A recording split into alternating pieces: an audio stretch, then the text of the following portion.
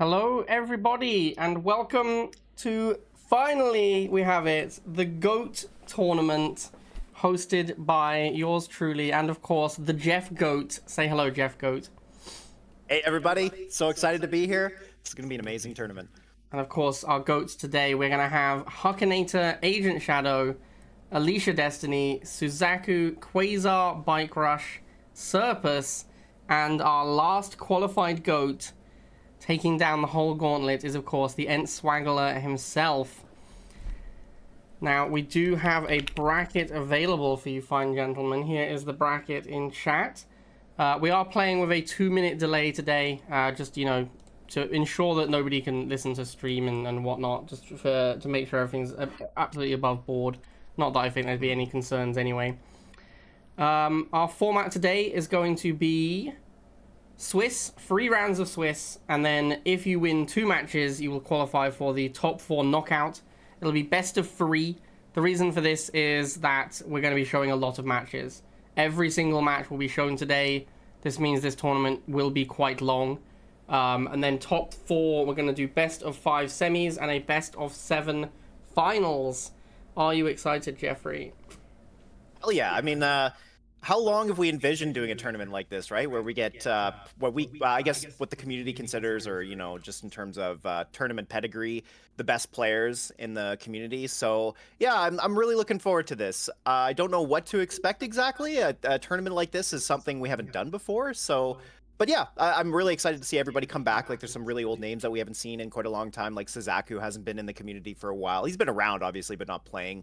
Agent Shadow, too. Like, I'm really excited for that. Alicia, well, all of them. Like, honestly, just every single person in this tournament I'm excited for. So, yeah, it's going to be great. Yeah, I mean, I've been planning. Like, the idea for this tournament came to me when Agent Shadow showed back up. He turned up out of nowhere. Yeah. Everyone thought he was dead, and he turned out he was still alive. He showed up. Yeah, yeah, we showed weren't up out sure. of It's nowhere. true. Yeah. And then he showed up, and then Quasar started chatting. It was basically the same day that Agent Shadow showed up, and I was like, you know what? This is the chance. This is the chance to finally get all the greatest players back together for one big tournament. Absolutely. I think we've covered the format. We talked about stuff. Let's take a little quick look at our player cards. So, of course, our first 2 players, we're going to have Alicia Destiny taking on Bike Rush. Now, Alicia Destiny, as you can see here, has written a whole book about her notable achievements. These player cards, you can find copies of them in the Legion Discord, so we're not going to go through all of it completely. But I would like to take an interest in the Who Will Win GOAT tournament. Alicia Destiny has said Agent Shadow or Alicia Destiny. Excellent. I think that is probably a good shout. And then we have Bike Rush's player card here as well. You see, what is your greatest rival's achievement? Beating Alicia with MG squads in tournament. Other notable achievements you'd like to mention? Beating Alicia in MG with MG squads and Grenadiers in tournament. Yep. Excellent. Very creative. All right, so I believe there is not really a lot more to say. We've covered format, we've covered the players. I think we just want to get straight into it, right? I mean, this is going to be a long tournament, so... Yeah, maybe one more thing to talk about just in terms of their tournament successes. So Alicia, I mean, we know she's won tons of tournaments. The one that she talks about, of course, in her card is the 2018, I can't remember the exact name, Mercenaries something tournament. But that was like the first... Rivals, yeah. Yeah, well, that's the first actual tournament, because I think the devs did one, but the first real community tournament, right? And I remember watching it, actually, and I remember her winning that. And that was back in the days when we had to join alliances to do customs. So it was way, way back in the day. But she's obviously won tons of other tournaments, right? Like, she's won, the Rivals Launch Tournament. She was a part of that. Legion's Arena, she's won a couple of times. She was in the Bike Rush World Championship. She won that. Nukin's tournament. Rivals Team League, she's won a few times. So quite a lot under her name. And Bike Rush, he hasn't won a lot of tournaments before, but we know him quite well from ladder. Like, he's been rank 1 many times. So yeah, both really great players in their day, for sure. Yeah. Bike Rush, of course, famous for dominating ladder for an extended period of time. Never really participated in that many tournaments, but I think a lot of people all agreed that, like, if Bike Rush wanted to and took it seriously, he would have been an absolute monster in the competitive scene.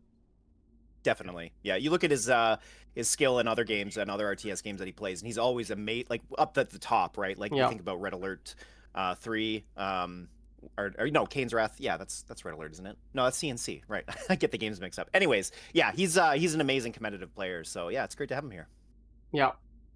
All right, I think we should probably start our first game. Let's get underway. The GOAT tournament. All right, game number 1, Alicia versus Bike Rush. Let's go. All right, here we go. Bike Rush with Liang, Alicia with Oksana. Oksana, of course, a classic favorite. I think that's Liang. I think Bike Rush might be sad by this one. Wait, is he no half MG?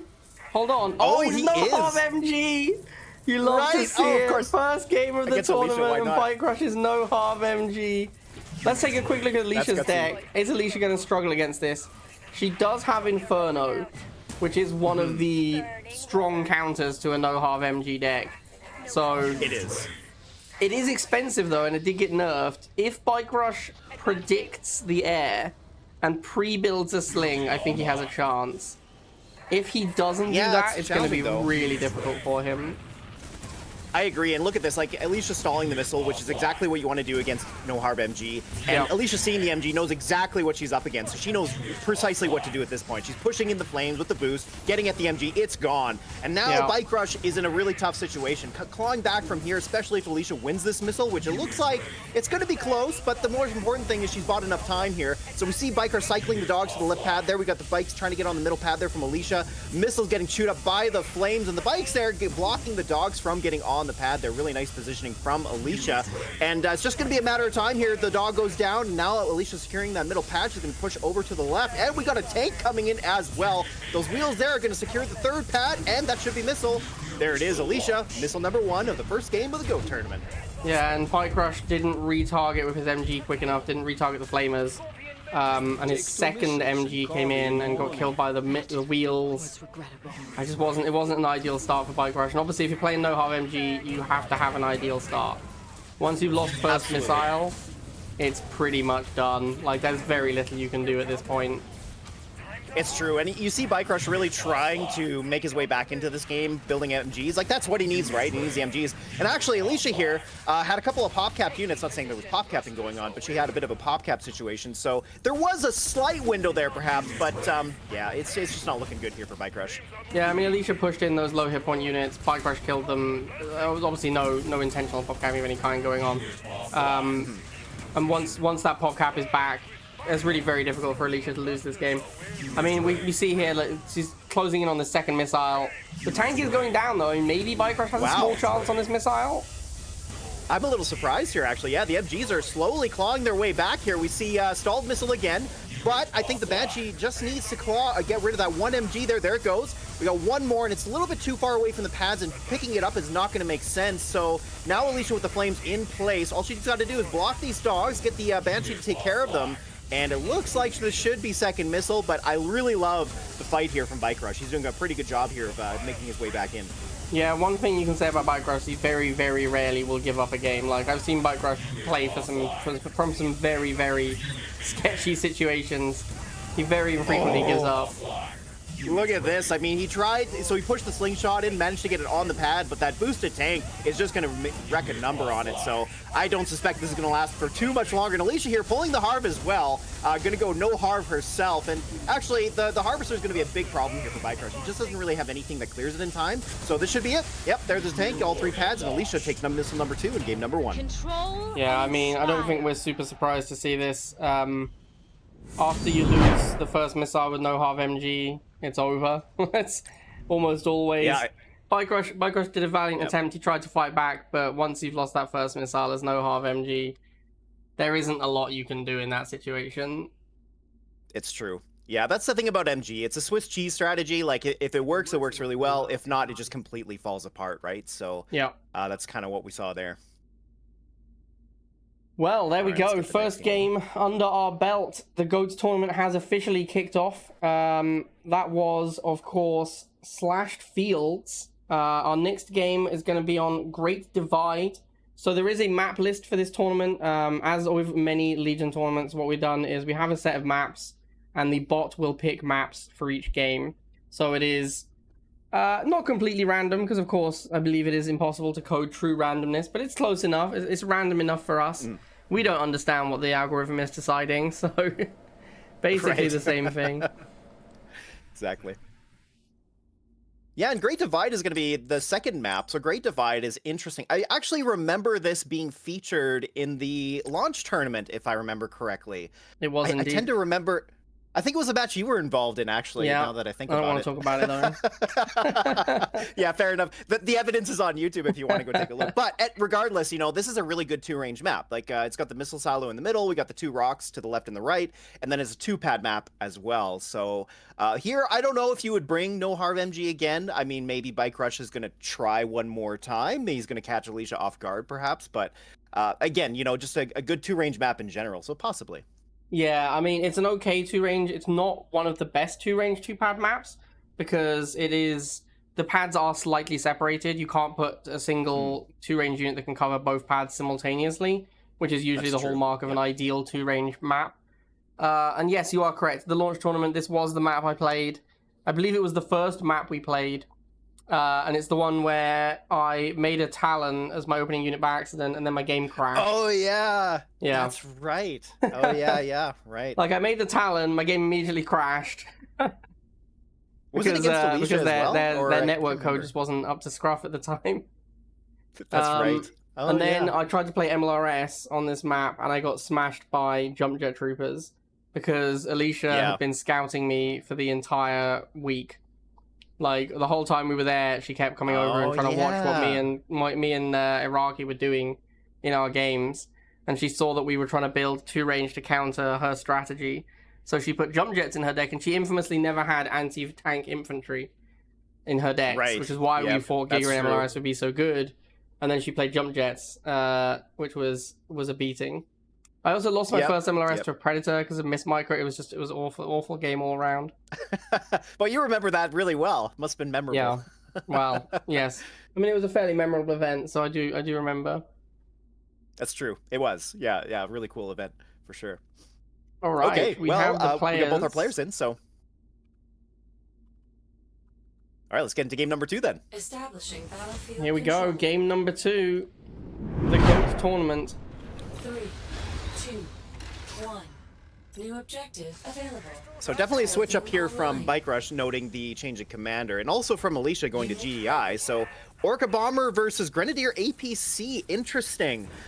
I'm not really too sure what to make of this matchup exactly. Like, I guess the Orca Bomber is going to be a big problem because Bike Rush doesn't have great anti-air. He has no Pitbull. He's got APC. I guess he has to spam APC in this case, but outside of that, he has APC missile that shoots up. That is really unfortunate. I feel like maybe this dog was supposed to be a Pitbull because he's opening rifles as well. I see no reason to have the dog. If you're going to play the dog and the rifle, you should 100% open with the dogs, because then when your opponent makes missiles, you can fast switch into the rifles. That's kind of the only reason to play dog plus rifle, I think. So I think maybe this Pitbull is... I think this dog is supposed to be a Pitbull, and I think Bike Rush is going to be sad.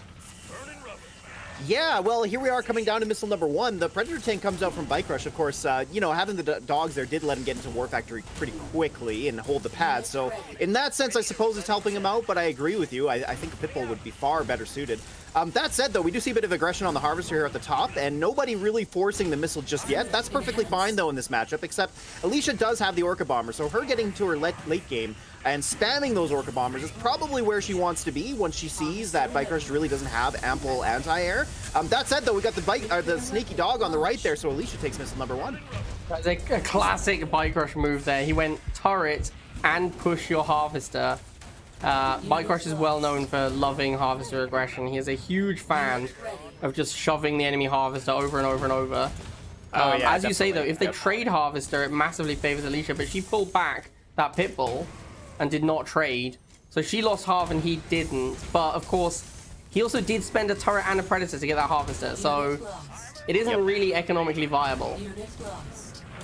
Yeah, and I guess like you could argue that maybe it gets him some map control as we see here, right? Like Alicia's pushed back a little bit, but these Predator tanks from Alicia are definitely going to get her some map control back. So, oh look at that! First APC gone, and This prank tank war looks like it's getting online. Both players having 2 tanks apiece, and it looks like Alicia's going to start saving for that Orca Bomber. The stalled missile is actually playing into Alicia's hand here. So Bike Rush does need to be a bit careful. He needs to be a bit more aggressive, and he is a bit pop-capped on these tanks. This Balker is going to be so brutal. Yeah, this Balker is going to be so painful. Oh my god. Oh no! It's over! The value for Alicia is insane. 210 for 100. I will make that trade every day of the week. And that Orca Bomber just sitting pretty on that pad, even balking the Grenadier from getting onto that right hex. Another Orca Bomber if it weren't enough. And wow, totally dominant games here from Alicia. Yeah, that Orca Bomber was just, that was it, man. It was absolutely brutal. I gotta say, I'm a little disappointed in Alicia because there was an opportunity there for a nice big tank war, and she betrayed our trust. Alicia's supposed to enjoy a tank war, and instead she balked it. Kind of ruined the whole thing a little bit, if you ask me. Yeah, she did the boring, smart, strategic play instead of the fun, give the viewers what they want play. Exactly. Like, come on, Alicia. Think of us, you know? And that's a classic. I think that might even be Peter's. It was very close to Peter deck, right? The classic Peter deck where you spam Preds to control the ground, and then you make a Balker when the opponent makes too many tanks. Yeah, exactly. Yeah, so that was, there we go. And you could see it coming, right? But obviously a little bit of rust there from our goats. Definitely not peak Bike Rush performance. He hasn't. I mean, he is literally in Bronze League. He has not played the game in a while. Yep. But unfortunately, there, yeah, of course, Alicia just dominated him. And I think we saw there he had the Grenadiers and he had the MG. He was trying to relive the glory days. We saw on the player card that he defeated Alicia with Grenadiers and an MG, and he wanted to try and do it again. And sadly, we could not repeat those glory days. Yeah, sadly. I actually do remember a game where Alicia lost to MG. I don't think it was Bike Rush, though, but she was playing Avatar, and it was just that classic example of how time won the game. It was just the MGs got a foothold, and then there was no way to get to her Avatar in time. So that's one way that you can win with MG, right, is if you close the game out early, then MG just totally dominates because it's such an aggressive deck. But yeah, as you saw there, it can quickly fall apart, too. All right. There we go, our first match in the GOATS tournament. We do see Alicia Destiny taking down Bike Rush 2-0. Our next match will be Quazar taking on Antswaggles. And we do, of course, once again have our player cards. We'll take a quick look at these. So here we have Quazar. What do we got from Quazar? Greatest Rivals Achievement, winning Legion's Ultimate Arena. Other notable achievements, getting to be part of this wonderful community. Wow. Oh. Yikes.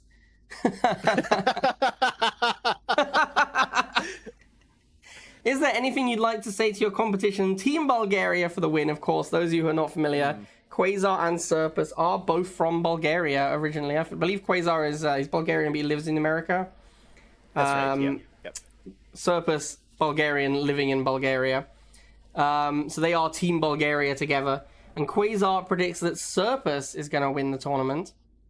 No, not a bad prediction. Like, all of these guys are amazing, and that's part of the reason they're in the GOAT tournament. Yeah. But yeah, Serpus, like, he's the kind of guy that I think on his card he says something like, you know, the most casual top 100 player. And I think that's somewhat true, except Serpus is a super tryhard, right? Yeah, so, Serpus. Serpus is...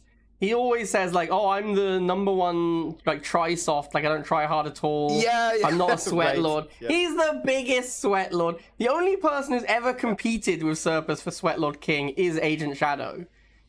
Right. Yeah, true enough. Yep. So, yeah, it's classic. It's classic Serpus. And then, of course, we have here the Antswaggles with his player card. Greatest Rivals Achievement, winning the GOAT qualifier. Amazing. Let's see if we can make that a GOAT tournament victory. Other notable achievements, hosting Legion Live. Of course, that was the live event you and Antswaggles hosted, which was very good. A lot of praise for that one. A lot of people seem to really enjoy Legion Live. Yeah, it was a great time. It was amazing an event, for sure. Really cool thing we did. Interesting fact about yourself. I don't know where my name Antswaggles came from. At this point, I'm too afraid to ask. That's a good Anything you'd question. like to say to your Actually, yeah, I don't know. competition? Mobile is cheat. Yeah, he's not wrong there. Mobile is OP. Mobile, Yeah. mobile gets a bad rap, but it is in fact the best. And who will win the GOAT It is. tournament? Another player saying Serpus. So a lot of people thinking Serpus is going to win this one. Well, we did. So there's that prediction put up by what's his name, Bene, I want to say, or B. Yeah. I have no idea. Bene, Yeah. I'm guessing. And I think in that ranking it was Agent Shadow followed by who was the number 2? I'm trying to remember now, but yeah, I think Agent Shadow got the most votes, and then Serpus, he was actually down on number 3 or number 4, if I recall correctly. We can probably pull that up, but Maybe I'm not we surprised can, to see Serpus coming in there. if Kenny could find that for us, that poll. I think it's in my announcement. It's in my Rivals channel. We can grab that poll and we can take a look. Yep.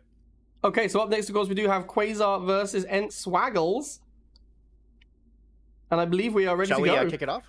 Let's do it. Yeah, let's get into it. All right, here we go. Game number 1, Antswaggles versus Quazar. Let's Match go. number 2. Here we go. So, of course, Quazar is on the Justin M. Kohler account. Has been for a very, very long time. And we've got a Solomon versus a Jackson. Antswaggles with an extremely classic deck. Very meta. Sniper, Gren, Slingshot, Razorback. Very standard. Quazar, also very similar deck. He's gone for Shocks instead of Snipers. Missile instead of Gren. We've got a Predator on the left versus a Pitbull on the right. That makes sense because, of course, the Grenadiers replace the Predator tank. And the Pitbull replaces versus the Missile. It's very similar decks. Overall, in terms of who has the advantage, Yeah, that's tough to say. I think it should be Antswaggles, but it's tough because it's a micro battle. Like, the Snipers theoretically beat the Shocks, and then there is also the Razorback. I think it's tough. Antswaggles is in a full specialist deck, so he has to make a very expensive unit for everything that Quazar makes, and that I think will be his downfall, if anything is. If he gets his grouping going, one of everything, and micros it properly, Antswaggles should win, but that's going to be difficult to do because Quazar can keep the tempo up. So Antswaggles here builds up the snipers. He's not on any of the 2 pads there, so it looks like this is going to be Quasar's missile, but yeah, as you pointed out here, this could be a bit of a problem for Antswaggles. Not the missile here necessarily. Nice block, The fact nice is that he has a super expensive deck, and also he has no missiles, so he has really no catch-up mechanic in this deck. So if he falls behind, like he is currently, this could be a bit of a tough situation for him. Actually, really nice scouting there by Antswaggles to check the incoming Razorback. Allows him to pre-build the sling, so he doesn't lose his entire sniper squad. But you can see here, look how low his economy is. This is what I was concerned about with this deck. Like, it's so expensive to get one of everything going, whereas Quazar just has such a big tempo advantage. Yeah, and the Razorback is a big problem, right? Because the Slingshot can't stand and shoot, so Quazar here doing a really good job of pushing Antswaggles back out of position, and this is causing him to just not have any really way to get in. Like, look at these Grenadiers. They just don't really have anywhere to go, and they're getting chewed up by these Shocks, and really, Quasar's just dominance here is part of the reason that Antswaggles is just not having a chance to get back in. And now an Ion Cannon to really seal the deal here. Oh, not quite! Ooh, So close! almost, though. But look at this. I don't think What a it would have finish to mattered this too first much. game. That game was exactly my fears for Antswaggles there. Yep. It just was too much tempo. It's too much tempo. Like, because Quazar only has to make very cheap units. He makes a 10 cost into a 20 cost into a 40 cost. Antswaggles has to go like 10 cost into 70 cost into 50 cost. Quazar just had a massive tempo advantage, and I think we very clearly saw that tempo advantage is what won him the game. And I think his deck was overall was just strictly better because of that. Yeah, like that's the problem in a tournament setting, is that when you take a deck like that where he had to dominate early, or at least get a foothold early, like Quasar pushing him back so much meant that Antswaggles was up at his base the entire time. And that's something that Quasar does really, really well. Like, he just recognizes when to push, and he just keeps pushing, like he doesn't stop. So Antswaggles there with his deck, he just didn't have any real outs there. Like, he couldn't get to a Razorback, for example, to fly over and, you know, cause a tech switch on Quasar there to maybe potentially push him back a little bit. He was just up against a wall. There's just no way for him to get out of that. So we do have the straw poll. I don't know if it's possible to still... I think I can send in chat the link if people still want to give a prediction for the straw poll. Here is the link. Yeah, I'll tell you that our current results, however, are showing Agent Shadow first, Huck second, Serpus and Hakanator, Quazar okay. third and fourth with 1 point between them. The way this works interesting. is you rank the players and you assign like 8 points to 1 point. So 1 point difference is insanely small here. I personally, my prediction's going for Quazar.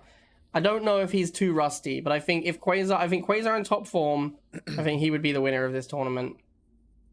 Yeah, Quasar's a beast. Like, he's more than a beast, actually. I remember playing customs against him and practicing for an RTL match, and it didn't, like, although I'm nowhere near the caliber of Quasar, the feeling of playing against him, it was just like, it felt like I was playing a robot, because the guy was so consistent, and he's so good, and the way he plays the decks is so consistent that he takes the optimal path in every deck that he plays in, right? Like, he just figures out what is the best way to play this, and then he just keeps doing that, and I don't know. He's also very flexible too. Like, he plays different decks. Like, he's a monster, that guy. So I have to agree. I think Quasar or Agent Shadow in my mind would be the two. Just if they're both in top form, or anybody in top form really, I think is amazing. But yeah, Quasar in particular, like. But that's part of the reason we're doing this, right? To see like what would happen should we get all these players from all these different eras of greatness together, right? So that's exactly what we're trying to do. Yep.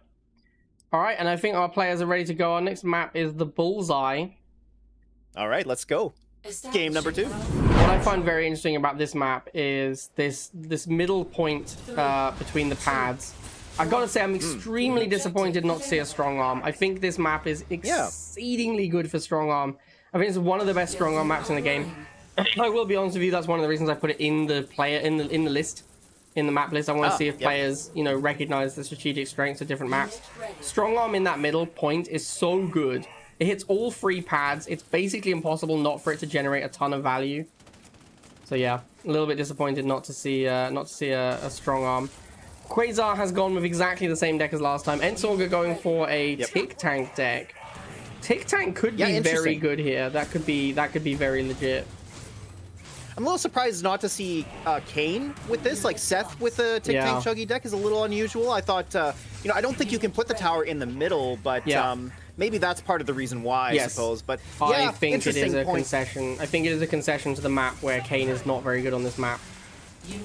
So Antswaggles here got the Chuggy and the bikes out. Of course, the bikes go down to the missiles there. And you see Quasar here pushing back and forth, doing this excellent dancing to stop the Chuggy from getting too much value. But Chuggy does push on, but meets its fate with a Predator tank. We've got the rifles up at the top there, and the dog coming in from behind. That should go down in time. And actually, it looks like if Antswaggles can hold on here and clear those dogs in time, the Shock should not be able to clear, but the Predator tank inches its way up, nearly getting there. Nice blocking there on the rifleman, militants from Antswaggles, and that allows him to take missile number 1. Excellent play from Antswaggles there. Really good. A lot better than last game. I mean, to be fair, I think his deck was the problem last time, but really good play from Antswaggles there. Just excellent blocking, excellent timing, really nice play with the Chuggy. As soon as he saw the Predator, he rolled the Chuggy back, bought himself some more time. Just all around played very well. Now you see here, very good play from Quazar as well, microing the tank such that the Tick Tank wastes its shot on infantry and then the Predator goes in. But actually, Antswaggles is doing a really good job of retargeting without unburrowing, which if you played Tick Tank, it's pretty difficult to do. Because when you retarget and the unit is moving away, your Tick Tank will get up and try and chase. And that's not what you want. Exactly. So now it looks like Quasar's starting to claw his way back in here. The Tick Tanks have met their fate against the Predator tanks, not doing a great job as the, Antswaggles was unburrowing them there, trying to get better positioning, moving them up, which, yeah, with Tick Tanks you do want to do. But of course, Quasar being smart, having these tanks in position to stop that from happening. Does get burned just in time to absorb the shot, this is the problem with the Tick Tanks. And of course, Predator is the best counter Chuggy in the game because it 2-shots it. So Predator Shock is the best counter to Chuggy in Command & Conquer Rivals. So it's a tough matchup for Swaggles. Look at the drill pod. Yeah, the drill pod lost one of the flames immediately. The drill pod got shot by the Predator as it was spawning, which meant that it took one whole model worth of damage. You hate to see it. Yeah, definitely. That Seth drill pod was good, right? Like, it looked like he was going to take the pad, but Quasar managed to get a few shots off on it from the Predator tank, so yeah, it lost a ton of value, and then the shocks were coming in from behind, so that was tough. I could see why he put the drill pod there, but man, that was an expensive cost there for him. Yeah. Oh, this iron cannon is brutal. Iron cannon. Oh, that sucks for Antswaggles. That's really tough. Oh, man. Wow. I think I gotta say, though- Antswaggles is falling into the trap that I often fall into, which is to make the more expensive units too often. He actually should, I think, have made more rifles in this game. They're not great against shocks, but there were times when the shocks were injured and the rifles could have cleaned them up. And it's a much cheaper solution than making a 60 cost chuggy in those spots. Yeah, nice little push here from Antswaggles just at the end here. Top Showing pull? it with the It's not harpo gonna as be well. enough. Almost getting the stall, but yeah, it was too little too late, unfortunately. Wow, holy cow. Unit lost. I think Antswaggles played that second game really well, actually. Like, Yep. I think he played. I'd I say think so he too. played well. It was a very bad matchup. Like Chuggy, you really don't want to be a Chuggy deck against Predator Shock. That is your worst nightmare. That is the absolute worst, last place you want to be. So I think the matchup was just exceedingly poor for him. But I think he played it really well. Like I mean, there was definitely a good shot there for him. It just That's the interesting thing Quazar- about this, right? It's the kind of thing. It's the kind of thing that you like against a weaker player. Antswaggles would have won playing that well. But this is the GOAT tournament, Right. and Exactly. Quazar is still a monster. So He is. Yeah, like he's in good form. You can tell because like I say, I've played against him a number of times, and all the stuff he's playing here, that's classic Quasar. Same with Antswaggles. Like I'm seeing him really try to pull out all the stops too. And you know what? Like I hope he's not discouraged from this because Quasar is just a monster when he's on his game. So, but Antswaggles there, like he's showing his fangs too. He's showing why he's here. So I'm excited to see more of him for sure. yeah, agreed. So our next game, it looks like it's going to be Agent Shadow versus Suzaku. Ooh, all right. Oh, the return of Suzaku, the long-awaited return of Suzaku. The long way, indeed, yeah. So for of course we talk about Suzaku APC, right? That well, Yeah. he's the guy that Yeah. basically came up with that deck. So Let's take a look at these guys' player cards whilst we set up the game. So here we have Suzaku. Also, the Suzaku face reveal. I don't know if we've had this before, but this is, in fact, a picture of Suzaku. What No is your way. greatest That's rival amazing. achievement, Suzaku? A combination of the 5 seasons in a row I hit rank 1 nod and my 164 win streak at the start of a season. amazing. Classic Suzaku. Ooh, Suzaku currently playing Silk Song. Yeah, that checks out. I love Silsong. Great game.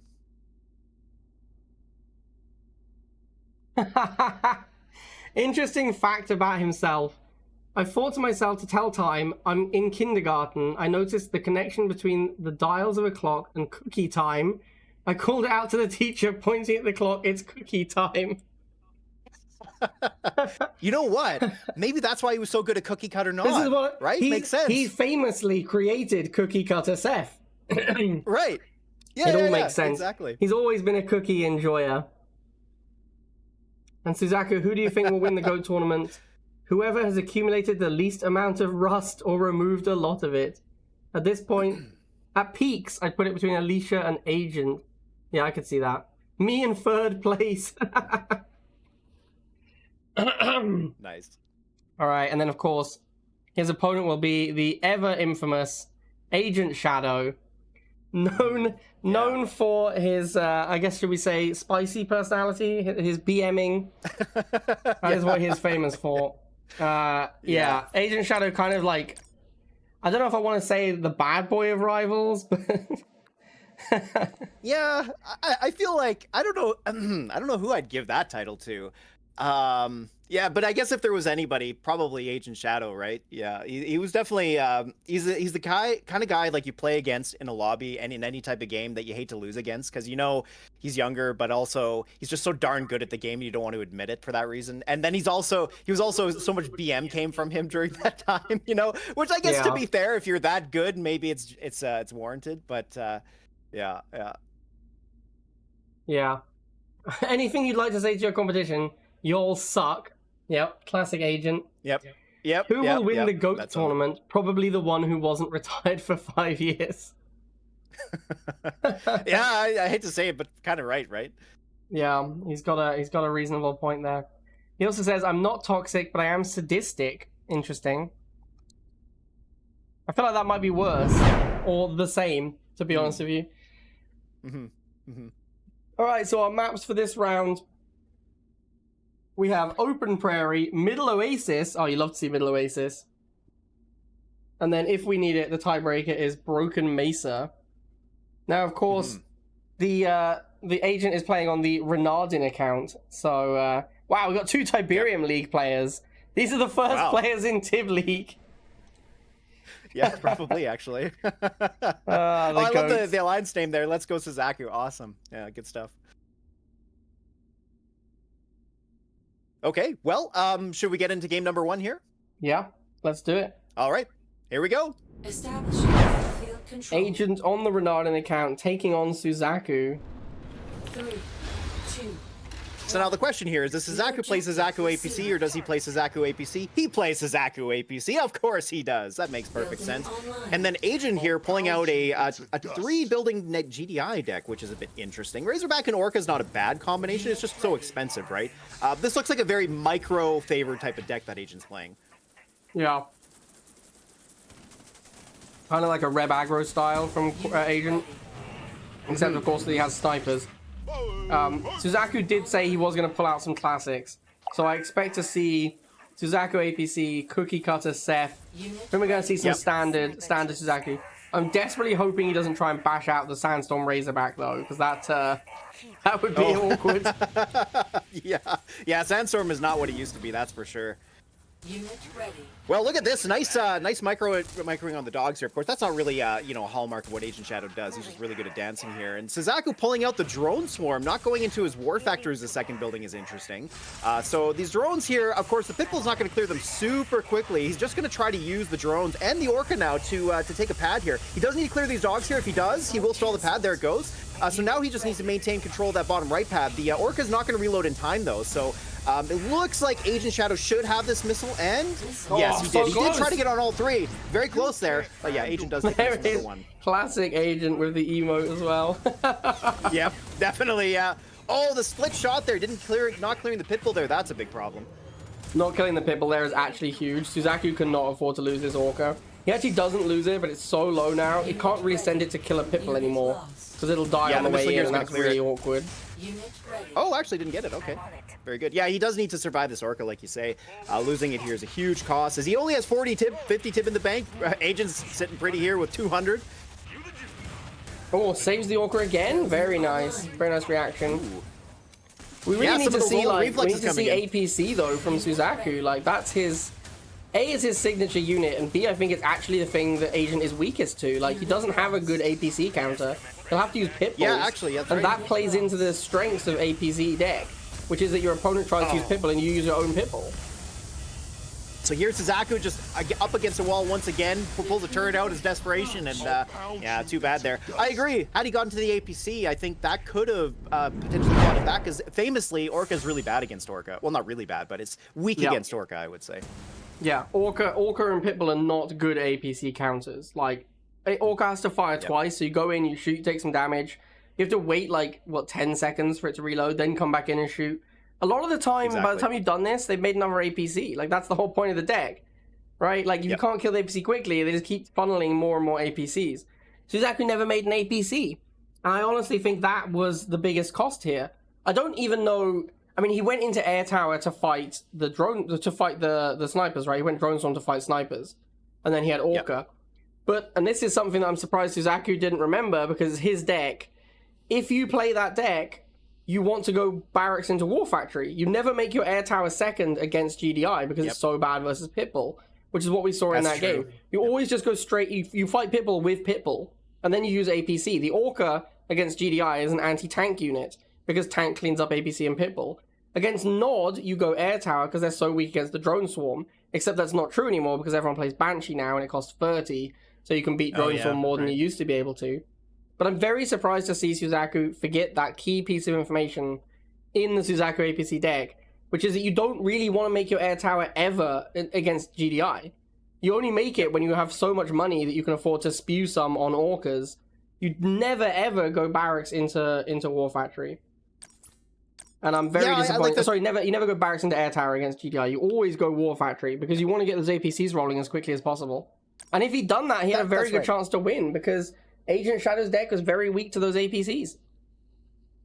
Now, of course, he didn't realize that, right? Like, he didn't see enough of the deck to know that. But, certainly, like, I agree with you. It was a little unusual to go into the air tower so early. I guess I could sort of understand why. Like, it's a bit of a tech switch, but it just didn't pay off. And the Orca was actually really the more impactful unit at that point than the drone swarm. But even then, yeah, like the split shot, and it was just so expensive. Like, it's 120 tib to get that first Orca. Like, it's so expensive. So, well, he's got another shot. That was only game number 1. We are moving into game number 2. We are on a totally different map, though, and this is not a map that's good for Suzaku APC at all. It is not. So hopefully, I'll tell you what, it is a good map for. Something else. You know what it is a good map for, Jeffrey? Cookie Cutter Seth. Right? Yeah. This is one of the best maps for Cookie Cutter Seth. We are, of course, talking about Middle Oasis separates the men from the boys. It sure does. Absolute banger of a map. Exactly. All right, well, let's get into this match then. All right, game number 2, here we go. Let's do it. Agent Shadow versus Suzaku. Oh, and Suzaku playing Jade, not Cookie Cutter Seth. What is this? Laser drone? Oh, I'll tell you what though. Renardin. Oh, sorry, he's going for the early rush. Agent. Oh, he's bike rushing. I see what's happening. Oh god, I keep forgetting his name. Agent Shadow. I always forget because they play on different accounts. Agent Shadow scouts the bike rush, and now we're gonna have a no-half bike mirror. This is gonna be very interesting. I honestly don't know if you're supposed to make a tank in this situation. I think you're not. I think once you make a tank, the opponent can make 2 bikes to match it. You have to micro your tank really well to beat the 2 bikes. So I think Suzaku looks like he's going to go tank as well. Maybe he's going to go lasers? Yes, laser drone. Laser drone. I think this is a good shout. I think this is a good shout by Suzaku. Oh, I love He needs to be careful, though. He can't drive into these bikes. If he drives into the bike, he's going to lose. Yeah, so he just needs to push one of his set of bikes into the other set of bikes to keep the he's ball. doing it! No, he pushes the laser drone. Suzaku, that's too bad. Fool. He's throwing everywhere. He lost the bike to the tank. He lost the laser drone to the bike. And the lasers will come out now. Ah, you hate to see it. He needs to go rifles against these lasers. That's his best hope. He needs to use the efficiency. Oh, he's going if he goes Suzaku, militant laser drone, that could work out. Well, we'll see how he comes out of this, right? Like, so of course he's got the top pad. He's gonna hold that for forever. The laser drones, though, of course the wheels actually might hold on just long enough to fire the missile, and they do. Oh boy. Okay. Well, there's missile 1 to Agent Shadow. Agent Shadow is not showing a lot of rust here. As you see, he is ranked 1 currently. He has been taking his preparation quite seriously for this tournament. He might be the only person who's been taking his preparation seriously for this tournament. Yeah, because he's been playing now for like a good month or so. Like he's actually got quite a bit of play experience under his belt. Yeah, he's been playing a lot. He's been practicing a lot. I know him and Serpus have been playing customs. He's been playing customs of MDB as well. Like, he's been practicing a lot for this tournament, and you can see that he's not making any mistakes. Like, there's nothing I can look at yet which I go, that's a horrible play from Agent at all. Everything he's done is just pretty reasonable. Wow, that was an expensive Jade missile there. Yeah. I'm a little surprised to see that. I mean, of course, he doesn't have a really good out to these flames. He does have wheels, of course, but with the lasers and the tank hanging around, it's very difficult for him to push that back. But we'll see what he can make out of it here. Maybe he can do something here. But it looks like, because Agent's going to get the bottom left there, the laser drones are going to die to them. We've got the laser drones coming to the bottom as well. He might be able to clear this tank if he gets some blocks here. Nice movement on the militants. But yeah, the laser drones go down on the left, and Agent Shadow two pads there. That's going to be game. There it is. Agent Shadow takes it down 2-0 in classic Agent Shadow fashion. Very classic. Yep. Yeah, he looks great. Yeah, I mean, it was pretty much what I expect to see from Agent, when he's playing regularly. So, Suzaku, obviously, it looks like he's been playing a bit. He doesn't look like he's completely out of his element there, but Agent just knew what to do. Clearly, he's showing why Agent Shadow is considered one of the best. Yeah. I mean, Agent Shadow is the current favorite, in air quotes, according to the straw poll. By quite a bit too, right? Like, it's like some 30 points that he's got ahead of yeah, Hakanator. he's up by like 20 points on Huck. But it's important to remember again that the way that it works is that if you assign first place to someone, they get like 8 points or 7 points, and then if you assign last place, they get 0 points. So a difference of like 20 points isn't that enormous, I would say. But actually, that's a good point. Yeah. He is the favorite. Well, speaking of another favorite, we got Serpus and Hakanator for our next matchup. Now, Hakanator is, of course, these are listed as second and third on the predictions.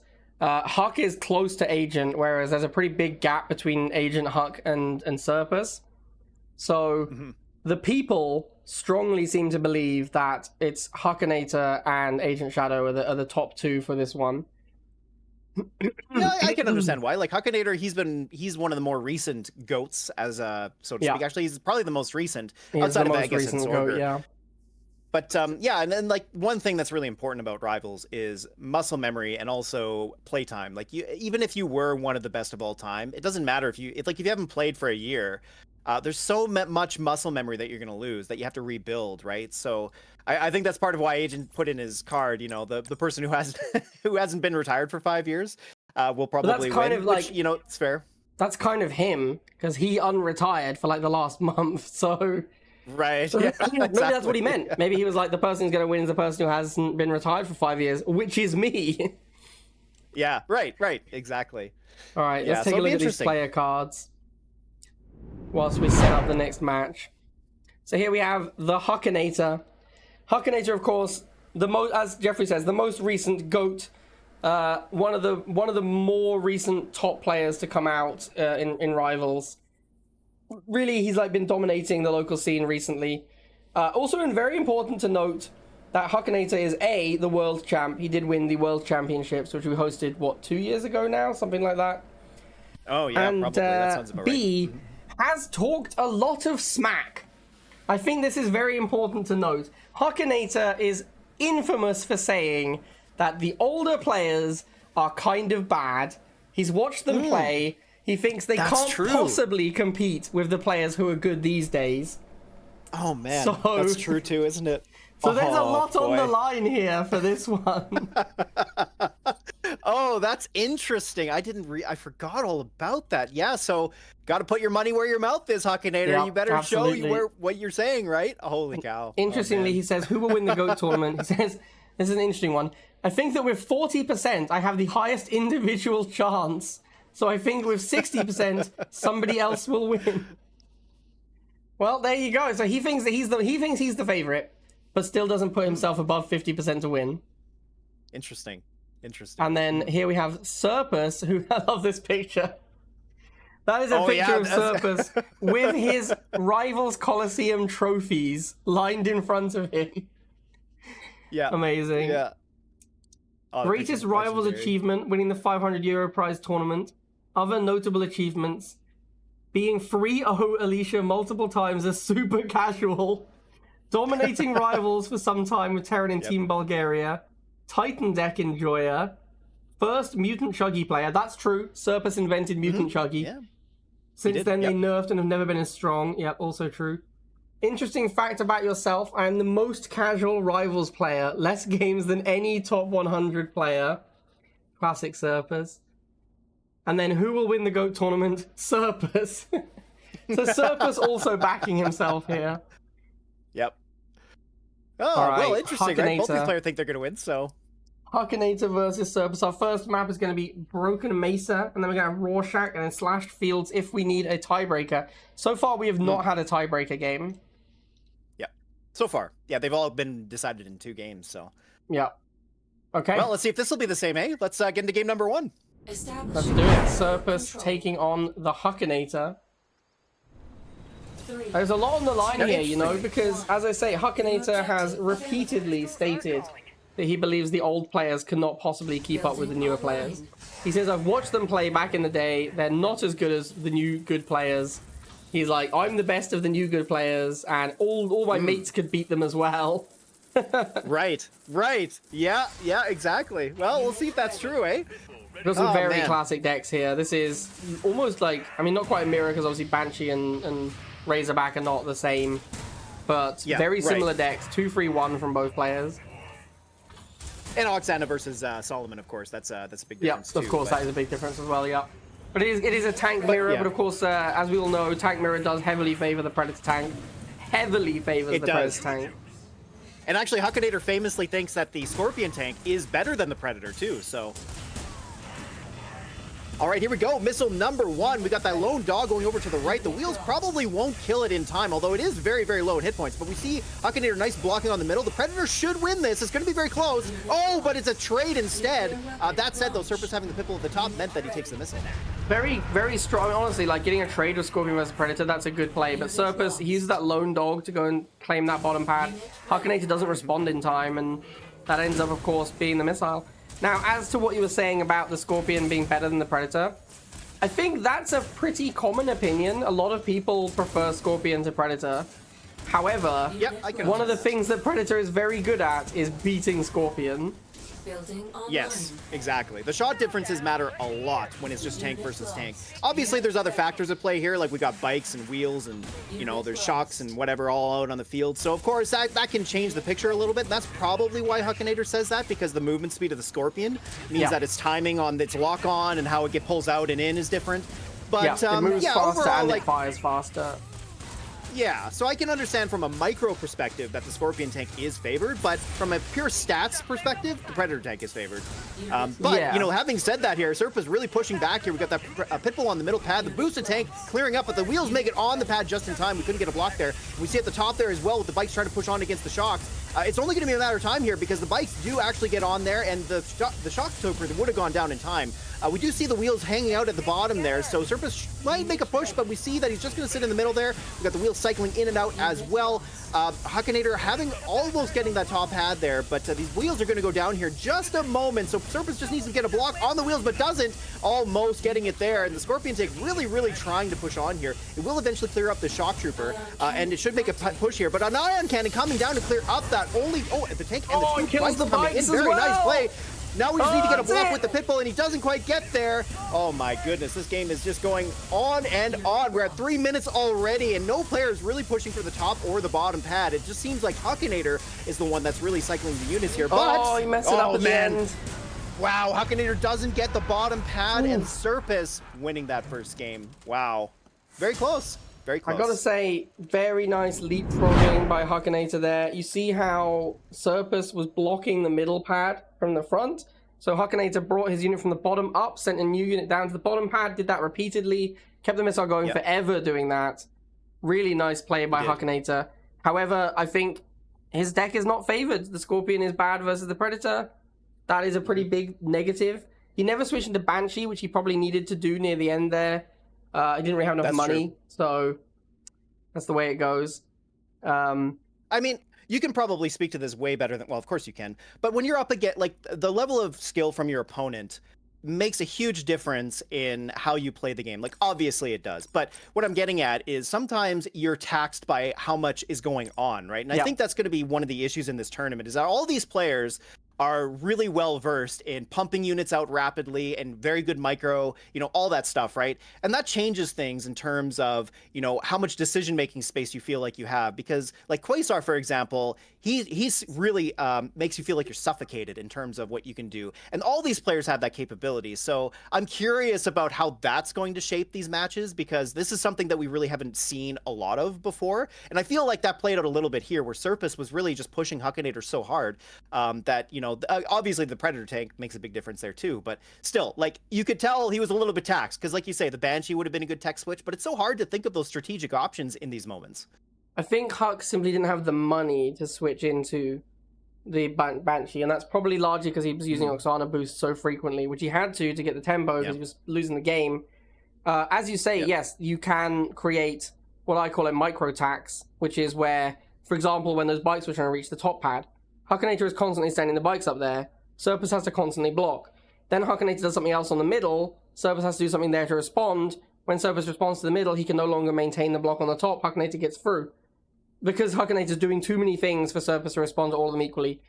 If you are able to create multiple locations where your opponent has to interact with you to get favorable trades or to block you, and you can do more than they can do because you have better micro, you will end up getting small advantages over and over and over throughout the game. Whereas if you end up having a single fight in like a single location where you only have to control like 2 units each, you don't get that advantage of controlling more units and doing more things, because every player is capable of controlling 2 units simultaneously, for example. But if you make it 4 units, suddenly there are players that fall apart. They can't do all 4 units simultaneously. Now, with the Predator versus Scorpion, there is an argument that the Scorpion is better because there's a technique you can use where, because the Scorpion reloads faster, you can trade shots at the start because the lock-on time is the same, so the tanks will shoot at the same time first shot. Second shot, the Predator will lock on first because it reloads first. If you time it right, you can trade a shot, then aim and run, shoot with the Scorpion tank, get a blocker in the way, the Predator can't chase you, the Predator won't shoot back, and you can get 2 shots for every 1 Predator shot. This is what allows Scorpion to defeat Predator in a 1v1 or, well, 2v2 with a second blocker unit involved on both sides. This is what makes some players say Scorpion is just strictly better, because it also moves faster, has higher fire rate. There's very few situations where a Predator is better than a Scorpion. Notable ones are versus Chuggy, where Predator 2 shots is huge, a difference. Right. And in the tank mirror, where Predator 3 shots and Scorpion 5 shots, which is a massive difference. However, if you can accurately use the Scorpion micro to get the double shot and retreat without taking a second shot back, you can beat the Scorpion. You can beat the Predator only taking 2 shots on the Scorpion, which is really fucking difficult to do, and against good players it's even harder. But theoretically, that allows Scorpion to beat Predator in a heads up, and therefore, if the Scorpion wins in a heads up, it's just a strictly better unit. Like, there's almost no time when Predator is better if the Scorpion can win the heads up. But that is extremely micro intensive, and it is counterable by the opposing player. What the opposing player has to do is, when the initial trade happens where they both shoot, the Predator has to retreat first, so the Scorpion can't get the lock on, followed by retreat. Anyway, lesson over. Let's get into game number 2. But that's Rivals, right? Oh man, good stuff. Okay, yeah, let's kick it off here. We're on Rorschach for game number 2. Establishing battlefield control. Ooh, GDI grudge match. Okay, Hakanator moving off of Nod. Interesting. Almost saying that, yeah, maybe Predator is better than Scorpion. And looks like that. Okay, interesting. He's got Rhino instead of Pitbull, and he's got Hammerhead to replace that anti-air rule. Very interesting. And Serpus here, it looks like he's playing the same deck, I believe. So no changes there. But I don't know about this deck from Hakanator. Yeah, so Hakanator is a huge Rhino fan. Like, Hakanator, probably one of the big reasons that Rhino is so popular now. He pushed it hard. When Rhino got that buff, he's like, yeah, Rhino's cracked. Everyone should play Rhino. He played a lot of Rhino, and a lot of people started playing Rhino to copy, basically. I would say he's kind of the progenitor of the Rhino meta. So I'm not super surprised to see him make a Rhino. I'm a little surprised he doesn't open Rhino, though. I feel like that's one of the best things about Rhino, is if you have a Rhino in your deck, you make it first. There's, like, no unit that's good against Rhino at the start of the game. So it's just always going to give you a nice advantage. He probably just wanted to play a Predator mirror. I suspect after that game, he was like, you know what? I didn't win with Scorpion versus Predator. That was the biggest issue in that game. I just want to play my own Predator and see what happens with that. So Hakanator here pushing out the Rhinos, just like you said. He's got them here in numbers. The Predator trying to get a shot on the other Predator, but nice movement from Serpus, pulling it away from the shocks there, so that the Predator doesn't get the lock on and hit the returning Predator tank, but doesn't really matter too much. Hakanator does secure the missile here with those 2 Rhinos, as he did have that early game positioning with the 2 missiles that came out, and Serpus not having Rifleman to respond to that meant that he did get pushed back a little bit there. So missile number 1 goes to Hakanator. Yeah, and you can see how good the Rhino was there. They both had a blocker unit. One was Rhino, one was Shock.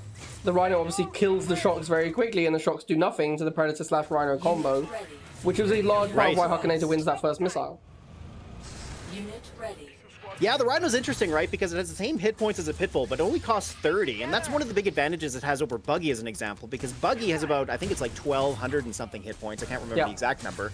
But, you know, that's pretty important because that means it might survive another shot, or, you know, it lives a little bit longer. And as you see here, it's really doing a great job against pushing Serpus here. I mean, the Rhino is decent to get missiles. It will win 1v1. So it's not really a great proposition to keep spamming missiles to deal with it. Unit ready. Yeah, I mean, you can see how much advantage Hakanator is getting by just being able to jam a Rhino in Serpus's face. And Serpus is like, well, I have to make Predator to fight the Rhino, but then it gets shot by his Predator. I can't waste shots on the enemy Rhino whilst I'm trying to fight a Predator tank. So, even though the Predator is good versus both of Hakanator's units, and Hakanator's units are only good versus one of each of Serpus's, it ends up actually being quite good for Hakanator. Unit ready. Now look at this, we got the tech switch into the Razorback, and Serpus not responding too quickly. Does have the Pimples coming out, but because Hakanator's got the Predator tanks, as well as he had the Rhino there too, he's really pushing Serpus back quite effectively. We see Serpus trying to make his way back into this game, and he doesn't have to worry too much here, but it looks like Hakanator's going to secure the second missile pretty comfortably. Yeah, Serpus just can't make it back on, so there it is, missile really, number 2, like, and pretty dominant game. Big tempo advantage as well for Hakanator there, which I think came from the Rhino more than anything else. Like the Rhino, it did. The Rhino plus Predator, Rhino Predator and Buggy Scorpion is so good, right? Like we've seen this time and time again in this meta that you can win games with basically just those 2 units. Like there's loads of games where your opponent's entire deck struggles against Buggy Scorp or Predator Rhino, and Hakanator just kind of smashed that one. Like I think Serpus probably doesn't feel great about that game. What happened there, honestly, is a classic situation in Command & Conquer Rivals, which is in a War Factory mirror, which a lot of games devolve into, because War Factory tends to be the most powerful building in the game. What happens a lot of the time is the player that can use missiles effectively ends up winning. This is why Chuggy was such a big deal for such a long time. Because if you had missiles and they had missiles and you had Chuggy, you slaughtered their missiles. And then you could use missiles and they couldn't really use missiles. So that's kind of what happened here, right? Like Hakanator was much more able to use missiles than Serpus was. Because every time infantry came out from Serpus, Hakanator would just put a Rhino and put a Predator driving through it. And you can't really use missiles against that because you can't walk your missiles into a Rhino. But when Serpus makes a missile, Hakanator just jams his combo straight into its face because the Rhino will beat the missile. And if he comes with the Predator, Hakanator's Predator shoots back. And then you've wasted your Predator shot. Well, wasted. You've used a Predator shot on a Rhino. Then you take a hit back. It's just super awkward. It's super awkward for Serpus.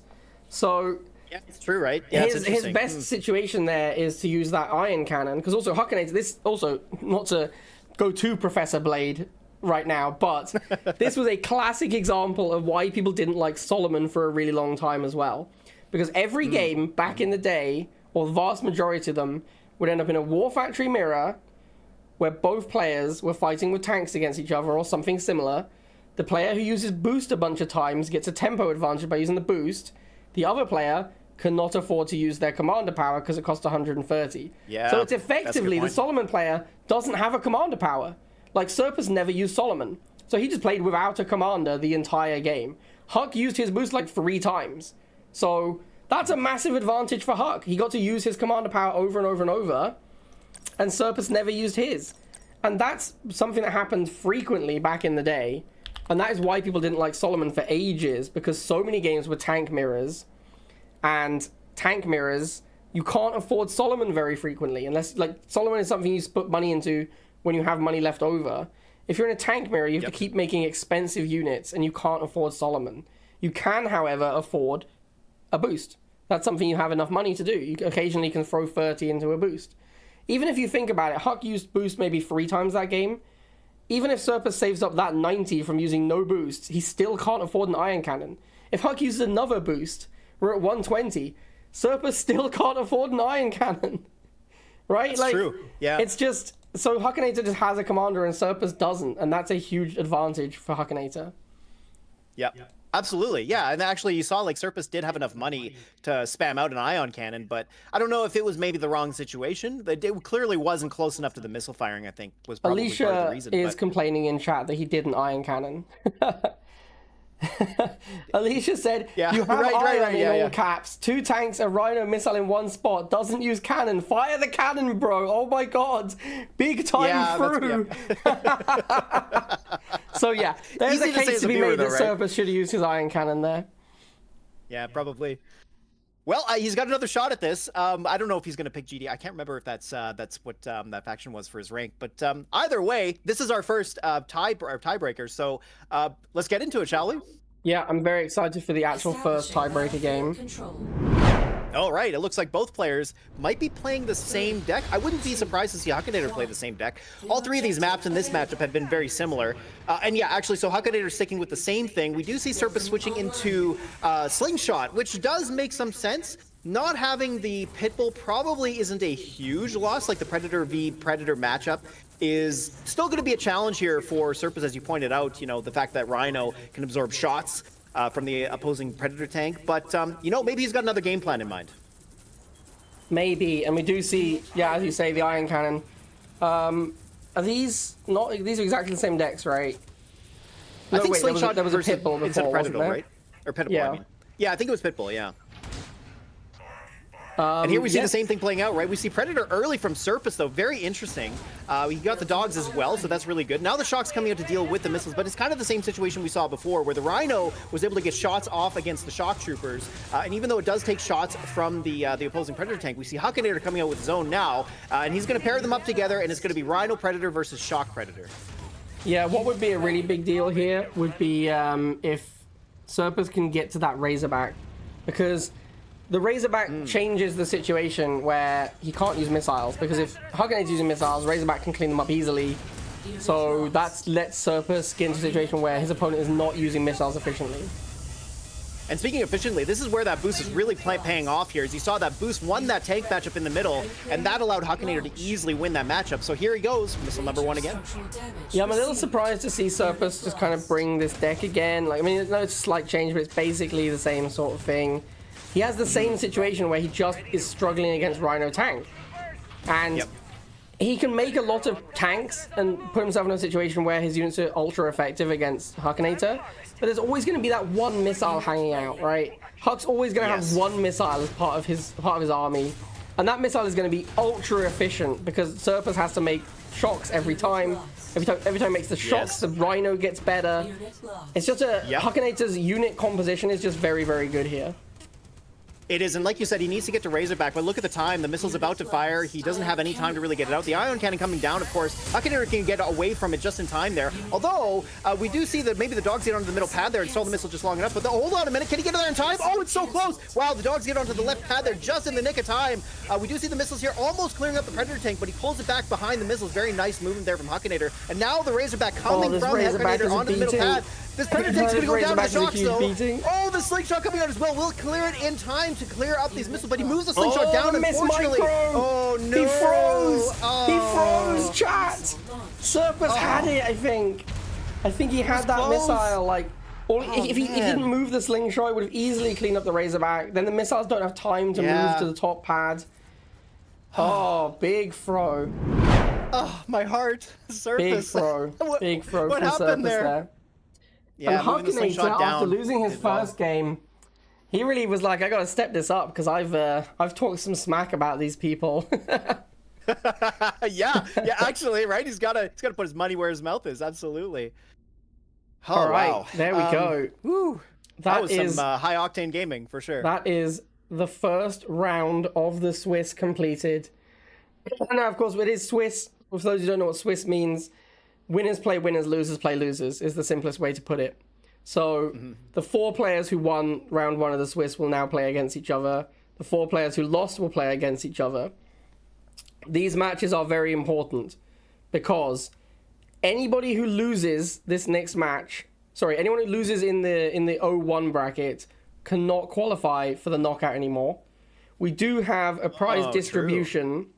Our prize distribution does pay more for 7th place than 8th. So there will still be something to play for at 0-2. But if you go 0-2 here, if you're one of the 2 players who goes 0-2, you are eliminated from any chance of making the knockout and winning the tournament. If you win here as one of the 1-0 players, you are automatically guaranteed to make it into the knockout. So these mixed matches are very important.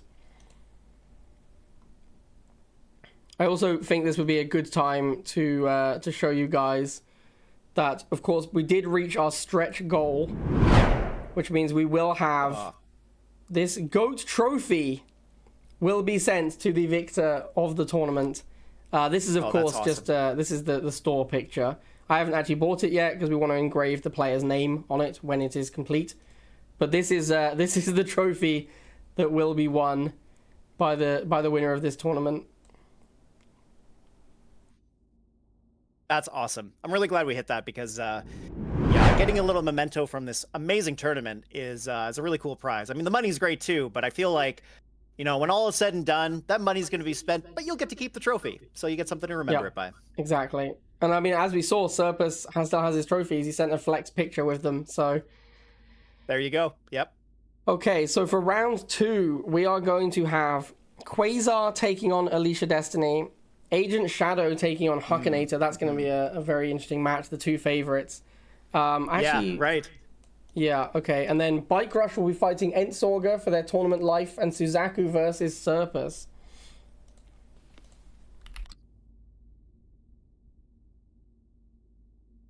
Oh, and I see the chat between the goats here. They're talking about how, you know, seeing old friends being brought back together. Love to see that. Yeah, it is a little bit like that, right? Like how long have we been playing this game for? It's actually been close to 7 years, if you can believe it. 7 years of this. And the game has not seen any realistic development for much of that. And yet here we still are. And all these old names coming back in, some new as well. Yeah, I got to say, it's cool. I'm really glad to be a part of this. It's awesome. Yeah, it is crazy to think it's been that many years. I don't think there's any game that I have committed anywhere near this many years to. But right. yeah, Rivals. Yeah. Been doing Rivals for, as you say, 6.5 years now, something like that. In terms of playing it, for me, over 7 years, because I started in the beta, which was like June 2018. Yeah, right, because you played in the alpha playtest. That's right. So that is actually over 7 years of Rivals. That is crazy when you think about it. It is. Yeah, especially for a game, like I said, that just hasn't seen any development. You know, no new units. Well, I guess outside of Battering Ram, but do we really count that as a new unit? No, I don't think so. No. So, yeah, it's awesome. Yeah, it's been quite a journey. All right, well... So yeah, we're going to have Quazar and Alicia on the Bullseye, so that's interesting. Maybe, well, Quazar did play on this in his matchup. Alicia didn't, so I wonder, yeah, maybe now's the time we'll see Strong Arm come out, or something interesting, I suppose. Though, these players, I mean, a lot of them haven't been playing in the most recent meta, which, well, when I say most recent, like the last 2 years or however long it's been. So I don't know how well versed these players are in terms of that. I'm sure they've been doing some research and like trying to analyze the meta at least to some extent. But also there's something to be said about playing something you're familiar with, right? Like Suzaku playing Suzaku APC as an example. Though, like we talked about, there was obviously some rust there. But regardless, right? Like I wonder, you know, how many of these players are going to try to adapt to the current meta, or they're just going to stick with some formation or, you know, exactly what they used to play, right? Yeah, indeed. A99 says, accurate predictions so far, top 4 are Terran, Alicia, Hucky, and Agent. However, I don't believe that was what the prediction said, because I think Serpus was in the top 4 of the predictions. Yeah, I think you're right. It was like, what was it? It was Agent, Hakanator, Serpus, followed by... Yeah, Agent, Hakanator, Serpus, Quazar. So currently Alicia in the top 4, and Serpus is not, which is not what the prediction suggested. But of course...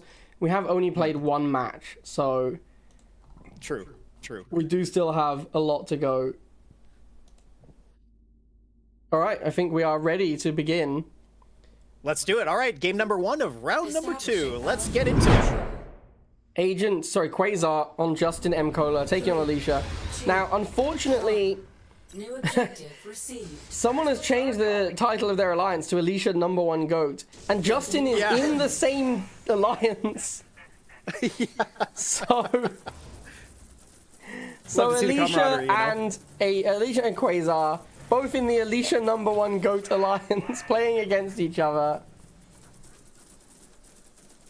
Now, I have to say, I'm really excited for this particular matchup. I think both of these players are micro beasts, and they both really know how to extract value out of tanks, Razorbacks, snipers, all that kind of stuff. Quazar here, it looks like, well, he's playing the same deck that he was before. He hasn't changed anything there. Alicia has adapted, it looks like, a little bit here, running Strong Arm, you know, to put that turret in the middle, which is very smart. But otherwise, a pretty standard deck as far as that goes. Yeah, and I'd just like to add that Nara has some game keys he wanted to give away. So we'll do a raffle. Exciting. We'll do a raffle. So you can enter the raffle and win a game key from Nara Knight. I believe it will be a Steam game key. If you don't have Steam, don't bother raffling. Well, thanks, Nara. That's really kind of you. So Alicia playing snipers. Well, Alicia does love snipers. She is famous for liking snipers. Yep. it is that classic unit where it has an infinite ceiling of value if you can micro them well enough. Yeah. Unit However, lost. Quazar with the Razorback, one of the better counters to Sniper. Definitely not as good as it used to be because it's obviously it got nerfed. But you can see even here, the Razorback just suicide dives to kill the Sniper and easily cleans them up, no problem. Unit missile launched. Yeah, and even though Quasar, he had, you know, 2 single unit squads there, the Shock and the Dog there, it didn't really matter too much. Alicia just doesn't seem to be putting on the pressure. I'm a little surprised to see that. But Quasar, also with the Razorback early on, pretty much just dominated the map positioning. So not too surprising, but yeah, Quasar does get that first missile.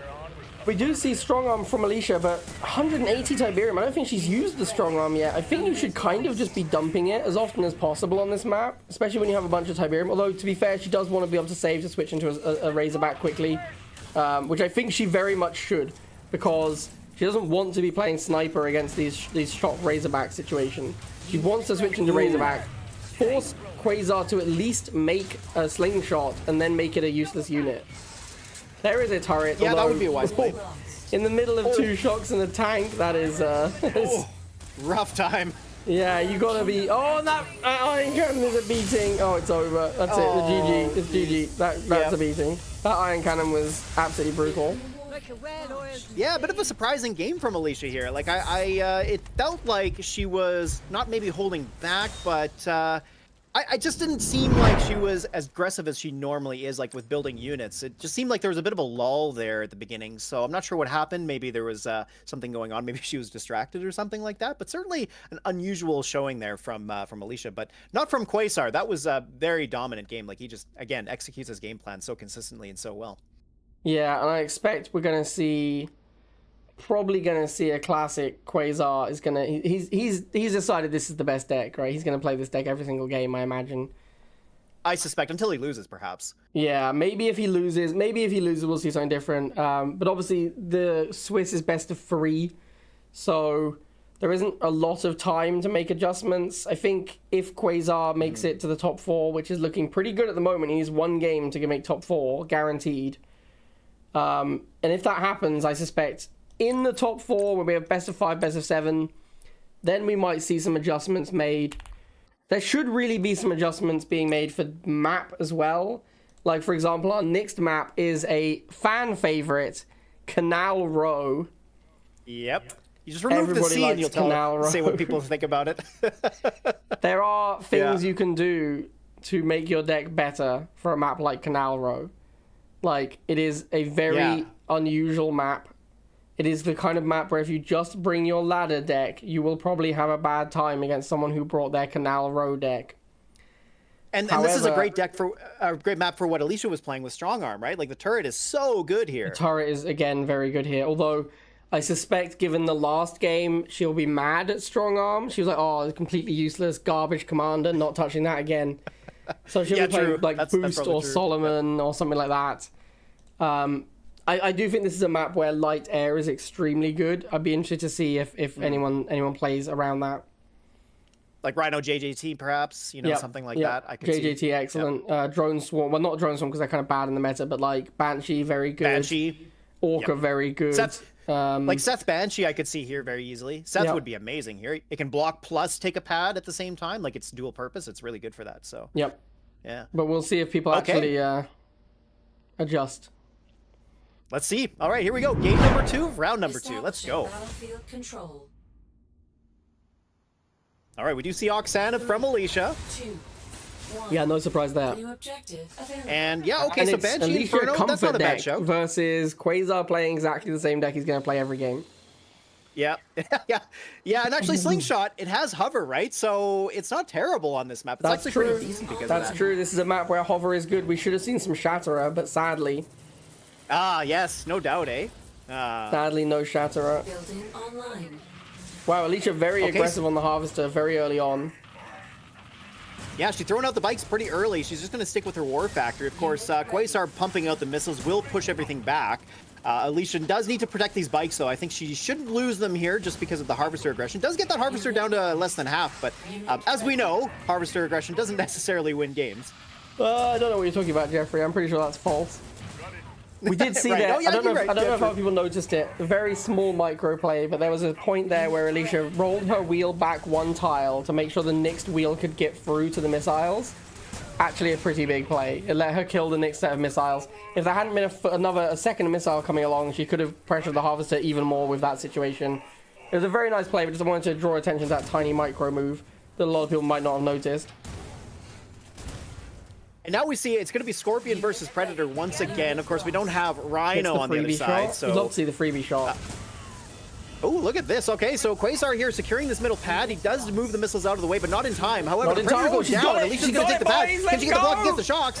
Huge blocking play the shots by out of Alicia position is there. really good stuff. And that was the freebie shot, because she got the free shot where her Scorpion shot the Predator and didn't take a shot in return. That's why the Scorpion lived with like 1 hit point to take that pad. So that again, like these very tiny things make such a huge difference. And that's what Alicia's really good at. Like, she's so good at keeping low hit point units alive and continuing to extract value out of them. As you see here, look at this low hit point Scorpion still on the field. Still there, yep. And she managed to use it to 2v1 that Predator. She obliterated that Predator, by the way. Because the Predator wasted its first shot on the flames, took 2 hits in return. Second shot hit the high hit point Scorpion, then just died. So that's all that Predator did, was shoot 1 Scorpion once, effectively. Now we see here Quazar pumping out the missiles in huge numbers, going Razorback missile primarily. But on this map, it's a little bit difficult because keeping your units together is challenging with the rocks in place. Like, you do end up splitting things apart quite a lot, as we see here Quasar's doing that now. But because of the amount of time in this game has passed, Alicia now getting to the Inferno. Inferno not as good as it used to be, but it could be the tool that she needs because Quazar now is going to be really forced into Slingshot. But we see here he's actually going to try to rely on missiles, which is interesting. Yeah, and Slingshot, not that good versus Inferno, honestly. Like, it's okay, but you can't... Inferno can win the 1v1, which can be a big tempo. Economy-wise, the Slingshot will win overall, because the second Slingshot will kill the Inferno. Nice movement on the Razorback there, getting the missiles in place. I actually think the reason Quazar hasn't made a sling, and I'm not 100% sure, but I think the reason he hasn't made a sling is he wants to make sure he always has Iron Cannon money. I think his plan is to simply Iron Cannon the next Inferno. Oh no, here comes the Iron Cannon. As you say, here it comes. Oh, I don't know about this. That leaves him very weak to the next Inferno. And now he pushes the missiles up onto the middle there. Got a boost and Inferno coming in as well. He split up the missiles so that way the Inferno won't clear both of them at the same time. Pretty smart play. The Inferno does get onto the pad, though, really hard to block air. And now we see the Slingshot coming out. The missiles plus the Slingshot will be enough to clear that Inferno, so it goes down. And now this Banshee's going to push on, but of course the missiles there should hold on. And Alicia, opting not to lose her units, does hold back, which I think was a smart play. And missile number 2 goes to Quazar. Yeah, this is a mistake you see worse players making quite frequently, which is suiciding units when the missile is already lost. Alicia doesn't do that. She's like, yeah, if I throw this Banshee and it'll just die, it won't win with the missile. There's no reason to spend 30 here. But wow, this is a pretty amazing game so far. Like, a lot of nuanced micro plays between both of the players here. They're both of them really pushing against each other, both having a missile apiece. I'm enjoying this quite a lot. Yeah, this is a really interesting game. I'm curious if Alicia played the Banshee because it's Canal Row, or if she just plays Banshee in this deck now, because obviously the deck normally plays Phantom. I think she probably is very sad that she doesn't have old Phantom that can one-shot a Razorback, because this Razorback missile is the entire thing Quazar is doing, and if he couldn't use the Razorback because of Phantom one-shotting it, he would be getting absolutely dominated here. Yeah, and look at this. This Inferno is actually really extracting a ton of value. The flames are a big problem for these missiles, and Quazar doesn't seem like he's going to get back into the game here. Here comes Iron Cannon. Oh, he gets it! Wow! Holy cow, that might be the game here. We see the Banshee almost about to go down. The Razorback coming in from behind, but Alicia spamming the Banshees. Of course, JMB means just make Banshee now. And but of course, the boosted flames coming in from behind. Really smart heads-up play here from Alicia. She gets on the pad with the Banshee. Can she block the missile? Oh, Oh my goodness! Woo! Oh my god! Holy cow! Wow. Holy crap. And that is what the Go tournament's all about. Holy cow. That wow, was such a good game. Oh my god. What an absolute like, banger. Both players going back and forth. What a banger. Oh man, crazy. Huh. Wow. That was so good. I need to take a minute. That's what the GOAT tournament is about. That game was insane. What a fantastic Iron Cannon, right? Like, Quazar was getting absolutely shit on, no offense. He was getting dominated in that game, and he specifically saved exactly enough money to Iron Cannon with follow-up, because he didn't rebuild his Harvester. He left the Harvester. He was like, I'm going to save my money for Iron Cannon plus follow-up. He made an incredibly good Iron Cannon, and Alicia barely dodges it with the Banshee and gets back on that pad, and barely manages to get the Flamers on the pad to manage to get back into it. That was crazy. Oh, yeah, man. there was like a lot of desperation plays at the end there. Like, of course, you know, Alicia spamming the Banshees was a bit of that, right? It's like, well, I'm just gonna push the same button multiple times and hope it works. But actually, in that case, because it's a flying unit and it's towards the end of the missile, yeah, of course, it becomes quite effective. But yeah, there was so much going on there. Like, it was just insane, and it really came down to just like a matter of slight differences between the two of them. That was, that was incredible. That was a really good game. Oh. That was such a good game.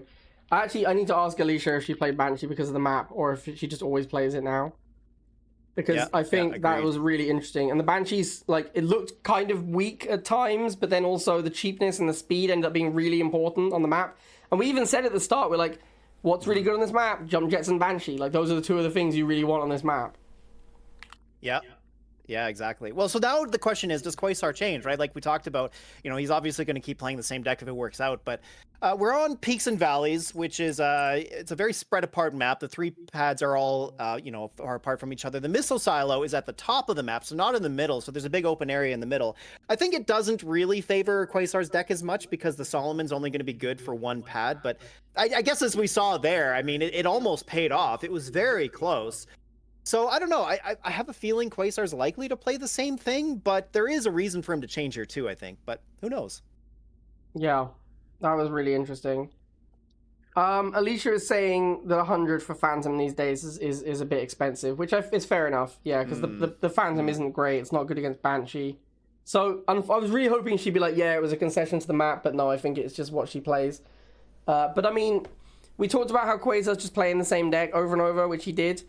And I think we could see pretty clearly there that his deck was not very good on Canal Row. Like, yeah, exactly. It was a really awkward deck for his map, for that map. And it's the GOAT tournament, man. You got to step up. You got to have a deck for different maps. You can't just be like, this is the best deck, play on every map. That's not how Rivals works. And that's probably one of the main reasons he lost that game. If anything, I think we should have thrown more curveball maps into this tournament to force people to adjust. But true. It is at its essence, the idea of the tournament is to let people play the decks they want, and, you know, pure skill reigns supreme.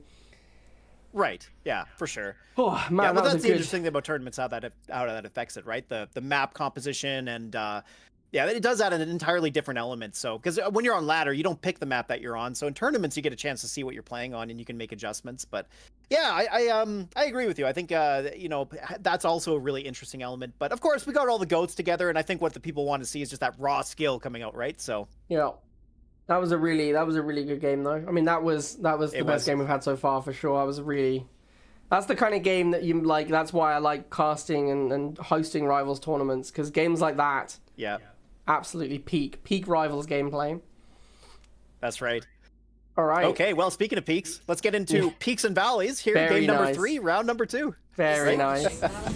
This is, of course, these players are 1-0, so the winner of this game will guaranteed make top 4 cut. New objective received. That's true. Yeah, big thing on the line here. So we'll see. Oh, I mean, obviously no, they've only. Why? Oh, interesting. What is this? This Alicia has played this deck a lot of times. This is a deck that she has played a bunch. I personally think this deck sucks. I'm just gonna put it out there. I think this deck is rubbish. I hate it. I think it's okay. You know what? That's probably too harsh. It's not like the quad infantry Titan deck that she played for a while. That deck was truly horrible. This deck is okay, but I think its opener is very, very weak. I think that this deck was created when drone swarms were like 1,000 times better than they are in the current metagame. So I think this deck does not have legs right now, but we'll see. I mean, Quasar's deck I think is just pure cookie cutter this meta. So yeah, definitely. We will see. If Alicia wins this one, then, you know, I think she just straight up is outplaying him, because I don't think this deck is particularly favored here. Ooh, Alicia missed the block with the Pitbull on the bottom pad there. Now forced to boost the snipers to try and get some value out of that matchup. She does clear them out, and of course, Quazar here sitting back doesn't choose to put any aggression on the pads here, so Alicia takes missile number 1. Yeah, it looks like a Quasar is trying to save up for that Razorback, which he is. I don't know, though, like, you got nothing. You got nothing. And there's like two missiles, a Pitbull. This Razorback's never reaching those snipers. Like, you got to do something else. You got to get, like, shocks and Predator tank. And I just don't know if investing all your money in this Razorback is a good play, because it's not going to do anything right now. And you can see it's just kind of hanging out at the back, trying to get some cheeky shots against the missiles. It's not getting a lot of value, though.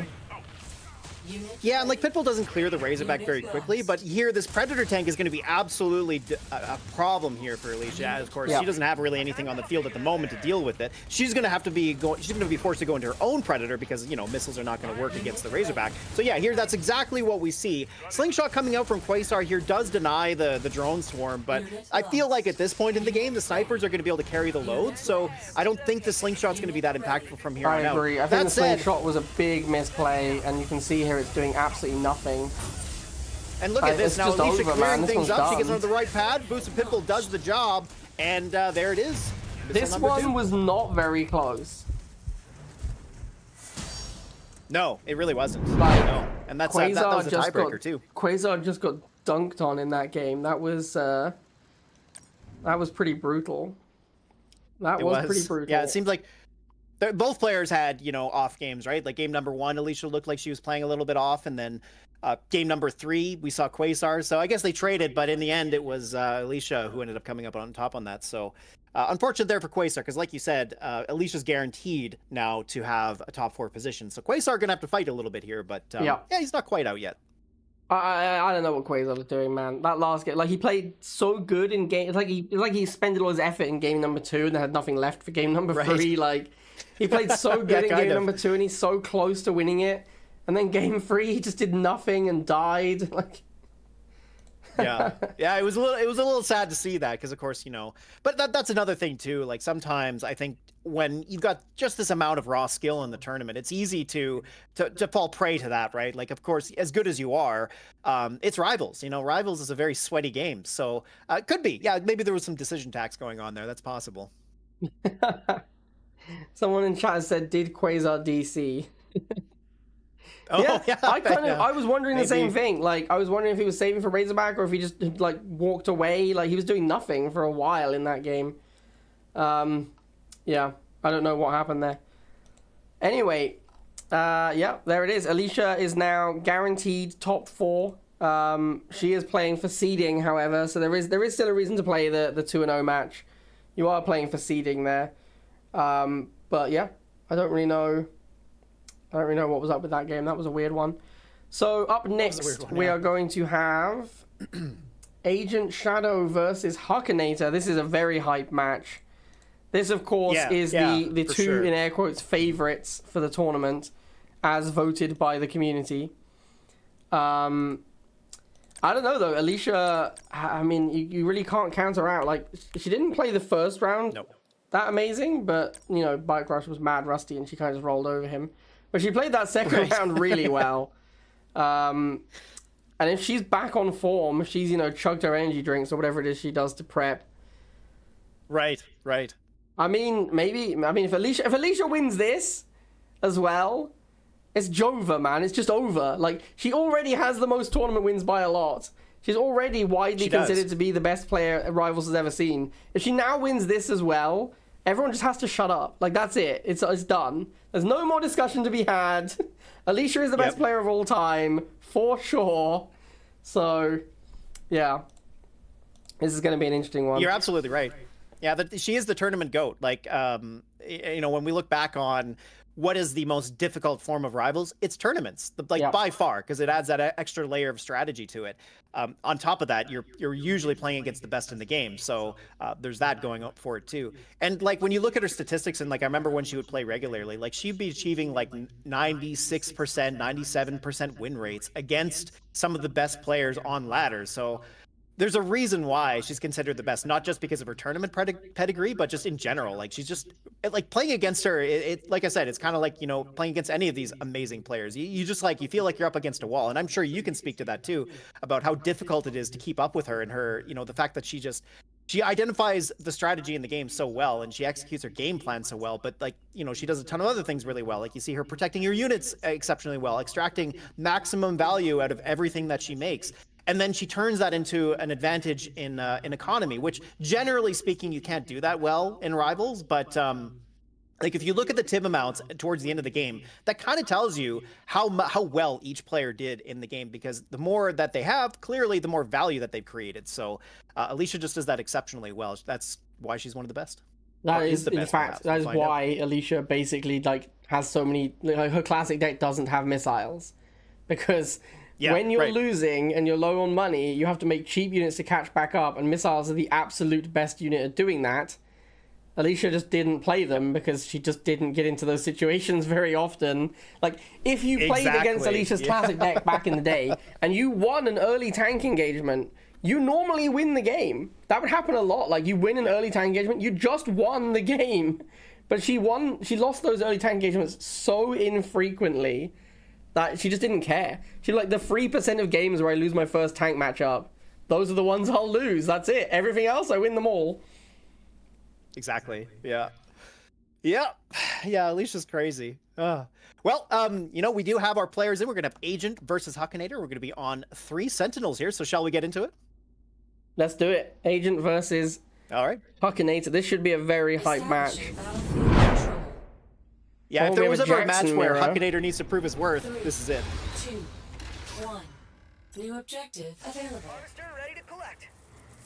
Interesting. So no Predator tank from Hakanator here, which a little bit surprised by that. We got Orca instead. The slingshot here from Agent's going to be pretty heads up, I think. As long as he can protect it, it will shut down the Razorback plus the Orca. But having said that, on this map, do you figure it's going to work well? Unit ready. Yeah, I mean, it's interesting because I think Orca is much better against Nod than GDI. I think everyone can agree on that. However, if you have basically just slingshot missile, you can run away from missiles pretty easily with an Orca. They're never really going to kill you. They're just going to stop you going somewhere. Slingshot, you can straight up 1v1 it. If you just drive into a slingshot with an Orca, the Orca can win. I won't say that it'll always win because Micro is involved, but it can win that fight. And it's the same situation with the... Same situation with the Inferno, where it's tempo. Like, you're not going to trade economy because you spend more than they spent on their slingshot, and then you're going to die to the second slingshot without doing any damage. But you will kill the first one quite often, and that is big tempo because they have to make a second one, and you don't have to make a unit to kill their next slingshot. You can just ignore it once they've killed your Orca. Well, speaking of tempo, we got Agent coming out with the Razorback, and kind of unfortunate because Hakanator immediately pulled his snipers back, and that Razorback took so many shots that it's just not going to really do a whole lot here except chew up one missile squad. So quite a big loss in value there for Agent. Now he's forced to push out this Predator tank to deal with the Pitbulls because of the snipers, and that's giving Hakanator a bit of an advantage because he's got enough money to tech switch if he needs to. So Agent here, I gotta say, not looking too good. Yeah, and Hakanator, infamous again for sniper lover, right? Like, Huck loves snipers. A lot of people talk about how, like, if Huck plays snipers, he can beat anyone. That's something I've heard many people say. Not one person. Yep. Multiple players are like, if Huck plays snipers, he will beat anyone. Which I think is a little bit of hyperbole, perhaps, but he is well known for his sniper gameplay. What do you mean, hyperbole in Rivals? No, that doesn't exist. Come on. We see here Agent trying to make some pressure with this Predator tank. What's interesting is that he made this Predator when there were 2 Pitbulls, and there's still 2 Pitbulls. Yeah, right? Like, yeah, that's the thing. He just hasn't done anything. Like, the Predator did so little, and like Huck is kind of just messing with him here. Yep, these 2 Pitbulls ganging up on this Razorback is such a beating. He just doesn't care. Like, you'd never send an Orca in like that if you weren't actually just dominating your opponent. Ooh, so Agent boosts the missiles, getting onto the middle pad there. Of course, the slingshot might be enough, but no, actually, there it is. Hakanator pulling the Pitbull down to the right, and having all 3 pads allowed him to take that second missile and the game. Yeah, really nice play with the Orca as well to, like, float it above the bottom left pad until the missile's about to fire. Even though there's missiles on the pad, which hard counters the Orca pretty quickly as well. He just puts the Orca on for enough time to fire the missile. Missiles can't kill the Orca. Huck kind of dominated Agent there. I'd have to agree there. Yeah, like it was just right from the beginning. The tech switch from Agent with the Razorback was just too expensive. You could see he was saving up for it, but 110 for that first Razorback was so pricey, and he kind of needed it. But then Hakanator, all he had to do was pull his snipers back, and it would just completely invalidated that, right? So a bit of a tough situation there from the beginning. Yeah, because Agents is the same situation we saw with Quazar versus Alicia with the snipers, where you make the Razorback to counter the sniper, but you haven't held ground against the snipers. So the snipers have pushed you back to your base, basically, and then you make the Razorback. If you're that far back in tempo, the Razorback can't just chase down the sniper because there's too much stuff in the way. Like, if Agent had gone for the snipers, he would have had to chase them down with 2 pit bulls and a missile shooting him. He would have done nothing. So he opts not to do that. And he took some damage even attempting it. The same thing happened with Quazar, where Quazar identified that he couldn't push in. His Razorback floats around his base for a while, not doing very much.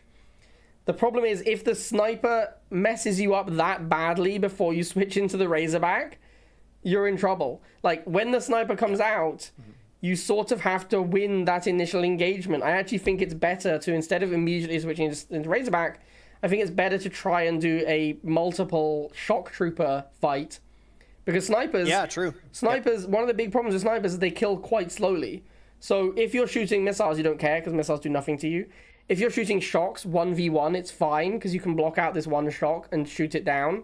If you're fighting 2 or 3 shocks, it's really hard to kill them without one of them pushing into you, at which point your snipers die very quickly. So I kind of think it might be better to make 2 shocks and try and pressure the sniper, then go for Razorback when you have some tempo. The risk of that, of course, being that if you get smashed in that fight and you just wasted 80, that's most of the Razorback's price gone.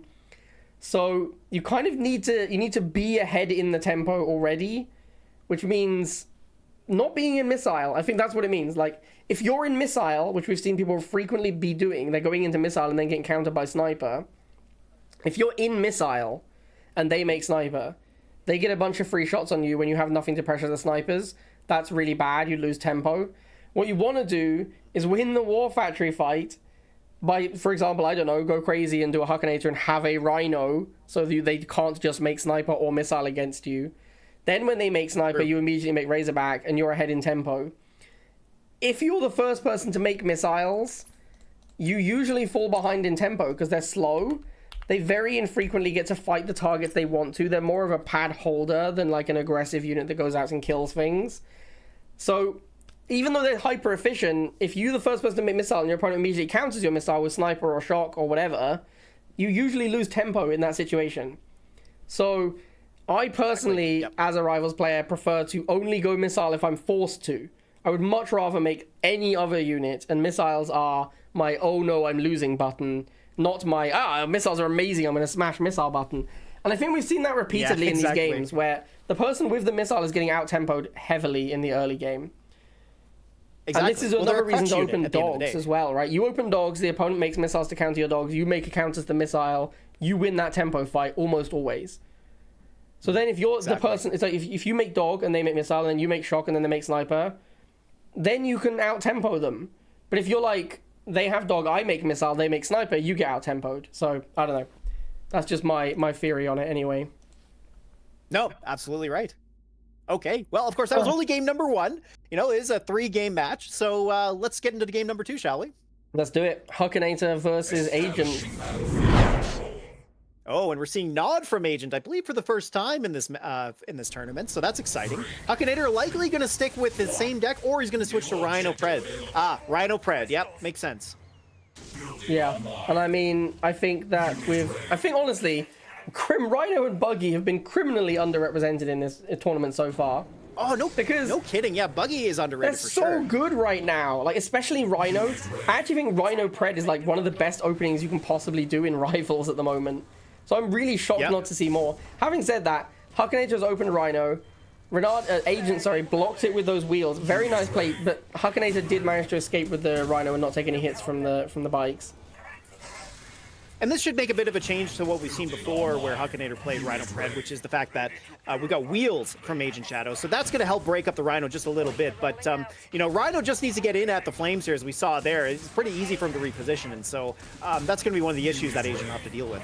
You know, look how good this Rhino is. Because, like, if that's a dog or something, then the missiles can get... The flames can just go for the missile, right? And there's not much threat.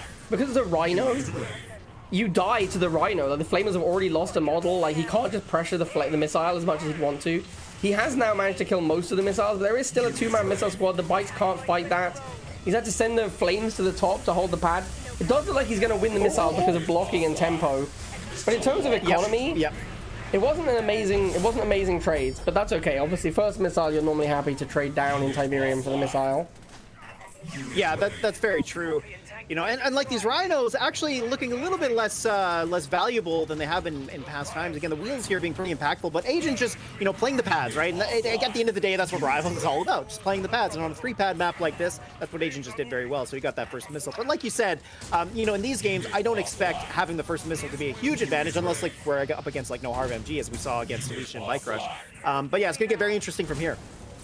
Yeah, and of course, the Predator is so favored versus the Scorpion, as we talked about. You have to win the micro war with the Scorpion to beat Predator, whereas Predator just has to face plant and will win comfortably, which obviously puts more tax on the player with the Scorpion.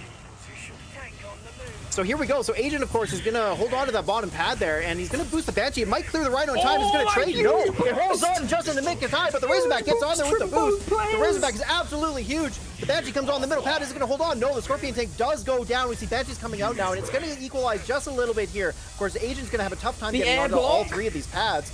Oh, the air block, but the missiles, of course, will hurt that Banshee. The boosted flames coming in the middle. Oh my goodness, oh my god, the high-octane gameplay here coming in fruition. We do see Hakanator going down. All his units are pretty low hit points. That Rhino might be the MVP. We see the bike cycling in. Can the bike get there in time? He does, just in the nick of time. We got Banshee coming up from behind as well. The bikes here run the boosted Predator, though. That's definitely going to go down here. And the Banshee actually should hold on for just a little while longer, as we see the Rhino does have anti-air, but on this 4-hex pad in the middle, it can stop itself from getting hits. However, he does push the Banshee up against the Rhino. We see on the bottom there the Flame trying to push in, but the Rhino stops that from happening. And wow, just going back and forth between these 2 players, and it's really just going to come down to Banshee here. Now a Hammerhead, the first one we've seen all tournament long, and actually, this is a pretty good situation for it, so it secures that second missile for Hakanator. And just, can we talk about how insanely good the Rhino has been again? Like, Huck just makes a Rhino and a Pred and puts it on the middle pad, and what can Agent do? He has no unit in his deck that can fight a Rhino and a Pred together. Like, nothing. He has to send a combination of 2 or 3 units to fight Rhino Pred. So, repeatedly, Huck was just, I've got a Rhino and a Pred, and Agent goes, I can't fight that! Like, I just can't. There's no unit he can send that can compete with a Rhino plus a Pred. Because the missiles lose to the Rhino, the Banshee loses to the Rhino, the Scorpion loses to the Pred, the bikes lose to the Pred. The Rhino has just been so strong in this game. Like, even the times when there's a Flamer on the pad, it's like, oh, he's got a random Flamer, but the Rhino just chews it up. Like, the Rhino has been insane in this game. Oh man, here we are coming down to the 3rd and final missile of this game, and we see the Banshee going in the middle pad, Scorpion cycling up to the top, which is a huge problem, because of course he has to use a unit to hold that top pad to stall, but that's not going to be enough. Hakanator takes him down. Wow. Holy cow. Crazy game. Yeah, the Rhino MVP so far. Like, so maybe good, Rhino's the unit to beat. Was so good in those games. Like, wow. I mean, that was a classic situation where we saw Agent takes the first missile with tempo, makes sense. Like, Nod is better tempo, especially on Broken Mesa. The second missile was insanely close. Like, both players had a good chance to win it. Third missile, not remotely close. Like, a classic situation you have where the GDI player has a free building deck. Once you get to the late game, the GDI deck just smashes the Nod deck not close. Like, you could see Agent put absolutely everything he had into winning the second missile, and that is the correct play. Because the later the game goes, the worse it gets for you. And Agent he almost kind of had it, but I feel like Hakanator was kind of always ahead on that fight. There wasn't ever really a point where it felt like Agent was winning and Hakanator was clawing his way back. It was Agent desperately trying to win the missile. And then Huck, once he won that second missile, it wasn't close for the third one. Like, absolutely dominant performance, third missile. Just 3 Rhinos, a Hammerhead, a Pred. There was nothing Agent could do. And we see this a lot. We see this a lot in GDI versus Nod. where if Nod can't win those first 2 missiles, the tempo is just too bad, and GDI just takes it down once Nod runs out of steam. Like the fact that you're paying 30 for 1,600 hit points, and that's the same as Pitbull. Yeah. Or Yeah. if you look at It's so Predator cheap tank, and so Predator has tanky. what is like 2,800 for a Predator, but then you got to split between 2 units. And then not only that, you saw there that Rhino's vehicle damage was also important, right? Like it was getting value in just about every situation that it was in, whether it be dealing with the Banshees or chewing down the bikes. Even the Scorpion tanks, like the Rhino was vicious in this match. And yeah, definitely the MVP so far.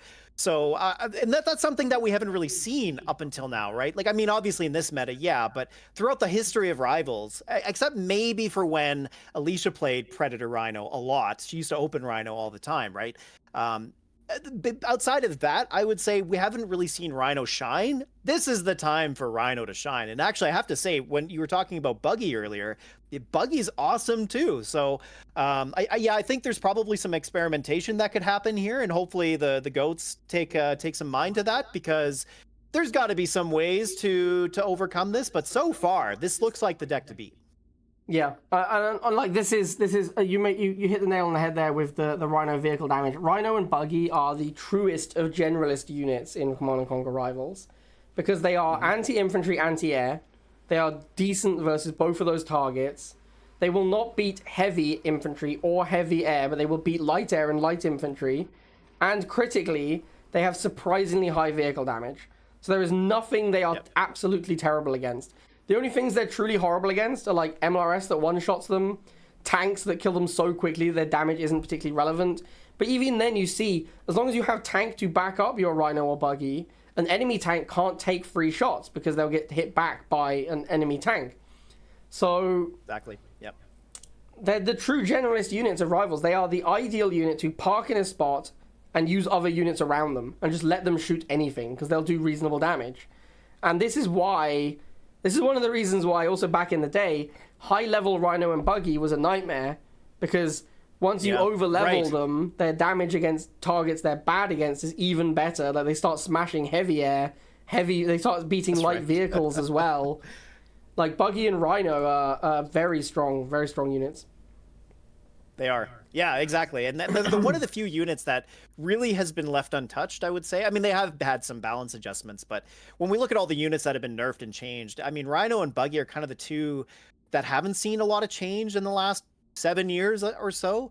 So, like, then the vehicle damage, I'm really more pointing to, like you said, that's kind of where, it actually does make a difference. They're one of the few generalists available today, because you don't really see too many of those anymore. Most of the units in Rivals only fill 2 roles at most, not all 3. So, yeah. So we got Antswaggles and Bike Rush coming up for our next match, and we're going to be on Rorschach, which I love that map. That's a great map. But yeah, Antswaggles versus Bike Rush will be interesting. It is the favorite map of Alarak. Remember Alarak? Oh yeah. Yeah. Fanatic Scorpion lover. Yeah, I miss Alarak. That guy was amazing. Him and his Scorpion Fanatic gameplay was always fun to watch. Now, someone in chat said that Agent should have won the second missile with that Banshee that moved off the pad by accident. I actually don't know if that's true. We would have to watch. We'd have to watch it again, I think, because it was close to firing the missile, but also the Banshee was low hit points, and there was a missile trooper on that pad. I don't know for sure that the stuff that those things would have lived long enough to fire the missile, but that was his best chance to win. Yes. When that Banshee rolled off that pad, that was his best chance to win. Yeah. Yeah, I think it would have gone down in time, but you're right. Hard to say exactly how close it would have been. All right. Bike Rush versus Swaggles. This, of course, the loser of this cannot make top 4 anymore. There is still something to play for. We do have a prize for 7th that's higher than 8th. But, yeah, this the winner of you have to win this match to stay alive in the tournament. And Antswaggles playing Rhino Predator. You love to see it. Bike Rush playing, that's just the deck Quazar was playing, so he's probably looked at Quasar's deck and gone, alright, I assume that's what's best in the meta, that's what I'll play. I do also think that like he clearly was trolling a little bit against Alicia, like he wanted to beat her with MG and Grenadier. Right. So I suspect we might see him take it a little bit more seriously here. Yeah, I think so. I mean, you see Bike Rush here copying Quasar's deck, and that's not a bad idea, right? Like if you're watching the tournament and you see a deck that's doing well, it's like, oh, maybe I'll just play that. Like I don't have to be creative. I can just rely on the other goats to come up with those ideas for me, and that's the same thing that Antswaggles doing here. Interestingly, it just comes down to who's going to play the deck Predator better. fired first. Oh, that's a misplay. I think if he stayed just point blank next to Antswaggles' Predator, his Predator would have won because it was firing first. Like very slightly, it was shooting first, so he actually would have won that. Ooh. Oh wow! Oh, he's retargeted Wow, Biker's fired in a on the bad healthy way take. there. It's actually okay. He managed to trade 2 for 2 pretty evenly there with the missile coming in, but he should have had advantage there on that tank fight, I think. Yeah, I totally agree here. Yeah, so Antswaggles now is going to start charging the missile. We're going to see probably the first missile go to him. We got the double Rhino with the missiles coming in from behind.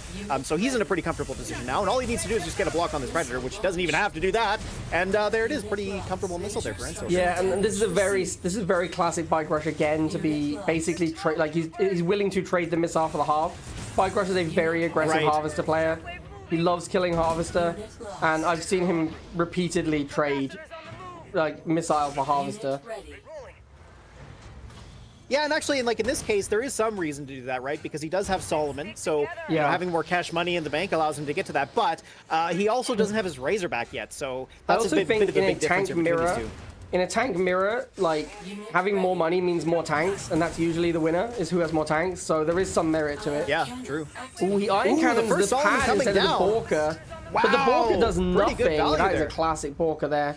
And Bike Rush now has good control of the pads and good control of the Harvester. This is looking very awkward for Antswaggles.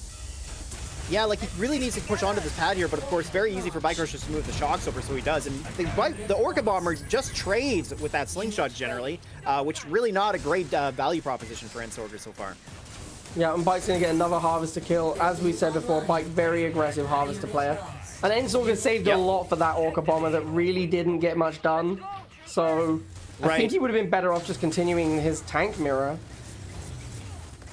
Now, the Rhino here is probably going to be the way that Antswaggles gets back into this game, as it's pretty much his best tool. But we do see him moving back into an Orca Bomber here, which is a bit of a problem. It will deal with this Predator tank, but he's only going to get some chip damage, it looks like, not even clearing it out. So, yeah, not too great value here, and it kind of looks like what's happening here is Antswaggles is just not really familiar with this deck, so doesn't seem like he's playing it optimally here. Yeah, I think it's supposed to be more of a tank mirror deck than the Bork. I think we saw in the first round with Alicia, I believe, where she had a similar deck, and what happened was they had tank mirrored until both players had about 3 tanks, and then Alicia made the Borker and swept, right? I think that's probably what the Borker's supposed to be. Oh, and the Orca Bomber taking some extra shots from the slingshot, going down to less than half of his hit points. A bit of a misplay there from Antswaggles. And Bike Rush here looking very comfortable, right? Like he's pushed Antswaggles back pretty well. But, of course, he does need to find his way onto these pads and find a way to win this. So here the slingshot pushes up. It will clear the Orca Bomber before the Orca Bomber clears it, although very, very close there. So actually got a few more shots than I thought it would. But regardless, it's put Bike Rush in a pretty good spot here. Then Antswaggles is pushed back against his base. We got an Ion Cannon coming down once again. Going to clear his own Razorback and only clear a little bit of the Predator there. So not the best Ion Cannon, but, you know, might just be enough of a tempo play. We see the shocks move in place of the sling, which blocks the Rhino from getting there. All he needs to do is, oh, wow, he doesn't actually get onto the middle pad there, and that slingshot now a bit of a liability here. The Rhino clears it in one shot. That's how low it was. You see Antswaggles moving the missiles onto the right to stall the missile just a little bit here with the boosted Rhino as well, pushing up on the top there. Will clear up these missiles, so all he needs to do is push on. He's going to, oh, but he doesn't. Misses the block on that shock there, gets it on there eventually. Now with all 3 pads secured, this should be game for Antswaggles, and there it is. I gotta say, man, Bike Rush looked like he was winning that game pretty much the entire time, right?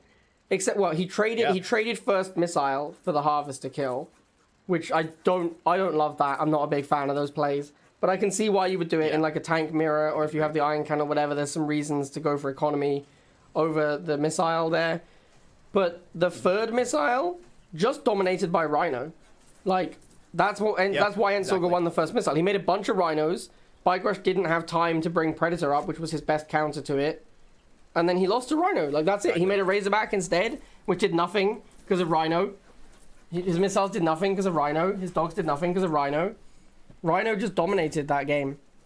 And yeah, once again, right? Yeah.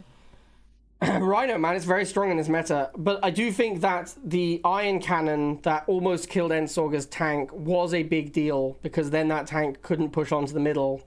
And he almost won the game because of that Iron Cannon. But also because of the Iron Cannon, if he had, instead of Iron Cannoning, I don't remember what the pop cap situation was, but if that would have been a really good time to get another Predator towards the middle, because he had time to bring it up. Maybe just a Predator was better than an Iron Cannon there, but I don't know. I don't remember what the pop cap situation was. Maybe he couldn't build a Predator. But it looked like Bike Rush was going to win that game, honestly. Like, it really looked like Bike Rush was going to win that game. And it was only until the last... most of it, I would say. It was only until right at the end. I mean, like, obviously, because he traded the first missile, right? Like, he traded the first... He basically did nothing on the first missile. He just let Antswaggles have it in exchange for a Harvester. Then he took really good control of the game. But then he didn't have a third missile to work with, really, because... He had let the first one go. He didn't have one to give up. So, like, that last one, which he kind of was in good control but got out-tempoed by the Rhino, he didn't have a missile to give away anymore because he'd already given away the first one. And that ended up really costing him. Yep. Yeah, and like part of the issue too, right, is like, okay, so if you think about how to deal with the Rhino, the best unit against the Rhino really probably is Predator Tank because it two-shots it, but... therein lies the problem, because if you shut down Predator Tank in some way, like with, you know, missiles, and like Rhino itself protects the missiles, it's just like, yeah, Rhino is just kind of a Swiss knife in this situation, right? Like it just kind of fits all. So it's pretty challenging. Like I don't even really know what the exact answer to it could be, but we could probably start to see maybe we see MLRS, maybe we see Giga, like possibly, although Giga's a lot worse than he used to be, but maybe as a tool just to shut down things like that, it might work, because that would force a tech switch from the other players. So there are certainly ways to deal with this, and we'll see if the players make use of that. But yeah, it just seems like Rhino is just too darn good. I mean, the best answer to Rhino is Orca. Because yeah, true, actually. Yeah, Orca one volleys the Rhino. The Rhino basically gets no damage in, even on defense against an Orca. And the Orca is fast. You can send the Orca, like if someone's spamming Rhinos, you can send a couple of Orcas and clean them up very easily. The Rhino Predator combo as well still loses badly to Orca. So Orca is the best answer, but we're not seeing a lot of Orca in this tournament. Only Hakanator has brought Orca. Actually, that's not true. Suzaku played Suzaku APC with an Orca, but then I think he played the deck wrong. So right, yeah. Okay, well, of course, still 2 more matches potentially on the line here, so let's see if Antswaggles can close it out, or will Bike Rush make his way back in? Let's find out. Bike Rush versus Antswaggles. Now, Bike Rush does need to win this game to have a hope of making top 4. He will be eliminated if he loses this game. Well, he still gets to play the O2 match, but he will be eliminated from top 4 contention. And there it is, an MLRS. Yep. Interesting, though, because I would not say this is an MLRS. Oh, you know what, actually? On this map, once you take control of middle pad with MLRS, you can just shut your opponent out of harvesting. Oh, that's true. That might be what he's thinking. Yeah, that's if he gets it there, right? Yeah, if you take control of the top with the MLRS, you can just push it up and your opponent can't harvest anymore. So it's kind of like MLRS on Middle Oasis, where if you get some good tempo with your opening MLRS, you can just put it on their harvester and they can't harvest anymore. And that might be what we see happen here. Like, Bike Rush has gone Predator to fight the... Oh, he's going for the boost. This is brutal. Goodbye, Harvester. Yep. Ooh. And there it goes. Yep. Oh, and I'll tell you what, man, the irony here... He's moved out of the way. The irony here, because Bike Rush famously loves MLRS and plays it very aggressively on the Harvester.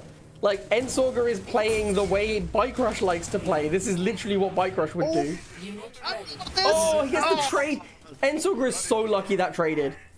If he doesn't get the trade there, and that tank, if he doesn't boost and that tank just kills his MLRS, he loses his Harvester as well, and I think the game is over.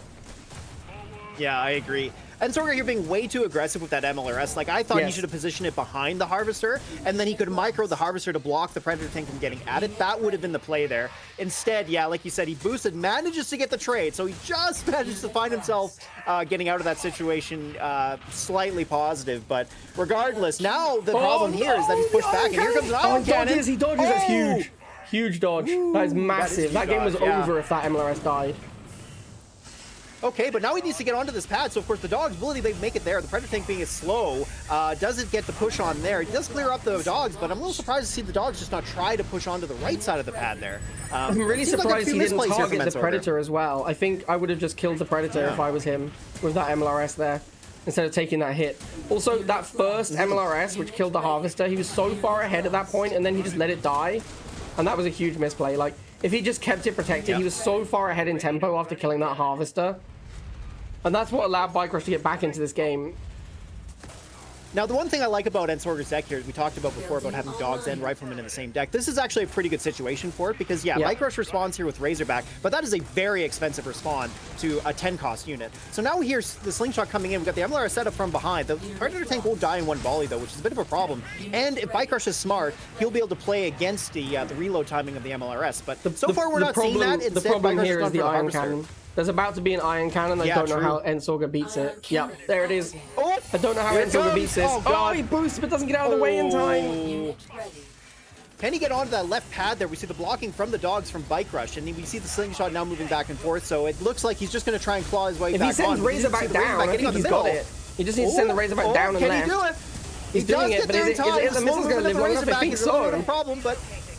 Oh my god, yeah, I think Antswaggles got it. Wow. And there it is. Air won the game. That's what that came down to. Just being able to fly. Wow. Okay.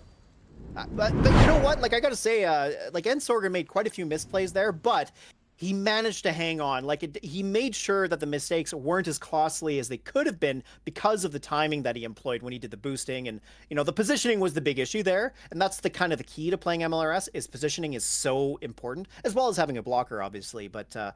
Yeah, it looks a little bit like maybe Antswaggles maybe not quite warmed up just yet. That's not the best play I've seen from him, but he managed to claw it back, so you have to give him respect for that. Yeah, I mean, Antswaggles has, I think it's 2-0. Antswaggles has not played Rivals in a little bit. I think he's been dealing with real-life stuff, so I don't think he's on top form today. But exactly. Yeah, he still manages to take the win, still keeps his tournament hopes alive. That game, I mean, obviously, at the end... Like, the final missile wasn't one that went back and forth a bunch, but the game was extremely close. Like, it might not necessarily seem as close as it was, but there were so many moments in that game where it could have gone, like, completely over, right? Like, the MLRS killing the Harvester, but then he managed to lose it to the Predator. That was huge. Like, Bike Rush was done for if he didn't get that kill. Then the second MLRS, he boosts it and barely trades again. Like, he was done if he doesn't get that trade. If it wasn't boosted... It only fired like one missile from its second volley before it died, but that was enough to get the trade. If it doesn't trade and the Predator fires like 0.1 seconds sooner, then there's a Predator sitting on his Harvester, and it's so hard for him to come back from that. So that game, there were many moments in that game where the game could have been like completely over, and instead it kept being really close. So yeah, that was a really interesting game. Yeah, exactly. Yep. Yeah, it was good overall. It was it was a very interesting close game for sure.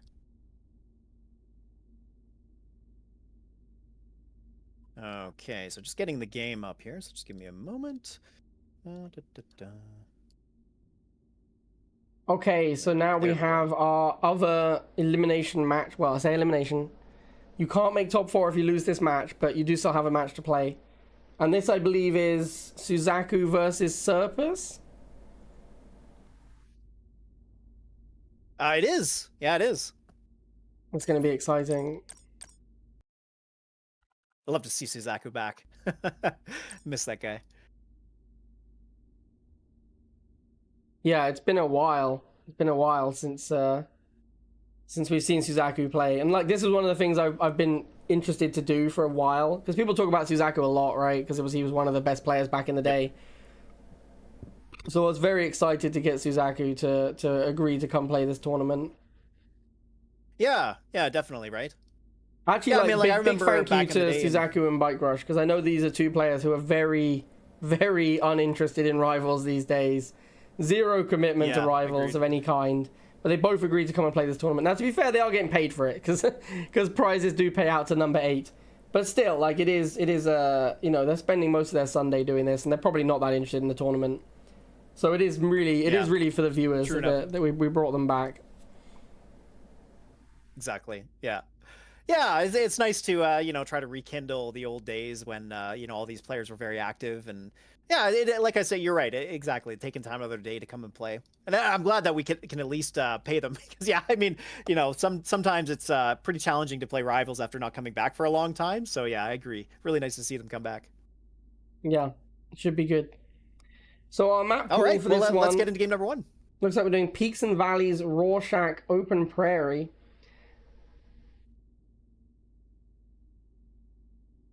And we are going to have Peaks and Valleys first game. All right, here we go. Suzaku versus Serpus. We have Kane. First Kane, by the way, which I think Kane is one of the better commanders in this meta. I think maybe one of the best. Like, we keep seeing people struggling with their Scorpions versus Predator. You can just use Kane, man. Kane is such a good answer. Oh, and Suzaku's going for the Peaks and Valley Bike Rush, and Serpus has scouted and blocked him. Feels bad, man. Suzaku loves bike rushing on this map. Loves bike. I don't know why he went wheel first, though, instead of bikes first. And now, the counter block. Oh, no. That's brutal. Oh, Suzaku. Welcome to playing against Serpus, my guy. This is what it's like. Welcome to the Sweat Lord. For sure, right? Oh my god, this is such a beating. So Suzaku, you're going to play No Harv Nod for a while, which actually is something he was pretty familiar with back in the day. He used There's to play already a Razorback Jeffrey. Right? Yeah, oh, Suzaku. Oh dear. Yeah, not much to say there, unfortunately. Just Serpus being very dominant and shutting down that rush early on gave Serpus a giant advantage. So, I mean, from here, yeah, obviously Suzaku's got his Harvester going. He's going to get some cash monies, but what does he build to get himself out of this situation, right? Like, the bike's loose for the missiles, which is what he really needs. Banshee, perhaps, but again, they go down to the missiles, so... And he doesn't have flames, right? Like, he's got wheels and militants, so... Oh, man. I feel for Suzaku here. It's like I've said for a very long time. I don't know why people have a problem with rushing. Because if you succeed in a rush, you get a very small tempo advantage, and if you fail in the rush, you lose the game immediately. And now we are looking at someone who's failed a rush, and they have not come close to competing in this game at all. Yep. And that is what happens when you fail a bike rush. If you bike rush and you don't get the half, you lose immediately and thoroughly. Like, it's just over. And that was the least... That game was less close than the No Harv MG game. It really was. That was congratulations to Suzaku for the least close game of the tournament. Oh dear. Oh dear. What are you doing, Suzaku? Oh my god. I know for him, he's probably just trying to have some fun, right? Like, he knows that he's probably a bit rusty, doesn't feel like he's, anywhere near his old pedigree.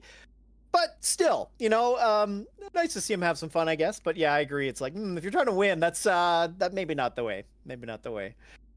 I'll be honest with you, though. The key words there that you said are, if you're trying to win.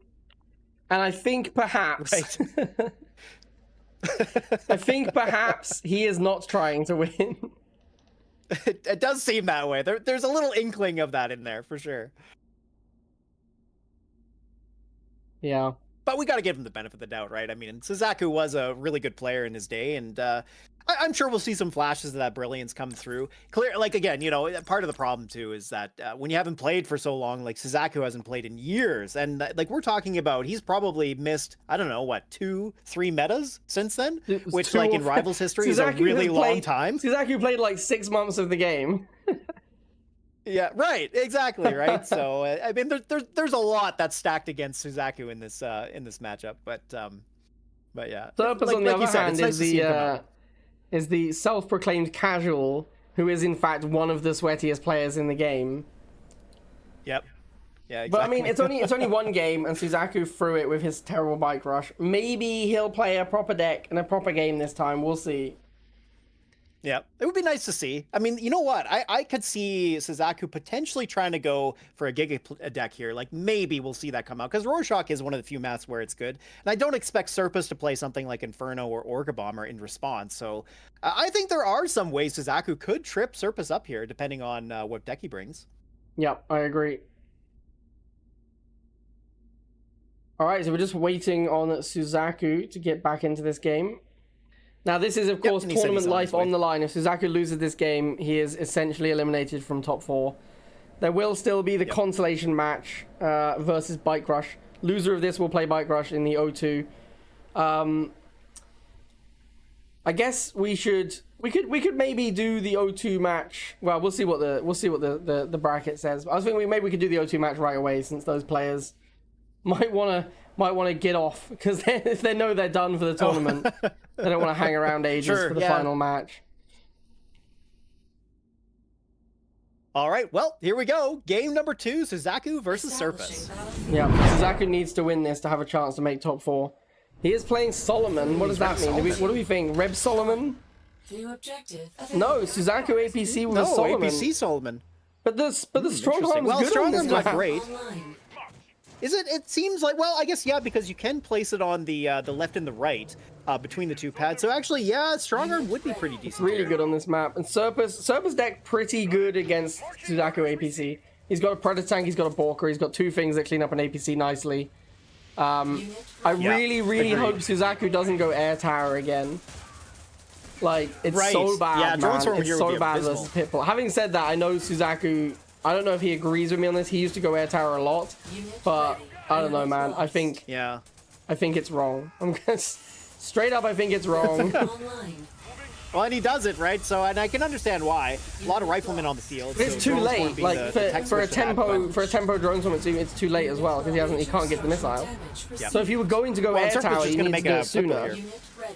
And now that you've gone Air Tower, Yeah, right. Serpus is just going to make pit bulls, and then you're behind again. Exactly. So now on the plus side, Now, Suzaku could make Orca, right? So, well, it is far enough in that Suzaku could just immediately go War Factory. Yeah, I think this is the play. But now you've got to, like, why have you spent 70 Tiberium on one drone swarm, right? Like, that could have been almost an APC, which would have done a better job than the drone swarm. yeah.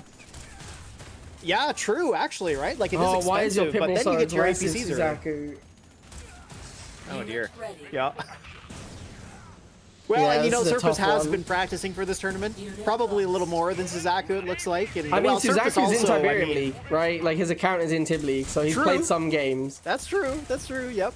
Yeah. Unit lost. Oh, man. But he does have his APC going. He's got the Orca, so there is a bit of a window here. Like, if he can There push is. back a little bit more, he just needs to get on that middle pad. The He Drone has Storm here a might be enough to small hold on, chance but the to win here, militants... yeah. Unit Ooh. ready.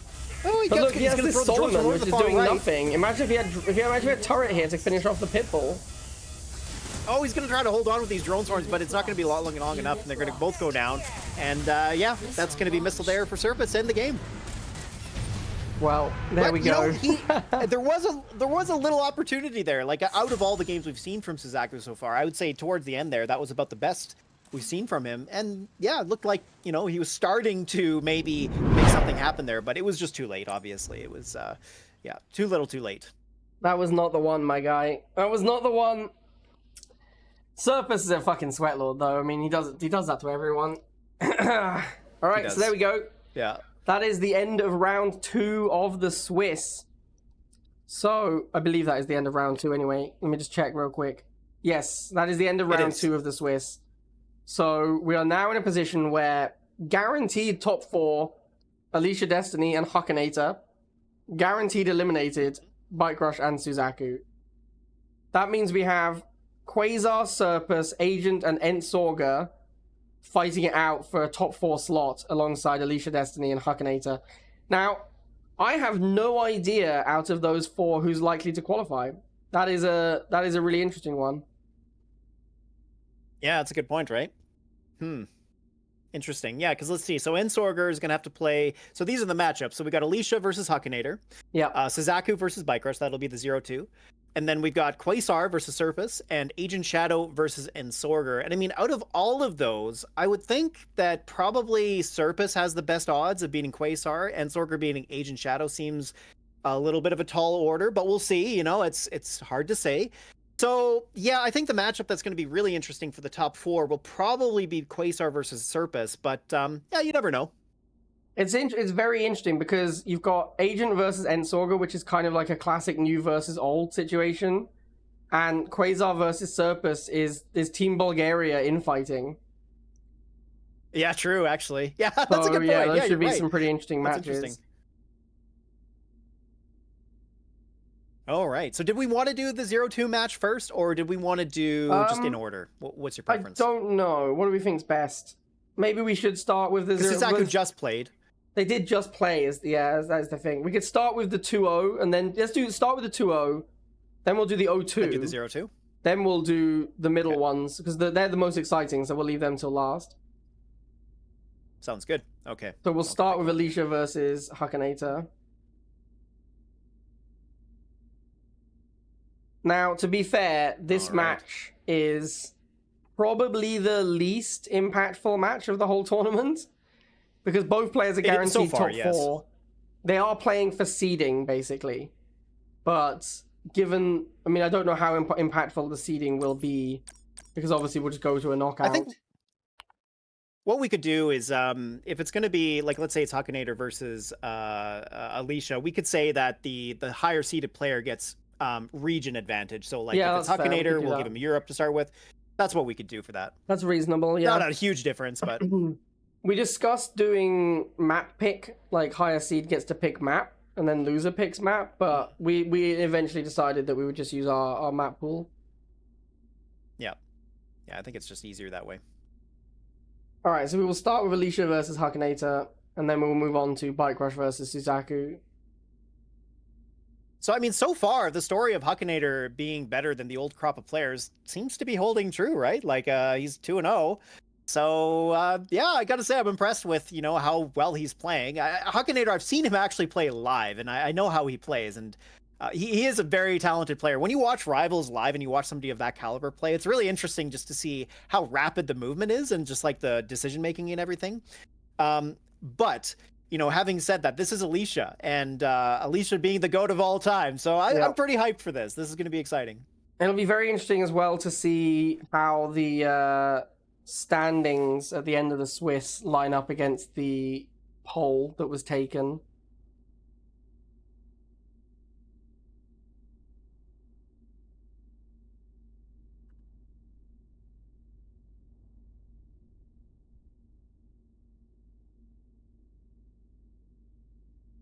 Okay, well, we've got Hakanator and Alicia ready to go. Shall we kick this off? Let's do it. Okay, here we go. The first winners only match so far. Neither player has lost, so we'll see who is going to suffer their first defeat. And we're going to do it here on Lone Spire. So Alicia playing the Drone Swarm deck again. Hakanator playing his Rhino deck. No surprises here.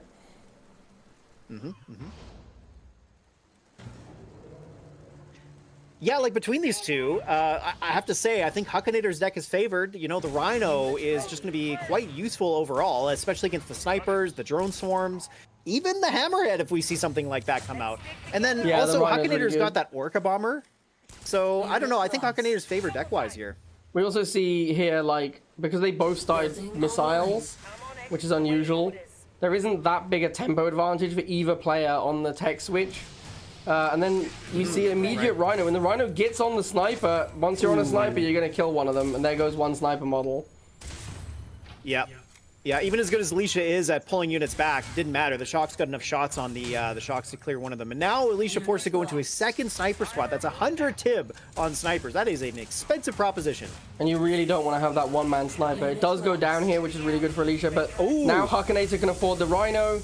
Now Hakanator just plays Rhino Pred. And what does Alicia do against Rhino Pred? She needs her own Pred, but she can't. Oh, wow, the block! Micro. Wow, I'm surprised by that block. That is, yeah, that was a shocking one. Yeah, it looked like the missiles were going to get onto that bottom hex, but then it seemed like Alicia pulled them back by accident. I'm not sure if that's the case, but that's what it looked like. So it's very close there. Nearly Alicia got him on there. And once again, we see Rhino just doing what Rhino does, absolutely dominating. JMR. It's such a strong mid-game unit. It is, and especially in this situation where Alicia really has to rely on these snipers to shut down the missiles. As you said, the person who gets more value out of their missiles is generally going to be the player that comes out ahead, and right now, that's Hakanator. Yeah. It's just about having a unit that can comfortably 1v1 the missiles. Like, if if you have a vehicle that can 1v1 the missiles, it's so much easier to fight them. Unit lost. It is. And here's a big problem. This Predator tank, it got a Liang drone as well from Hakanator. You don't see that too often. But, you know, nice blocking here. Again, Hakanator just pushing Alicia off the pads. Snipers couldn't get enough value, etc., etc. Hakanator just playing his game plan really well. But again, I really do think the deck, and Rhino in particular, was a big MVP here. Yeah. And, oh, we haven't got updated here. That should not be Suzaku. That should be Hakanator versus Alicia Destiny here. Yeah, we do see Hakanator a fairly dominant performance in that one. Yeah, it was. Yeah, Hakanator, yeah, he's putting his money where his mouth is. It's nice to see that. But, you know, that's only game one, so. Indeed. All right, so we're going to move on to game 2.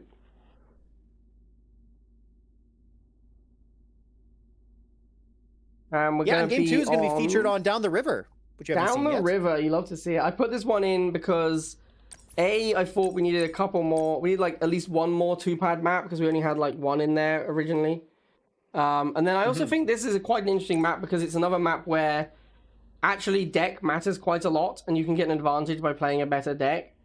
So yeah, I wanted to see if people would respond to Down the River at all.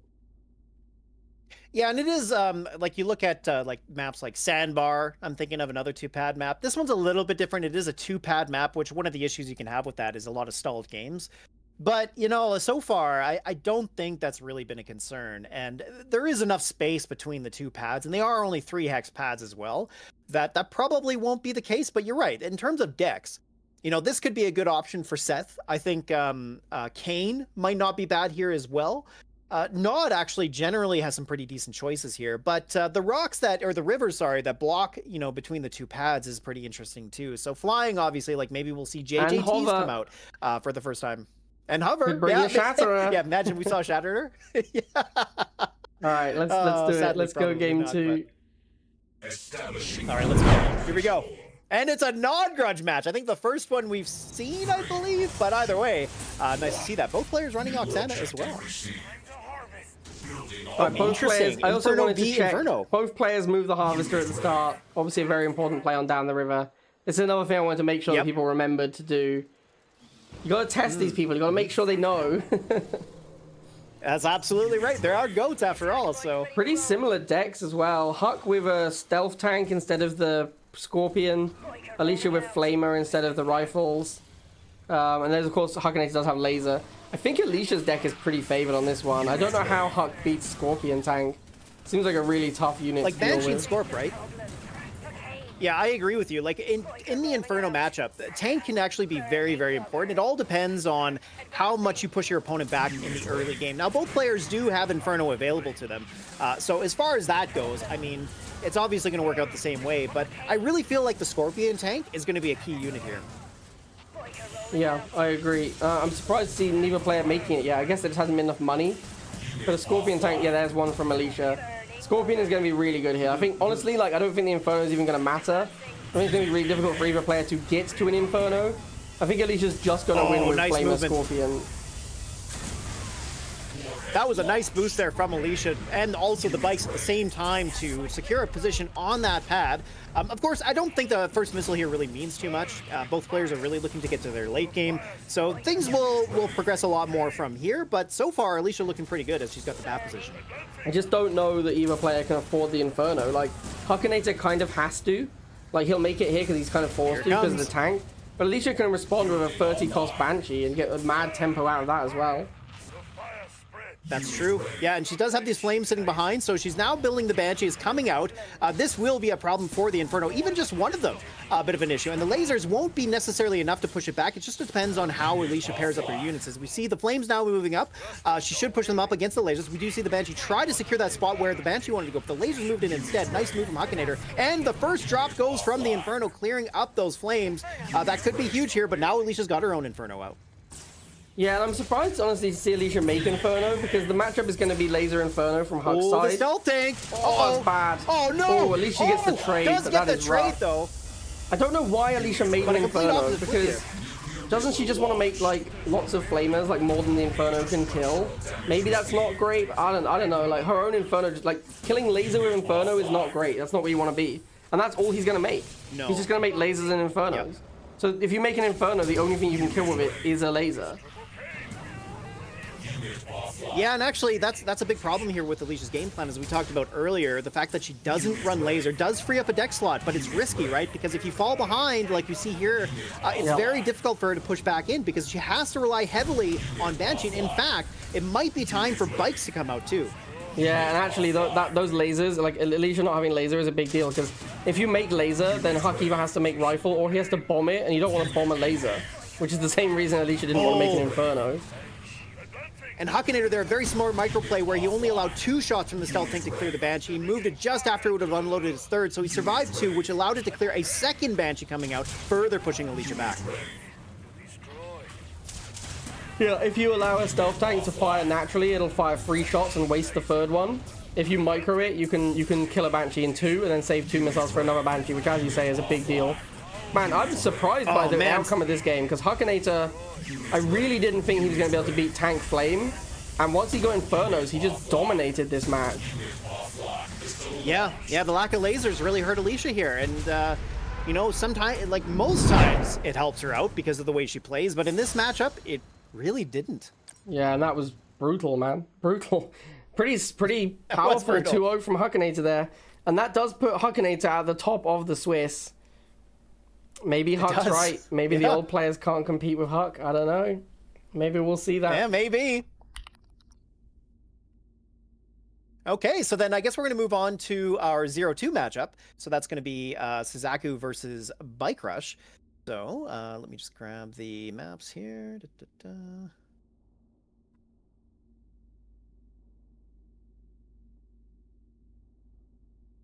Perfect. Okay. All right. Let's get this going right quick. I know the players have somewhere they want to be, so we'll get them going here real quick.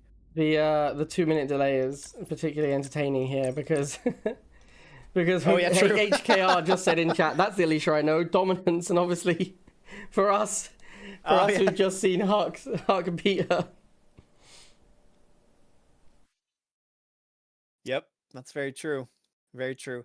But, you know, I feel like things are going to get a little bit more interesting from here. We are seeing players come out with different decks. Like, we're not seeing most of them stick to the exact same thing. Although we have seen the same deck crop up a few times, which makes sense. Like, it's hard to innovate on the fly, especially if you haven't played in a long time. So, yeah, I'm not too surprised to see that. But I feel like, you know, as we start getting into the top 4, things are going to change a little bit here. As, you know, Hakanator is clearly the player to beat. I have to say, I'm really impressed with how well he's playing. And like you said, I mean, he is really making a case for the fact that maybe the old crop of players aren't great. But, you know, it's always hard to make that comparison just because of the fact that where they were back then and the meta that was in play then and all of that. Like, there's so many different factors to look at. But regardless, you know, Hakanator is doing quite a good job here. Really impressed with him. All right. Let's hopefully get this next match going. Just waiting for the players to join.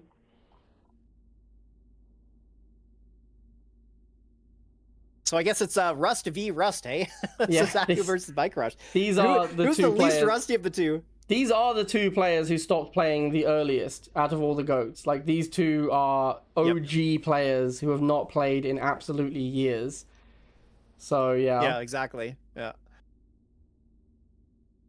Yeah, I don't know who I'd favor. I think, like, so far, from what I've seen, Bike Rush seems to be a little bit more on his game than Suzaku is. I'm not sure what the reason for that could be. Yeah, but, I'm inclined to agree with that. Could come down to deck differences, too. Yeah, I don't know if Suzaku is just, like, playing his old decks and therefore, like, you know, not playing meta at all. But, I mean, the Bike Rush versus Antswaggles series was pretty close. I feel like Antswaggles barely won those 2 games. Like, Bike Rush could have won both of those games. Whereas Suzaku, I don't think Suzaku's really been close to winning a game yet. Yeah, unfortunately, yeah. I'd have to agree with that.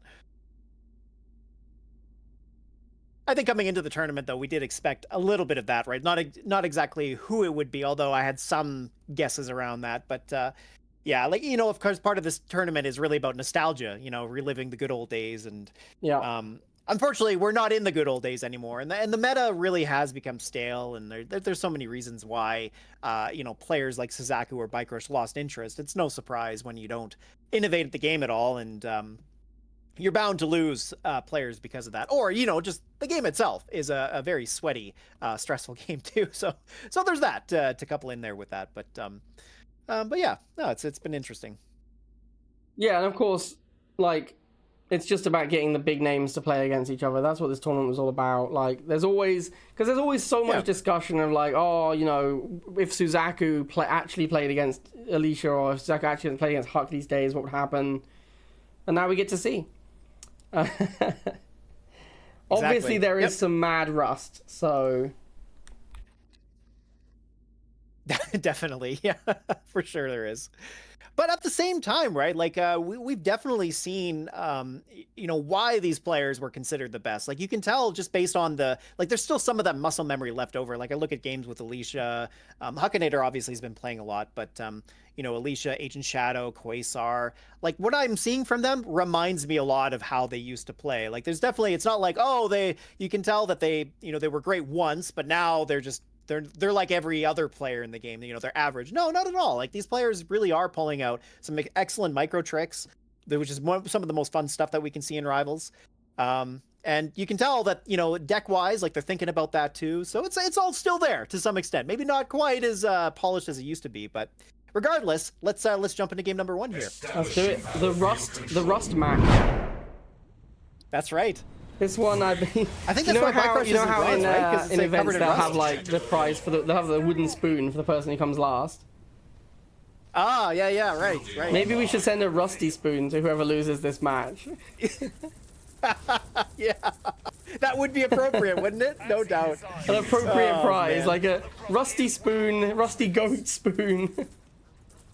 Yeah, exactly. Great. Now this is, of course, okay. So this I think that there is some monetary value on the line here, because I wanted to have something for them to play for, but also there is pride, right? Like, you don't want to come last in the group tournament. Although I guess last being amongst the goats is the worst. Yeah, position of to be in. course. But you're right, You are still one of the greatest of all time. But if you have come last in the tournament, obviously that's not ideal. So here's Suzaku playing Venom, which very surprising because, of course, with Slingshot in the meta, Venom has not seen a lot of play, and Bike Rush here, of course, playing a pretty standard meta deck in general. But I gotta say, I like the fact that Suzaku's brought Kayn. I think Kayn could be good here to shut down the Predator tank. That is kind of its role, generally speaking. But yeah, Bike Rush here just getting the early aggression, getting the early tempo. He's really pushed Suzaku back. Yeah, and Bike Rush takes that first missile. It's looking pretty awkward for Suzaku again. He doesn't have a great answer to Predator. He has to use Kayn, which, if you're losing this badly in tempo, is pretty difficult to do. Usually what happens in these matchups is you'll lose first missile to the Predator, then you have to Kayn to win the second missile, which here we're going to see. We might see an instant Iron Cannon. Yeah, this is what I was worried about for Suzaku. Yeah. Instant Iron Cannon. He didn't even kill the Predator. I don't think the Kayn tower even shot before it died. No, it didn't actually. It didn't get any value there. That was 110 just down the toilet. And yeah, Bike Rush here just getting very good positioning. The Venom going up to the top left there might have enough time to beat the Predator. It does have reasonable vehicle damage, and it does clear it. So now Venom going down to the bottom right here with no Slingshot on the field. This could be a bit of a problem. The Venom isn't going to last against it, but he shoots the shocks instead of the missiles there. That was very risky, but it does give him the missile. So well done. Classic Rivals, by the way. Bike Rush is dominating, but he can't make units. The opponent spams cheap air. Right. Yeah, it's just the full Paflagons, man. It's just the full Paflagons.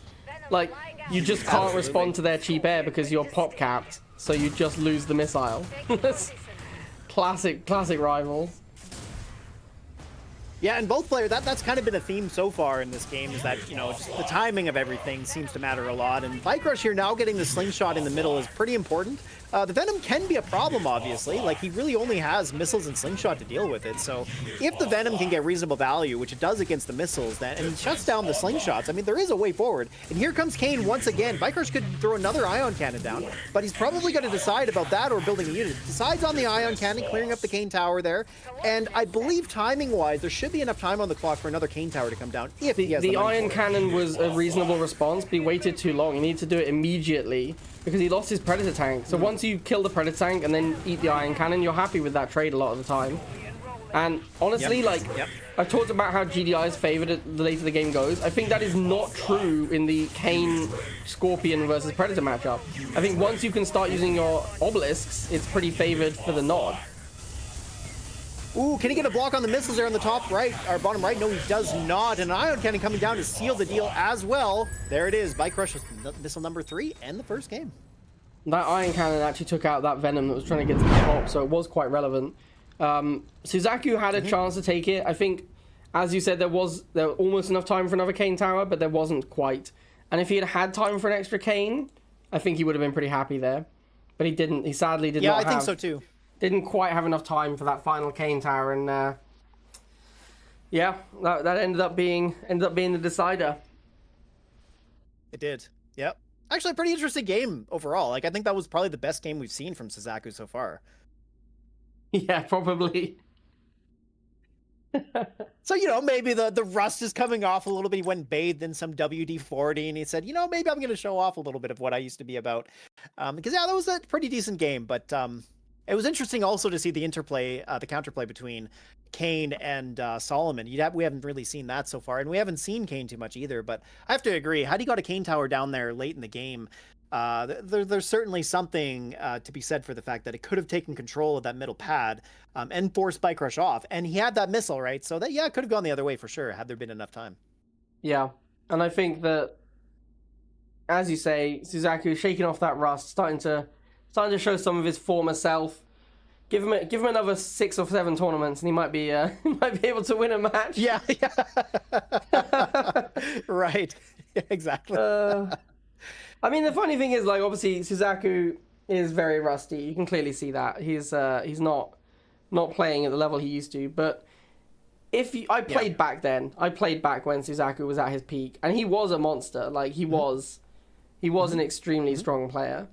So, yeah, I mean, obviously he's not showing that in these games, but there was definitely a lot of potential in the Suzaku back in the day. Yeah. I always had a tough time playing against Suzaku, even when I was playing regularly. Like, he always came up with really unique strategies as well. Like, he seemed to play decks, like, he loved No Harv Nod, for example. Yep. And I think he liked that so much because he really likes to micro units. Like, that's kind of his thing, is he just loves to play intense, micro-heavy games.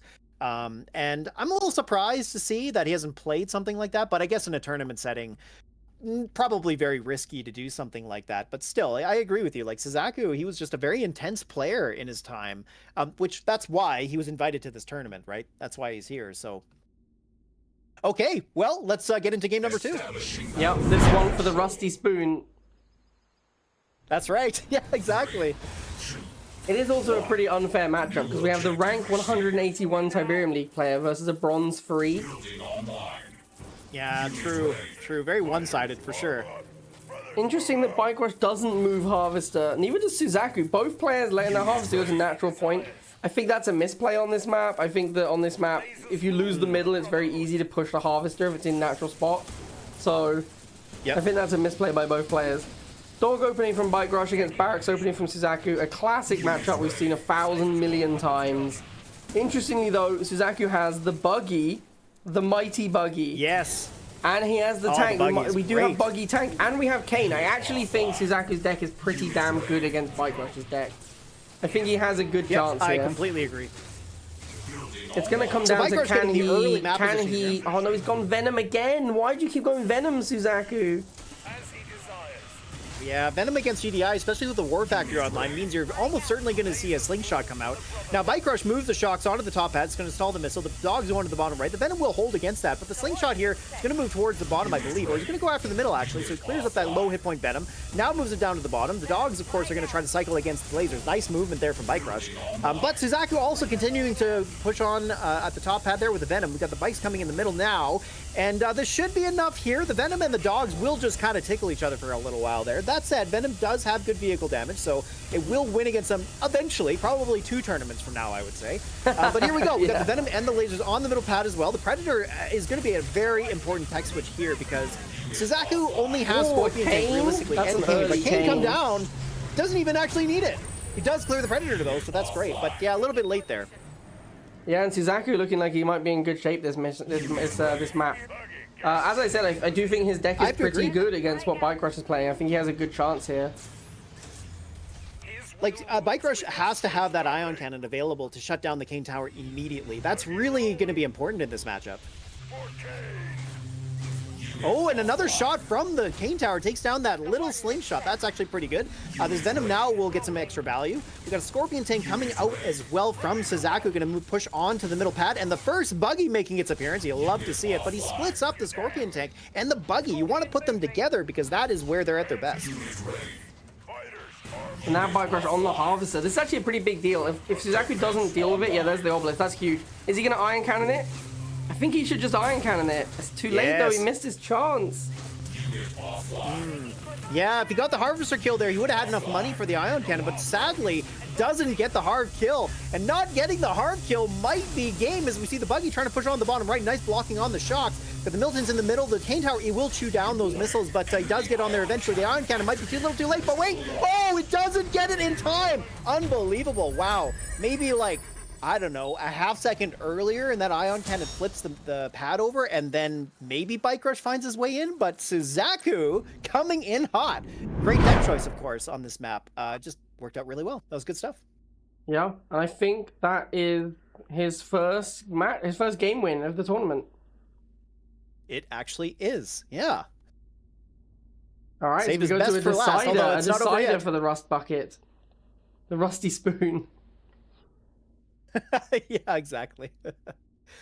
Okay.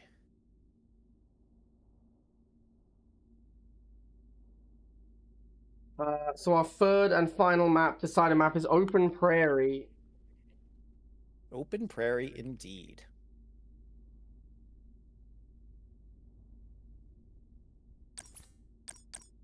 Yeah, and this, I mean, they are playing for money here. There is a monetary prize. You will win more money for winning this match than losing this match. So it is there is something on the line here. Yeah, it's what, 33% more or whatever the percentage is. But yeah, it's a decent amount more, you know? Get a little bit more money in your pocket for your time. Absolutely. Now, yeah, I wonder if for we're going to playing see like Bike 3 Rush games plays of Rivals, classic it's MLRS pretty good here. payout. I'd say so, right? Yeah.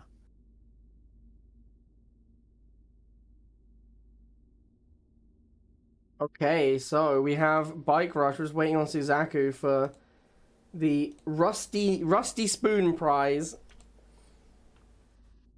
Ah, there we go. Okay, well, let's get into game number 3, the tiebreaker. Who will take home the Rusty Spoon? We shall find out. Of course, winning means you don't get the Rusty Spoon. So we're playing to avoid the Rusty Spoon award. Yeah, right. So Suzaku playing the same deck again. That makes sense. He did win a game with it. Bike Rush playing. This looks like what's that guy who always used? There's a guy who used to play this deck all the time. Very similar decks. I think he had Laser Drone instead of Inferno though. Normally, like really annoying to play against this deck. I think Mutant is actually a really good. Are interesting. Mutant's like actually a pretty good shout though, because it beats the Buggy in a way that Laser doesn't. So you don't have that issue of just losing everything to the Buggy. But of course, there is Venom that can kill the Mutants, and there isn't a great answer to the Venom. I mean, he has to use Banshee and Bike, which is obviously playable, but not ideal. Right. Yeah, the Munes are tanky boys, right? As we see here, like they're taking shot, although the militants weren't firing on them, so of course that helps out. But he's gonna pull the Mutants back here. We got the militants gonna win the matchup on the bottom there. The buggy goes down very, very quickly. So Bike Rush is so far doing pretty well here. He gets onto all 3 pads now. Suzaku doesn't really have a choice. He's just got to drop this missile, and there it goes. Yeah, pretty comfortable first missile there for Bike Rush. And here he goes, the boosted mutants. It's Bike Rush. He can't help himself. He sees a Harvester, he goes for it. I do think it's pretty reasonable to go for half really here, but I don't know if I would have used the boost to try and run over there quicker. And yeah, because now here comes the Venom. Now it's kind of a free kill for Suzaku. He did pull the Harvester though, so he's losing money here. And honestly, like, look how tanky mutants are. They're pretty close to killing this Harvester, even with a Venom shooting them the whole time, which is gross. Yep. And that Harvester is going to be easy pickings. Easy pickings if Bike Rush can get another unit over there. And the Banshee's already there. I think this should be an easy half kill. Yeah, there it is. Yeah, so actually here, Bike Rush doing what he classically does, pushing the player against the map, getting Harvester Aggression going. It does, you know, even though this may not be a winning strategy, it does psychologically damage your opponent. So, you know, it has some advantage there. That is true, actually, and it is something that I think is maybe a little, it's probably underrated. Is the, like, you put psychological pressure on your opponent by shoving them back into their Harvester. Yeah, for sure.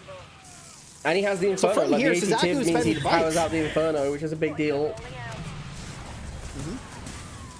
Yeah, the Inferno's interesting, right? Because, of course, it one-shots most of what Suzaku has outside of the Scorpion tank and the Venom, obviously. But yeah, right now, Bike Rush just has map control, complete map control, and it looks like... Oh, hold on a minute, wait a minute, it's not over yet. That little bike there holding on for its dear life, that's just enough, though. That's unfortunate. Bike Rush takes it, and there's the tiebreaker goes. Suzaku takes home Rusty Spoon. So there it is, yep, Suzaku loses to Bike Rush. Suzaku places 8th in the GOAT tournament and will, of course, receive the wooden rusty spoon. Unlucky for Suzaku, but congratulations to Bike Rush. He will win himself a little bit of extra cash there for that win. And now we move on to the exciting matches of this round. This is playing for their tournament lives. We have Quazar versus Serpus.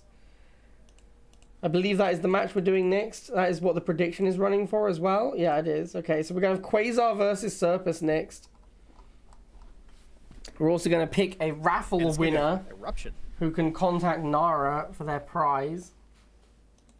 And our winner is M. Darkling. Congratulations to M. Darkling for winning the first giveaway from Nara. Okay, so our next match, we're going to have Quazar versus, was it Serpus? Yeah, Team Bulgaria fighting itself. The Bulgarian Civil War. And our maps are, is this correct? Is it Canal Row first map? I posted another map pool here. I'm just confirming with Kenny, which is the correct map. I'm not 100% sure what map we're doing yet.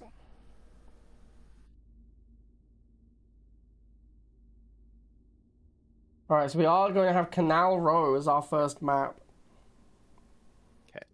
Let me get that set up. Ooh, Canal Row. I always love to see Canal Row in a tournament. Okay. Alright, there we go.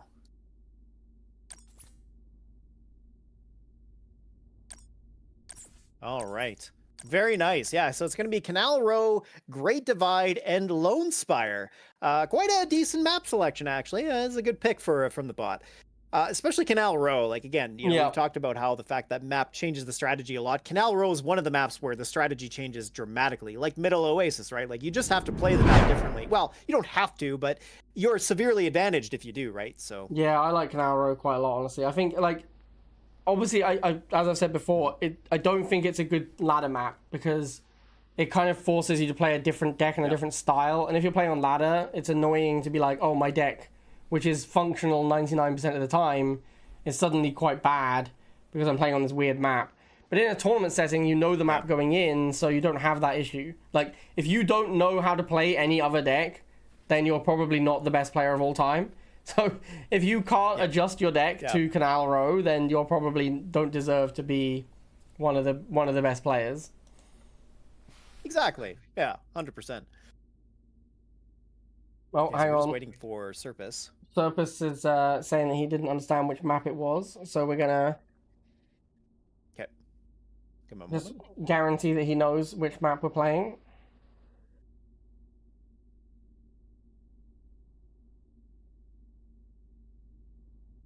Well, and a little shout out here to Sarpedon. Of course, we'll give him a shout out later too. But he's the guy who made the bot, which is helping us to pick maps and more or less organize most of our tournaments, really. And he created a little feature here that's allowed us to put all 3 maps in one little selection here. He did that right on the fly. So shout out to Sarpedon, and I think there's a link to buy him a coffee if you want to support him, because of course his contribution to Legion's been part of the reason why we've been able to organize tournaments the way we have. So big shout out to him. Yeah, of course, Kenny doing a lot of the stuff in the background here. We are just waiting on the mighty Sourpuss to join. Ah, there he is.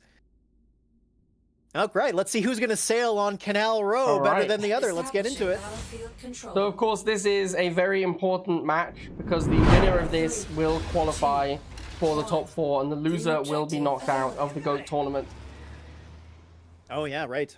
So this is their tournament life is on the line. It's very, very important to win this one. So here we got Quazar playing Rhino Pred. He's made a bit of a switch up, seeing how good Rhino Pred is. He's decided to make use of that himself. And Serpus here, I guess Orca Bomber is a decent choice. Like, of course, flying units are very good here. I have to say, though, very surprised not to see any JJT so far. Yeah, that's true, because not only is, like, JJT pretty good on Canal Row, JJT is just pretty good in the meta game.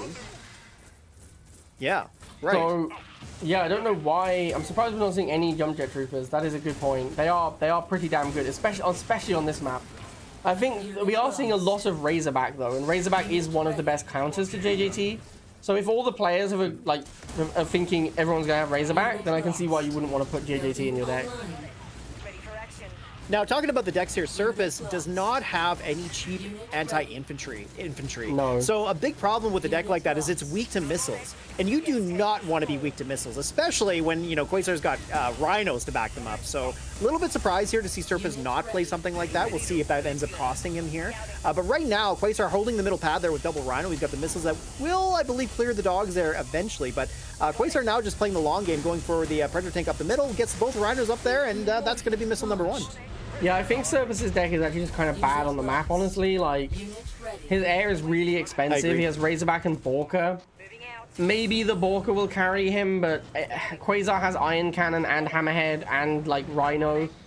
It's going to be really tough for Serpus here, I think. Yeah, it is. Serpus's anti-infantry is just so bad. Like, he has Dog, Razorback, Borka. That's so awkward. I honestly, this looks like a deck where you go double half from Serpus. Yeah, just Orca Bomber spam, right? Like, that actually wouldn't be an unreasonable game plan. That said, Quasar does have the Hammerhead and the Rhinos, so I guess maybe there's a reason why you wouldn't want to do that, but still, I have to agree. Like, maybe you play just double Harv and spam Orca Bombers, and you just overwhelm. Having said that, Serpus now looking in pretty good control. If this Borka kills the Predator, he's in really good shape. Although, he kind of has to kill the Predator. Ooh. Yeah, he doesn't need to kill the Rhino because he still has his Predator. Yeah, he focuses on the Predator. He sees that's the primary threat. He doesn't kill it though. Like, this Predator is gonna come in and be able to trade. Oh, it doesn't even trade, just straight up kills. This is very awkward for Serpus now. He has to kill. Oh, hang on, no, he's gonna go across. If he kills the missiles, oh, one missile lives. Oh my god! That's it. That would have just he would have easily won the missile here if that missile had died. Yeah, true. I mean, it's probably only a matter of time here as we see Serpus with the Predator in the middle, and the Orca Bomb is relatively healthy. Like, it's healthy enough to hold on, and it is. So there we go. Missile number 2 for Serpus. But man, that was looking a little risky there, I have to say. Yeah, I'm kind of surprised by this. I think Serpus, I mean, the Borka has been so good. Quasar has not responded with his Hammerhead quickly enough. Like, he's finally got the Hammerhead out. But, like, this should have come out before the second Predator. He's now going to... That's the second Predator getting bombed right now. If that Hammerhead had come out instead, there wouldn't have been a second Predator to bomb. That Borka wouldn't have been able to do anything, really. Then Quasar could have made Predator here and had it start moving towards the middle. Very nice micro with the Hammerhead, little jiggle there to get the forward Raider to fire. So he does kill off the Razorback, even though he doesn't get a reasonable spot to stand in. That's a surprisingly hard thing to do. Like, it's really annoying if you guys have tried to do the little jiggly Hammerhead. It's very annoying to make it actually use its forward Raider. Yeah, true enough. Probably playing on mobile, I would assume. Quasar typically does, and that's one of the advantages of mobile is doing tricks like that is a lot easier. That said, here, nice movement from Serpus to push the missile back and forth. As you saw there, two of them went down. Jiggle Raider. If he loses hammerhead here, that's really bad. Oh, it's really bad for him. He needed the hammerhead. Oh, he has enough for another hammerhead though. Maybe he's okay. And the Pipple goes down. There's a chance here. If he moves his missile from the left up and replaces it, he has a good chance. Maybe he didn't kill the Razorback quickly enough. On the bottom there. Hammerhead to the right. Can he hold on? We got Hammerhead to the right. Quasar. He's going for the flip. He's going for the flips. Get the missile on the Hey, he did it. He flipped him, boys. He moved the missile off the left to set up the flip, and he got him. Oh my god! Wow! Oh man, talk about abusing the mechanics of the game, not like in a cheatery way, but like just like timing, right? Because that's what it comes down to. It always comes down to the last few seconds of the missile sometimes, and Quasar just played into that. Wow! Oh, if I'm Serpus, I would be so mad. Oh man. Yeah, I don't know, you know. I don't know how amazing. mad Serpus gets. He strikes me as he's either the kind of person who I think doesn't give any fucks, right? And like actually is just very calm during all his gameplay. Or he's like actually rage smashing. I don't think there's any chance there's an in-between. Like he's either doesn't mind at all, or he's like fully raging out right now. There's no in-between. Let's ask Serpus real quick if he Yeah, how you feeling, Serpus? How you feeling after that one? Oh, man. If it was me, like, you can see it coming. You see them move the missile off, and you're like, they're going to flip me, and there's nothing you can do about it. Right? Like, I've been in that spot multiple times, and there's no way to respond to it, really. You're just like, yeah. You're going to get flipped. That's the way it goes. Serpus confirmed not mad. He said, I don't even know what happened. Yeah, fair enough, right? Like, wow. And like for Quasar to identify that situation right at the last second there, like in the last 10 seconds, he's like, you know what? I could flip this. And he did. And it was just like brilliant, like well executed. It was perfect. Oh, that was insane. Wow. That was crazy. Good stuff, man. That's good. That was good. Yeah. Nicely played by Quasar there. I mean, that was interesting. At first, I thought Quasar's deck was like way better and he was definitely going to win. And then Serpus balked him, and actually the balkers was completely dominant until the Hammerhead came out. So we don't see Hammerhead that frequently these days. Like, people don't like it that much, except Huck. Huck thinks it's really good still. And Quasar was just playing Huck's deck. So that's probably why there was a Hammerhead. But actually, the Hammerhead ended up being really good for that map and that matchup. So, yeah, really important. It did. Like, the thing is, it is a fastest flying unit. Or is it fastest? I think it is fastest. It does cost 90, but it has a lot of hit points, right? So, for flipping missiles, it's extraordinarily good at that. I guess, like, part of the problem, too, is just, like, how... Like, on the flip side...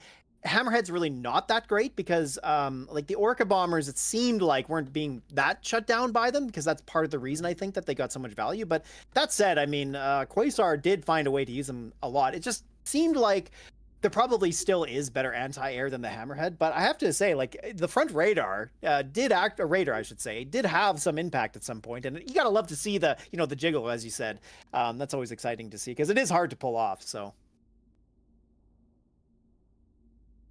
Yeah. So our second map is going to be Great Divide. We are, of course, Serpus versus Quasar. Quasar is up 1-0. This is where the best of 3 is so scary, right? Because, like, Serpus lost that game. If he loses this one, he's just done. He's out of the tournament. Can't make top 4 anymore. It's true. It is Swiss, though. You know, he's had 3 chances to win matches. He has to win 2 of them. Serpus, I mean, I guess everyone has had to play against someone who's 2-0, pretty much, right? So it should be fair. Like, Serpus lost to Huck, and Quasar lost to Alicia. Yeah, that's right. Yeah. But it is, of course, the classic situation where perhaps Quasar would have also lost to Huck, but Serpus would have beaten Alicia. We don't know. Yeah, true. Actually, yeah. It would have been nice to do round robin for this tournament because it would have been really cool to see everyone play everyone, but it would have taken absolutely forever. So yeah, that's why we decided not to. For sure, yeah. All right. Well, with so much on the line, let's get into game number 2 and let's see what happens. Establishing Yeah, if Quasar wins this, that is it. Serpus is knocked out. 3, 2, 1. New objective received. Ooh, Giga And Cannon we, for from the first time, Serpus. see Giga. And Quasar now Interesting. has a hammer. Wait, Quasar switched to Orca over Hammerhead in this matchup. That is extremely That's a fortunate totally for him. different deck. Unit ready. Because that's basically the Yeah, main no change kidding. he's made, right? He still has the Rhino Pred, but like the Orca is going to be absolutely critical here. And Serpus is going for a no-half buggy rush. Unit lost. Interesting. Quasar okay. opened Missile, which is a nightmare for Serpus, because if you spam missiles, the economy means that you end up being okay against buggies at the start. If you both have a harvester, dear. the buggies will win eventually, but with no halve, the missiles win because of the economy. So this is really like, Unit ready. this has gone so poorly for Serpus. This honestly, it's like Quasar just read what he was going to do. Like, he Yeah. switched his deck to have Yeah, an he answer to opened the missiles. Giga, and he opened a missile against the buggy opening. Like, this is just such a nightmare for Serpus. Building online. I mean, if I'm Unit lost. Quasar, I'm definitely not. Well, maybe I am expecting Giga. I don't know. For me personally, it seems like such an odd choice, especially the fact that its infantry damage got significantly nerfed. Oh, nice turret there as well to stop the buggy from getting a 2v1 there. That was quite good. So, yeah, it looks like he's going to hold on that far right pad there. He's going to do some dancing here to block the buggies, but buys enough time for the second set of missiles to come in, so he secures missile number 1. I don't understand why Wow. Serpus did this. Defense lost. I don't know Like, either. I can't understand why he went for a buggy rush. Maybe he was planning to do buggy Giga rush and like actually just kill the base. I don't know. Unit ready. But as we've seen It's before, if possible. you fail a rush, you pretty much lose the game. I don't know if Serpus Yeah. has any way back in. Especially with like, the fact Giga that, against he opened missiles is the whole Sniper, problem even that situation, the snipers are quite good against Giga because you can kill the blocking infantry Unit ready. without having to engage Yep. the Giga cannon. Lost. And here's a classic example of how Giga's gotten worse. Look at that. 2 Yeah. damaged missile squads was enough to take it out. And that's exactly why I was surprised to see Giga here. But I think you were right. I think what you said is correct about the fact that he was going for that early game harv aggression. And had he been able to overcome that with that early buggy opener, like if Quasar was not playing missile opening and instead went, say, like, Rifleman or something like that, yeah, it could have worked. But here we go. We're coming down to missile number 2, and Serpus is hanging on for dear life. That said, though, he's not going to be able to hold on to that bottom left and that top right, so this is going to be a missile for Quasar and the match. Yeah, if you fail a rush, then you lose the game. That's kind of how that works. Yeah, unfortunately. I don't know why Serpus did that. That's... Yeah, he just said, oh my god, this rush did not work. Yeah, It did not. it did. You Not are correct, surprisingly sir. either. It did not. Yeah, I guess, like, maybe you're just trying something. Maybe Serpus felt like from that first match that he was probably not going to win, so maybe this was a Hail Mary from him. I don't know. I still don't think that's necessarily true, though. Like, Serpus is good enough that he could be Quasar. It's tough to do that in a match, of course. In one game, you could probably do it. It is tough to do it over a match, but still. I have to agree. A little bit surprising to see that there. Interesting, but, yeah. Yeah, I am surprised. Quelle surprise. I don't know what Serpus was thinking with that one. But yeah, that's it. Serpus out. Quasar makes top 4. And that's... He does. Yeah. Okay, well. Agent Shadow versus Antswaggles for the next match to see who is going to be a final player in the top 4. That's right. Yeah, actually, we're making pretty good time on this tournament overall. We kind of expected this to take a lot longer, but the fact that we've been able to showcase every match has been great. I hope the viewers are enjoying that as well. Although there have been some lopsided matches, but I think it's been a great time just to sort of relive or rekindle what the old days were like.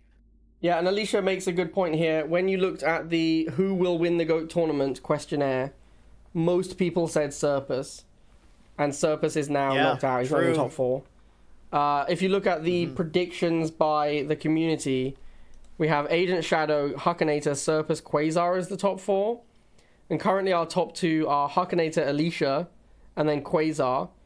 with either Agent or Antswaggles. Agent, the heavy favorite here, according to the community, to make top 4.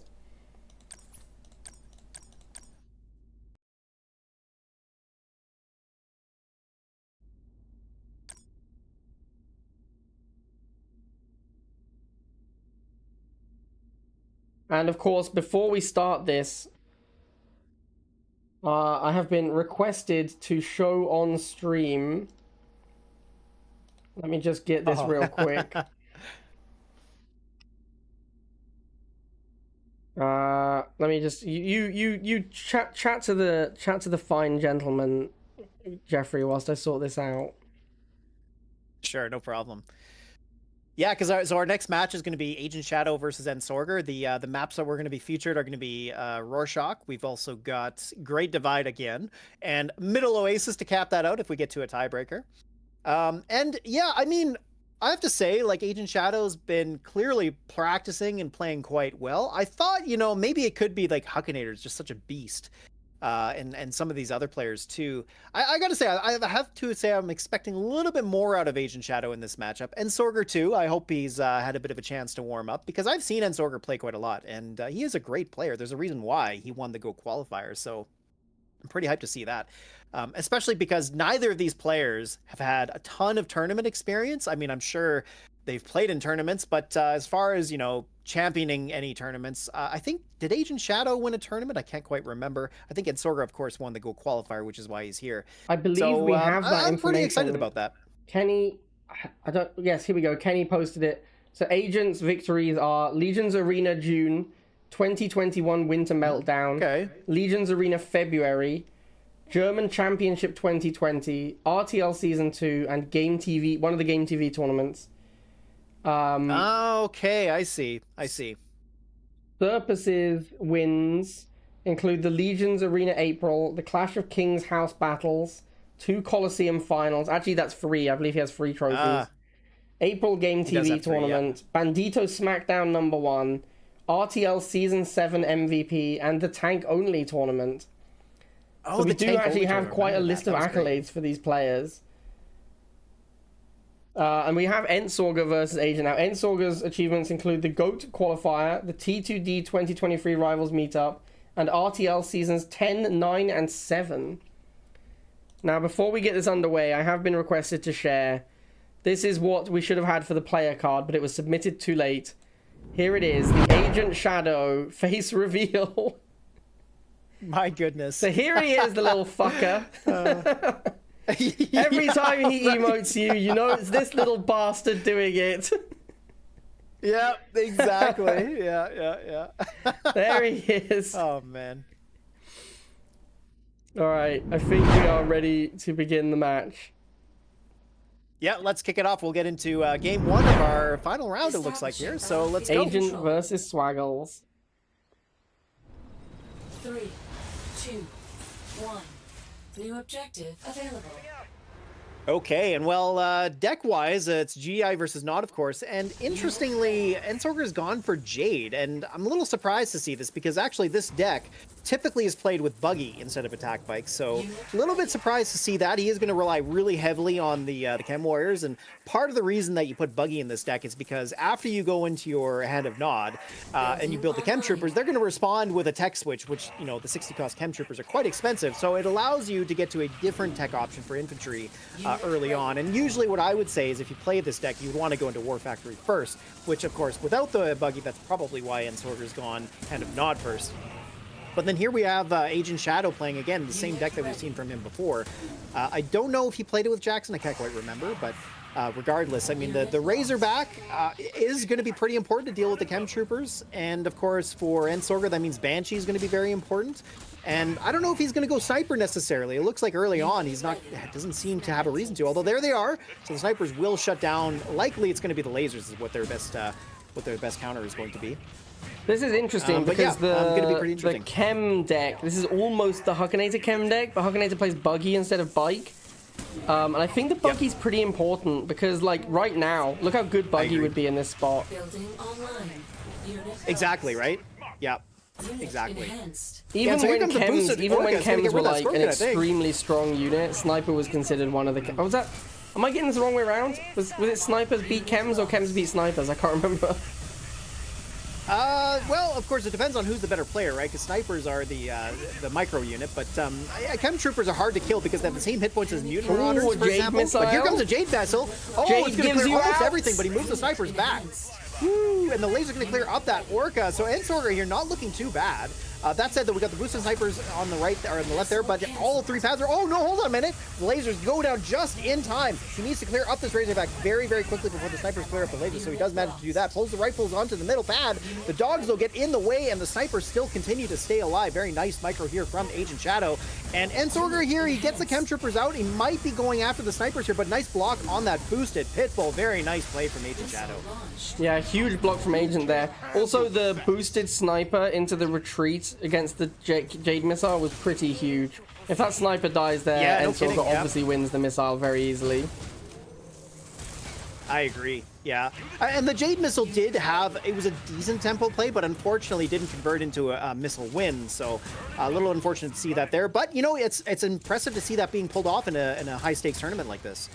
Yeah, I mean, I think if I remember correctly, back when chems were like considered broken, like you know when they beat dogs and wheels, they were like one of the best units. I'm pretty sure in that metagame, Right. sniper was still considered one of the best counters to them. Yeah, that makes sense. Yeah, We've snipers seen can a be lot very of good. It's just they're snipers so in hard this to use. tournament. We've seen a lot of snipers in this tournament. Like, sniper is a unit that's favored among high skill players because obviously it's hard to use, but it generates a lot of value. And so now we see Antswaggles switching over to Banshee Chem Trooper, which is a pretty decent combination. Of course, it covers all 3 unit roles. But what really is going to be very important here is that Ancient Shadow cannot let the Chem Troopers get too much value. But here comes a Jade Missile. I love to see this, but wow, excellent pullback from Agent Shadow there, negating the value gained by that Jade Missile, and now putting Antswaggles in a bit of a sticky pickle here. He's got to get onto that far right pad. He does get the Chem Troopers out, but the Chem Troopers are going to get destroyed by the snipers, and wow, Agent Shadow just dominating. Agent just was too quick dodging those Jade missiles, and that really was what it came down to. Like, I don't think he ever lost that sniper squad. Wasn't that just the only sniper squad he made? I think it was, yeah. And that's just so much value, man. That's what I'm saying. Like, if you can keep the snipers alive, you play them really well, it's just such a beating. And I think that's kind of was just showing that's why snipers are popular. It's one of the more popular 2-range units among the better players. And yeah, it was tough. Yeah. And when you're chems as well, like if you're shocks, you can overwhelm because you can spend like 80, 120 on shocks. Have 3 units. It's really hard for snipers to kill them all. But chems, so expensive. For 120, you only get 2 chems. It's really rough. And yeah, good micro on the snipers, kept them alive, and that was kind of it. I think that was the best game we've seen from buggy, Agent, like from, Antswaggles could have had buggy instead of bikes, and I think the buggy would have been super good there. Buggy would have made a big the buggy would have difference. helped him a lot there. Yeah, definitely. Yeah, I was saying that at the beginning of the match. Like usually, like you were saying, Hakanator plays that deck with buggy, but the difference was, of course, with attack bikes there, he opened up Hand of Nod. So that's the difference. If you have buggy, then you want to probably open buggy because then it's you can get into a cheap infantry unit for that tech switch, but. Yeah, with the deck composed the way it was, that really wasn't an option. An early buggy would have been a huge problem for Agent Shadow. So yeah, I think the buggy would have been big because like he had the Orca, which would have been a really good answer to it, but the Orca is expensive. So like you say, the tempo with the buggy would have been a big deal. And this is it. Here we great are. showing from Antswaggles. Tournament life on the line for Antswaggles. Yeah, I mean that game was pretty close. Like if Agent hadn't had such good sniper micro, I think those Jade missiles would have won in the game. Yep, but that is why Agent Shadow's a monster. Yeah, like this is now we're in match point. Antswaggles tournament life on the line. He has to win this to have a chance of making top 4. He does, yeah. And I will say that Agent was the tough, community but... favorite. If Agent wins this, then our top 4 does almost match the community predictions, except that of course Serpus was predicted to make top 4 and Alicia was not, and that has not been the case. But yeah, we'll see how it goes. Not. All right. Well, here we are. We're going to be on Great Divide for our second match. Let's go. Agent Micro King. Ooh, Kane. Yeah. Well, I guess if Alicia's the Micro Queen, I suppose I would make Agent the Micro King, right? Yeah, I mean there is a reasonable assessment to say that Asian does fit that bill. Antswaggles going for... He does. What's it called? MLRS here. Could be good. I mean, I don't think this is the best two-range map. I actually think Rorschach is a better two-range map than this is even. But For sure it is, yeah. It looks reasonably well positioned, this MLRS here. Like, there's only a Banshee that really counters it and the Cane. It could be good. Could be good. Oh, he's moved the dogs around to block in the bikes. That's a nice play. Agent should have seen that coming, because Agent was dancing his wheels to get a little block, and he didn't notice Antswaggles was doing the same thing with the dogs. So that's a free kill on the bikes there. Now, it's not the biggest deal to get the free kill on the bikes, as you see the tempo of having to go MLRS this late. Like, he made MLRS at one of his first units. It's very slow. Even with the rifles, he's still getting out-tempo. He's going to lose his first missile. But in terms of map position, he's pretty far ahead. He's got an MLRS compared to Agent's nothing. Like, Agent has some lasers and nothing else. And now he's going to go into Banshee. If Antswaggles can counter the Banshee quickly and efficiently, he's in good shape. However, he does have the pop cap situation. Yeah, and the pop cap, though... Oh, there it is. The slingshot comes out. Banshee had to move down, I think so the he slingshot gets immediate value. really should have run away the MLRS when he saw the Banshee coming. He didn't need it where it was. There were no vehicles to kill. He could have run it all the way back to his base, and then made the slingshot, and then pushed them both up together. Maybe he was worried about losing too much map position. This, again, is a classic Antswaggles situation where his deck is all specialists. To counter anything, he has to spend a million. Like, I think this Razorback might have been too much of an investment when he could have just made rifles. I don't know. Yeah, that's the thing, right? Like, this deck has two cheap 10-cost openers, and it can be useful in some ways for tech switches, but later on in the game, you really want to have shocks. Shock MLRS is such a good combination. Yeah. We're kind of seeing that play out here, right? Like, the Rifleman just can't clear things very quickly. This Razorback is just going to get deleted by the Banshee, and it was looking pretty good there, but Agent just kept pressuring throughout and throwing Antswaggles away off his position, so that's allowed Agent to just maintain both pads very comfortably. Classic nod tempo victory. Yep. Just out-tempoed Quazar. Sorry, Antswaggles. Just out-tempoed Antswaggles for the entire game. And that concludes our Swiss portion of the tournament. So we do, of course, have Agent advancing and Antswaggles does not. This leaves us with Hakanator, Alicia Destiny, Quazar, and Agent Shadow qualifying for the top 4. Now, there was some discussion that perhaps we would take a break before the knockout. Is that something we want to do? Oh yeah, probably just to get the single limb going. Or should we just get started? Well, if Kenny can get the bracket going, which shouldn't take too long, then I mean, it's 4 players. We don't even really need a bracket. We could just manually do it, right? Like, as soon as Kenny puts in the answer, like the outcome of this match, we'll have an accurate standings, and then we just do 1v4, 2v3. Yeah, actually, Kenny's got the bracket already, so let's just get into it, right? Like, we might as well. Yep. Yeah. Okay. Where has Kenny posted this new bracket? Here we go. All right, we have a bracket. So why does the old bracket not have a finalized score? It does now. Okay, cool. So it should be Huck versus Agent and Alicia versus Quazar. And that is indeed what we have. Yeah. All right. Yeah, let's... so these semifinals will be best of 5. This, of course, gives the players more chance to go down some games. Because, of course, when we saw Antswaggles win the GOAT qualifier, if I remember correctly, he lost the first 2 games to MDB in the finals. Yeah, that I think that's correct. I think he was down. Yeah, I think he was down 2-0, and then just reverse swept. So, unfortunately, he didn't have the opportunity to do that here. Maybe he would have. Maybe we've had another reverse sweep, but of course, you got to win 2 of the Swiss rounds to get to the top 4. And every player in this tournament is so good that, like, you don't really get any freebies, right? Like, every match is a They've been trying to get him though. You can tell, like, based on, like, the rushing strategies that we've seen, some of the players are trying to go for those easier wins, which, you know, fair enough.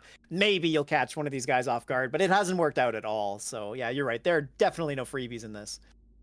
Yeah, I mean, if anyone does want to see the final standings of the Swiss, it is Hakanator in first, Alicia Destiny in second, Quazar in third, Agent in fourth, Antswaggles in fifth, Serpus in sixth, Bike Rush in seventh, and Suzaku in eighth.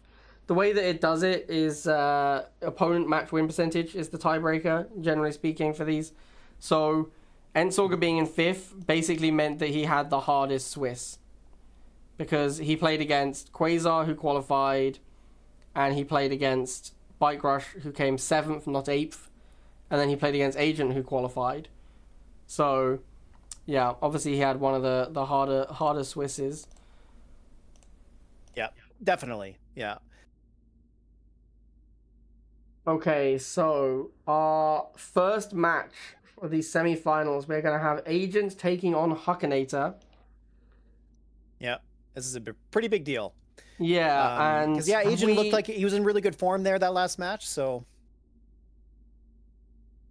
Did we already had this match in the Swiss. Agent lost 2-0 to Hakanator in the Swiss.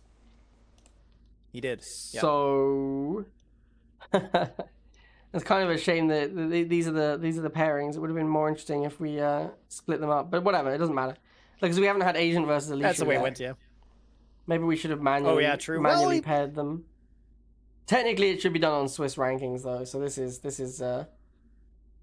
is correct. Anyway, doesn't matter.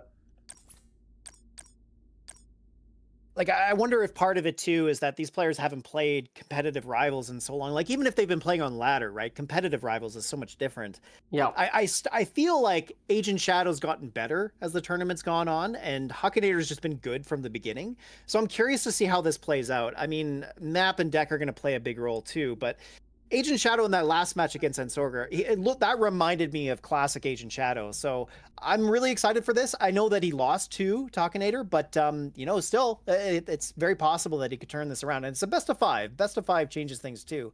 So I'm very interested in this. We'll see how Agent responds. So far, Agent Shadow, Serpus is the only player to take a game from Hakanator so far. And now Serpus has been knocked out of the tournament after losing to Quazar. So, based on that, you could theoretically expect to see maybe a Quazar versus Hakanator final. Although Quazar did lose to Alicia in the Swiss and now plays him again in the top 4. That's a good point. Yeah, that's true. But, to see these names in a bracket in a tournament, man, that's just awesome. Just absolutely awesome. Agent Shadow, Hakanator, Alicia Destiny, Quazar. Oh, man. Good. Yeah, so I think stuff. we're just having... Alicia's having some issues with her LD player. It's not loading. So we're just waiting on waiting for Agent Shadow at the moment. Oh, are we? Oh, yeah, sorry. It's Agent versus Hakanator first. It's just that Alicia said that her game wasn't loading, so I thought that was what we were waiting for. Okay, here we are. Top 4, best of 5. All right. Agent versus Hakanator. Establishing battlefield control. The Agent Taunt King. 3, I love that. 2, new objective Yeah, he kind of is, isn't received. he? That's Agent's claim to fame. He definitely loves to taunt people, Mr. BM. But look at this. Identical decks except for Hammerhead and Orca. Not sure what to think of that, really. That is interesting. It feels a little good. bit like Hakanator has kind of been winning a lot, and everyone's just playing his deck now. Yeah, actually. Yeah, which is a huge sign of respect to Hakanator. But Agent has opened Barracks. He's fundamentally misunderstood that the Rhino opening is so good. And look how fucking wrecked he's getting because of it. Ready. Yeah, it's true. It's so Also, true. he has And each of these 2 Pitbull. Rhinos against the Pitbull is going to be good. Yeah, like he has Pitbull against Rhinos, and Hakanator has Predator. I mean, look at how brutal this is. Oh, I man. don't know how Agent's going to beat the... Like, he needs to go fast Orca here against the Rhino opener. Not bad. Yeah, that's the thing. Orca is going to be very important for Agent Shadow because that's going to help him break things up. But then if Hakanator gets enough value out of these matchups and gets a Hammerhead going, that could also be a really important way to shut this down. But we'll see. Hakanator so far, he's got the middle pad with that Predator tank pretty comfortably. We see Agent really trying to get on there. The Rifleman coming in from behind, but does not get the block on the Predator. The Pitbull moving over there as well. We see some cycling going on here, but it looks like Hakanator is going to secure this. It doesn't seem like Agent Shadow is going to find a way back in here, but that's not too important, of course. We'll see how the rest of the game plays out, but so far, Hakanator takes that first miss. Damage received. Yeah, I mean this is tough. I feel like this is just it's just not understanding the current meta, like not understanding that Rhino opening is so good. Yeah, right. Exactly. Yeah, and this Orca, of course, is going to be pretty important, as we see here. It's going to move in against the Predator, but now a Hammerhead coming out, so there wasn't really a lot of time there for the Orca to gain value, as we would expect to see. The Hammerhead here is going to push it back, and it only takes 2 shots to clear it, so that's huge. And it has Front Raider, so it is very easy for that Hammerhead to chase it down and take it down, as we just saw. Yeah, and of course, without the Orca, I just don't know how Agent Shadow comes back. Like, it's such an integral part of his composition to fight the Rhino Predator. Without being able to use the Orca, if the Hammerhead shuts him out of Orca, he just has no chance. And you see here, like, he's making a little fight here, but he's getting pretty dominated. Like, Huck's got this Predator that's about to go down, but he's got another full Predator. I don't know how Agent fights that second Predator. Yeah, I agree, right? Like, he doesn't have a quick way of dealing with it. He has the Orca, of course, but the Orca doesn't one-shot the Predator, and at this point in time, that's going to be very important. We see here the Rhino getting up the top left. The Orca is going to get taken down by that Orca. We got the boost on the missiles, though. A good play, but it's going to be too little too late. The Predator shouldn't last long enough, and yeah, all Hakanator had to do was pull the Hammerhead over there, and there he goes. So, doesn't even manage to fire at the Predator. Doesn't even manage to fire at the Predator. Absolutely brutal. Yeah. Pretty rough. Pretty rough. But the thing is, when you get to this level of skill between these players, deck actually does matter a lot. Because if everybody's got the same skill level, but then one player has the deck advantage, well, clearly the person with the deck advantage is going to win. Or the person who plays their deck better, as we saw, like you pointed out the opening there. That was a huge deal. Just having the early tempo allowed him to secure that first missile. And then Agent Shadow had so much trouble getting back into the game from there. And he just couldn't get back in from there. So yeah, that Rhino opening was an absolute beating for Agent Shadow. Yeah, like you really need to, you really need to respect the Rhino, man. There's not enough Rhino respect going on. I agree, 100%. And Hakanator, it just feels like Hakanator's the only one playing the meta right now, and everyone else is like trying to play their old decks they enjoyed, or something similar. There's like all this which like makes sense, right?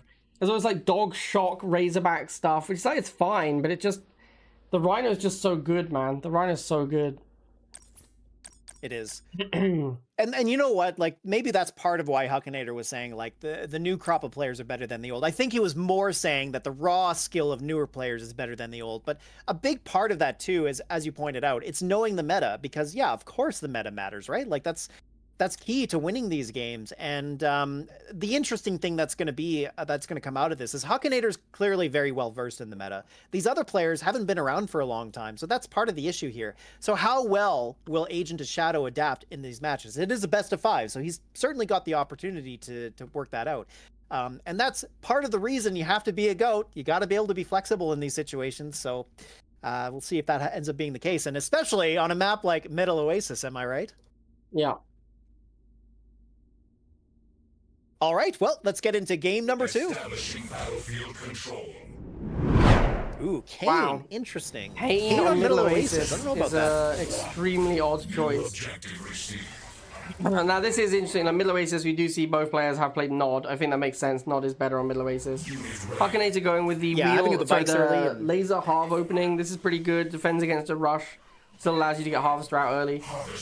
Agent does not elect to go for an attack. He just makes his own Harvester. I think that's probably a good choice. As we've seen, if you fail your rush, you lose. I don't think you really want to rush there. Like, what are you even going to rush with? You have to make, like, flamers and then bites. It's horrible. So I think it's much better just to play a normal game here. Just play 1/2 versus 1/2 and try and make things happen. And I mean, between the two of these decks, I have to say, I think Hakanator has a better advantage just strictly because of Kane. The Banshee's helpful, of course, but I really think the fact that Agent's not going to have access to a commander power basically throughout this game is going to cost him a lot. Yeah, like the Kane, even if he has enough money for the Kane, it's just not that good on this map. So I'm a little surprised he's picked it. Also, it's Middle Oasis, like, there's often a lot of Harvester pressure, often your economy is very pressured. I don't love the expensive commander power. I agree. And as we see here, Hakanator already getting very aggressive early on with these tanks. And right now, it's actually Hakanator winning the tank war. Does get an extra shot there, though. Having just said that, Agent Shadow managed to win that, thanks to the extra shots from the laser. The bikes do get in the way, and so far... But he cost him so much money because the Harvesters haven't been harvesting that whole time. Yeah, true. Well, so Hakanator now pulls onto the top pad. We'll see if he pulls the Harv onto the bottom right. It doesn't look like he's going to do that so far. He opts to use bikes instead. And Agent Shadow doesn't have a flying unit, so of course there's no way for him to cheese onto one of these pads. So that's going to be missile number 1 for Hakanator. Yeah, and more importantly, Hakanator is so close to killing this Harvester. It's a really big deal. They're playing a tank mirror on middle Oasis. If you kill the Harvester, you kind of can force your opponent off the map completely. That is like a realistic thing that can happen. So Agent, and so and like you can this see, is a good example the only where reason matters. Hakanator is struggling at all is because he's invested so much into the Flamers, which obviously won him the first missile isn't a bad play. But yeah, he's absolutely dominant now. So now a problem here where Agent Shadow lost his Harvester, so he has to get it back into position. Doesn't look like Hakanator is going to get into position to block it from going in there, so that's okay. But right now, Hakanator, again, getting more and more value out of these boosts, and of course using it on the Scorpion tanks, which is really the best target for it. Hasn't even really felt the need to move into Banshee just yet, as his tank aggression is working out for him. Yeah, I mean, there's no need to make the Banshee, as you say. That boost, I think, was a bit of a spew, but Huck is just trying to convert his money into anything because he has so much of it now. So he's going to spam, but yeah, you see again, he's just using boosts because he has so much money available, and kind of a dominant performance here from Huck. Yeah, it really was. Yeah, yeah, nothing else to say. It was, that was Hakanator game through and through.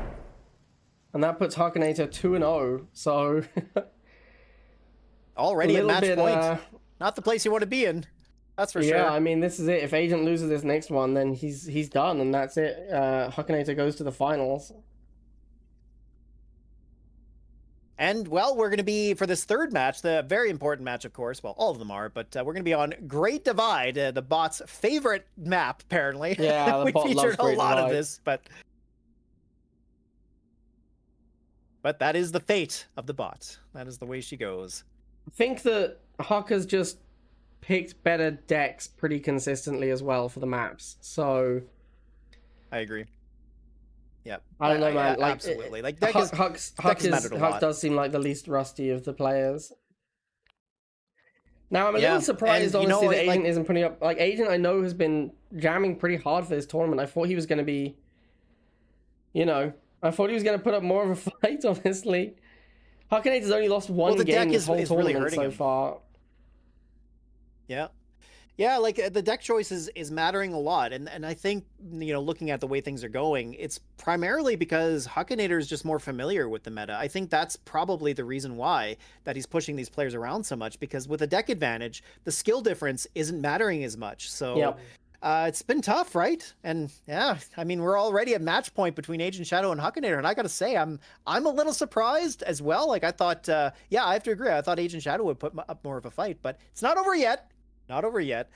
We still have a chance here for Agent Shadow to do the potential reverse sweep. We'll see. It is rivals after all. And we are here on Great Divide, so let's go. Establishing battlefield control. Yeah, I mean, as you say, Agent Shadow versus Hakanator. even if the players outplayed Huck, which I'm not sure they've been doing, they're just behind in the match. So even if they play better than Huck, which again I don't think they've necessarily been doing, they would still lose because Huck has an advantage. Like, there's enough of a deck advantage to overcome them slightly outplaying him. And then also, if they're not outplaying him and he has deck advantage, he just dominates them, which we've seen several times. Unit ready. So both players going for War Factory open here. Both decks fairly similar. The Stealth Tank's interesting. I mean, on this map, I feel like it's easier to protect the Razorback against the Stealth Tank because the Stealth Tank has to wrap around the missile silo, which is always a ball breaker. But yeah, I mean, positioning is obviously going to be very important. But deck-wise, I feel like there isn't a huge difference, except for, of course, we have Kane from Hakanator, which could be a very important difference. Yeah, Kane is very good here. And this is definitely a match, like a map and a matchup where he's not going to struggle to make Kane. Like, you see how he's stalling the game? Because he understands that actually he is favored the later the game goes, rather than the DDI player in this situation. Because the Kane is so good once it gets going. So Huck doesn't care about charging the missile. He's happy to stall it out. He's happy to get the game to go late. He wants his first missile to be like 1:30, 2 minutes. And then he can just start making obelisk. In fact, he's already at a point where he could make an obelisk if he wanted to. I doubt he will, because it's not really worth it yet. But once he gets a little bit of tempo, There it is. He's going to put the obelisk down. You see how he puts the obelisk in a nice safe spot as well, where the obelisk doesn't take a bunch of damage. So he gets a free kill on the Predator. He starts chipping away at the shocks. We've seen a lot of players in this tournament making their obelisk just straight into the face of 3 units and it getting killed pretty quickly. Hakanator has not made that misplay. Yeah, exactly. This obelisk is nicely positioned. He's killed the tank. I think the obelisk was a little early still, because as you see, it hasn't won him the missile. But it bought him some time. It killed the Predator. He's probably reasonably happy with that obelisk. But now he kind of has to wait for another one, because he didn't win the missile with it. And I think that if he'd had a more powerful army on the field when he killed that tank, he could have used the tempo to take the missile. Unit lost. And speaking of tempo, we see Agent Shadow pulling that Predator down to get rid of the Harvester. He will do that, but I mean, he pretty much lost map control to do that. That said, Hakanator doesn't have his obelisk available to him, and he's got both, and Agent's got both pads, so, very interesting. Unit lost. Yeah, that Harvester It's kill's a almost pretty like big Hakanator deal. kind of The forgot Huck what kill's a was pretty going big on deal for Agent, because now it's really hard for Huck to get that obelisk going. Oh, he got a stealth tank? I don't know why he's made a stealth tank. That's a very odd choice. Unit ready. Yeah, I agree. Unit lost. Yeah, there's no 100 reason cost unit to clear some dogs faster. Like, that's an obelisk. The thing costs the same as an obelisk. Like, that could have killed a stealth tank. I could have killed a Predator. Yeah. Now, to be fair, exactly. he did basically just kill a Predator with it. So, it was a nice play with the stealth tank. He is getting some... He's starting to generate value. And if the stealth tank lives and keeps getting 3 volleys without taking damage, obviously it will generate value each time it does that. Maybe he's decided he wants to play the game a lot slower. Like, the obelisk is a tempo play. He's like, I want to generate value slowly over time with this stealth tank, getting me back to a position where I can obelisk for tempo. Because you see, Agent wants to end this game. He wants to fire the missile, but it's very difficult. It's a 2-pad map. Hakanator knows that. He's setting himself up to, like, slow play. He's going to probably put an obelisk down reasonably soon. Like, an obelisk here to kill off this tank would... I guess he's waiting for end of missile.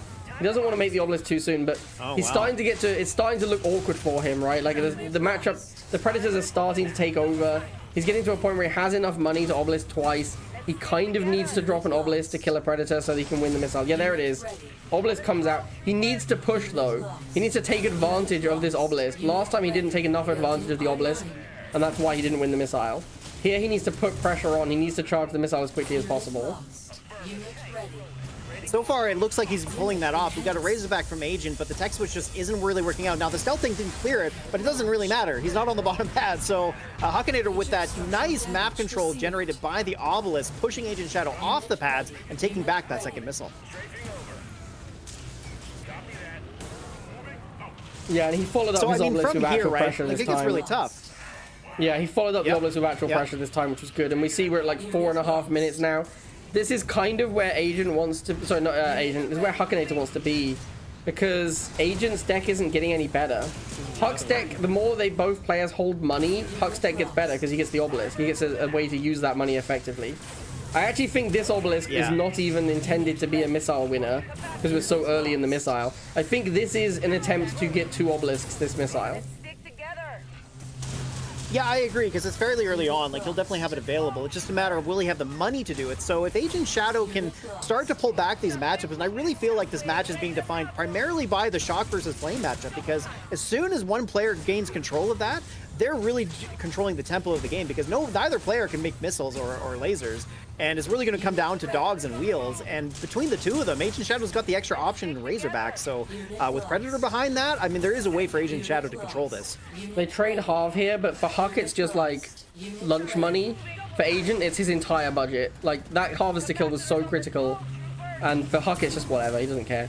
However, this obelisk is not that good. Agent is doing a nice job of tempoing out the obelisk, although now that he's on the pad and he can't use the Predator properly, it's looking really tough for Agent here, and he didn't rebuild his Harvester, so he's going to be out of money. I don't think he can get back on that top pad. There's still an obelisk defending. Obelisk can retarget, and Hakanator is going to take it down. And there it is. Agent. There was a moment there. Agent with with 0 wins. That is a 3-0 sweep for Hakanator.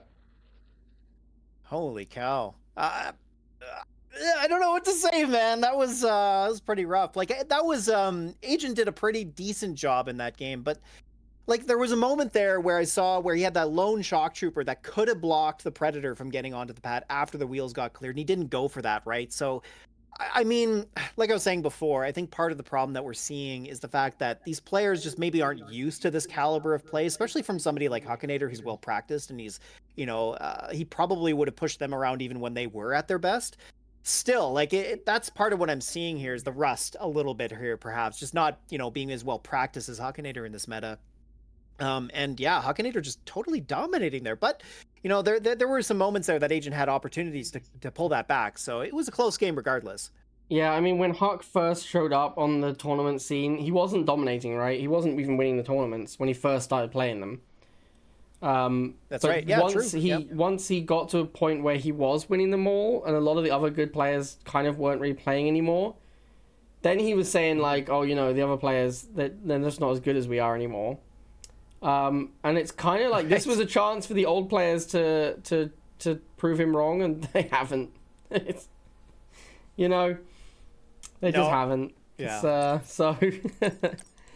I mean, the problem is, like, after this, if Hakanator dominates this tournament, which currently he is, he's gonna totally dominate. He's gonna spew his narrative that the old players can't compete with the new, and I guess maybe that'll be true. Although I will say that I don't know if it's fair to say that the newer players are all better than the older players, because Huck is clearly doing extremely well. However, the other player who qualified by playing against the new players was Antswaggles, and he beat them handily. True. He wrecked them in that tournament. If you go back and watch the GOAT qualifier, he dominated those players. Like, he destroyed them. True. And then he didn't make top 4 here. Like, he lost 2-0 to Quazar, he lost 2-0 to Agent Shadow. So when Hakanator says something like, oh, the new players are just all really way better than the old players, I think maybe Hakanator is good enough to say that he is that good, but I don't think the other players are. Like, the other good players in the current meta, I don't think would stand up to the old school GOATs. And I think we've seen that today. So I think maybe Hakanator is the X factor in this rather than a new versus old situation. Well, and like, of course it would be, right? Like, the game was most popular back then when all these players were active. So of course, right? Like, you'd have a higher pool of talent when the game is more active and people are more interested in it. Whereas like years later when Hakanator came along, he's the only one that's really been able to compete against these guys. Yeah. And maybe he's making a name for himself as being like the GOAT of all time. I don't know about that, but still, I have to agree, right? Like, it's just because of the fact that there were just more players actively playing back then. So certainly there would be more talent then. So it is a bit silly to say that, yeah, the new players are going to be better than the old. I have to agree with you. I think it's just Hakanator, generally speaking. So I think it is it's definitely fair to say from this tournament, well, we haven't finished it yet, so let's not say anything completely definitive, but of course we could say at the end of this tournament, and we've seen in previous tournaments, I'd say recent, but we're talking like 2 years because it's rivals, so nothing's been happening much lately. But like the world champs, Hakanator won. If he wins the GOAT tournament as well, I think it's definitely fair to say that Huck is the best player now. I think that is a definitive statement we can make if he wins this tournament. Whether he would have been the best of all time if he'd started playing Rivals sooner, we don't know. But maybe if Huck had started with Rivals launched, maybe everyone would agree Huck is in fact the best player of all time.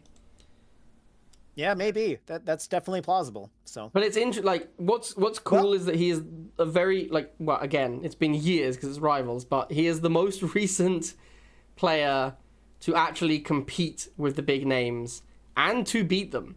Yeah. And that is very impressive. And to beat them too. Yeah. Okay, totally let's do it. Alicia Destiny versus Quazar. And we are on the mighty Canal Row. I love to see Canal Row. This is so great. The maps in this tournament have been excellent. Good choices. Carefully now.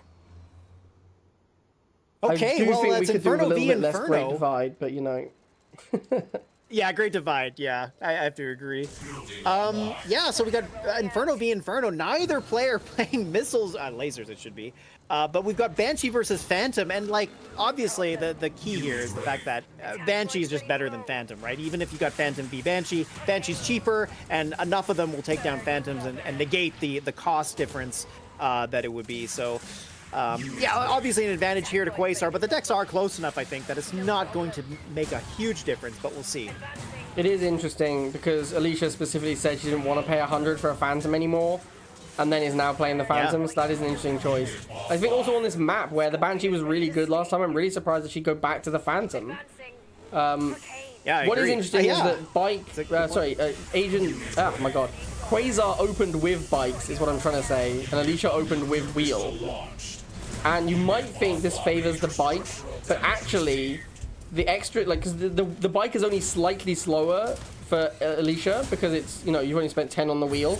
That Wheel actually gave really good tempo, because it controlled the map, because you can't send your Bike in versus Bike plus Wheel.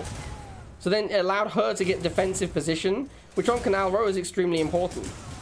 And now she's going to get a Harvester kill out of this tempo.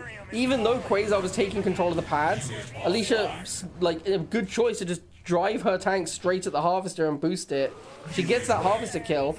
Neither player has laser. This is very much a matchup where tempo is important and economy is important. That Harvester kill puts Alicia in a position where it's really hard for her to lose. I agree, and like actually one thing I thought Quasar made a mistake there is he threw units away trying to take the pads. I feel like because this is a game where, well, he doesn't know this right away, but I think a game against Alicia, you can expect to try to play the long game. She never really tries to win the first missile most times. If she does, it's great, but she's just happy to win the second and third, right? But, you know, that said, the tempo there clearly mattering a lot here, as you say. Quasar just thrown completely out of position. So, classic very dominant game from classic Alicia Destiny tank mirror. We see there that, of course, that was. Of course, you win the early game, you win the first tank fight. It's Jova, man. It's Jova. It is Jova for sure. But that's what I'm saying about that deck. Like, you see Alicia play it because she wins those tank fights so consistently at the start of the game.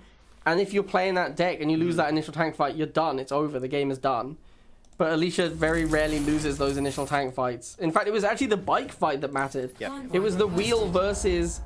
The wheel Bike versus the Bike allowed Alicia to push into the middle, which then allowed her to have her second Bike arrive in the middle before Quasar's, even though Quasar opened Bike, which meant that her two Bikes had a concave. Quasar couldn't get around because it's Canal Row. Very important to take note of the map you're playing. So because it was Canal Row, that was a really awkward spot for Quasar. He couldn't get back in. That meant Alicia got better Bike trades. Better Bike trades means she got the first tank. First tank means she wins the first missile. Also meant she got a Harvester kill. Get the first Harvester kill means you win the game.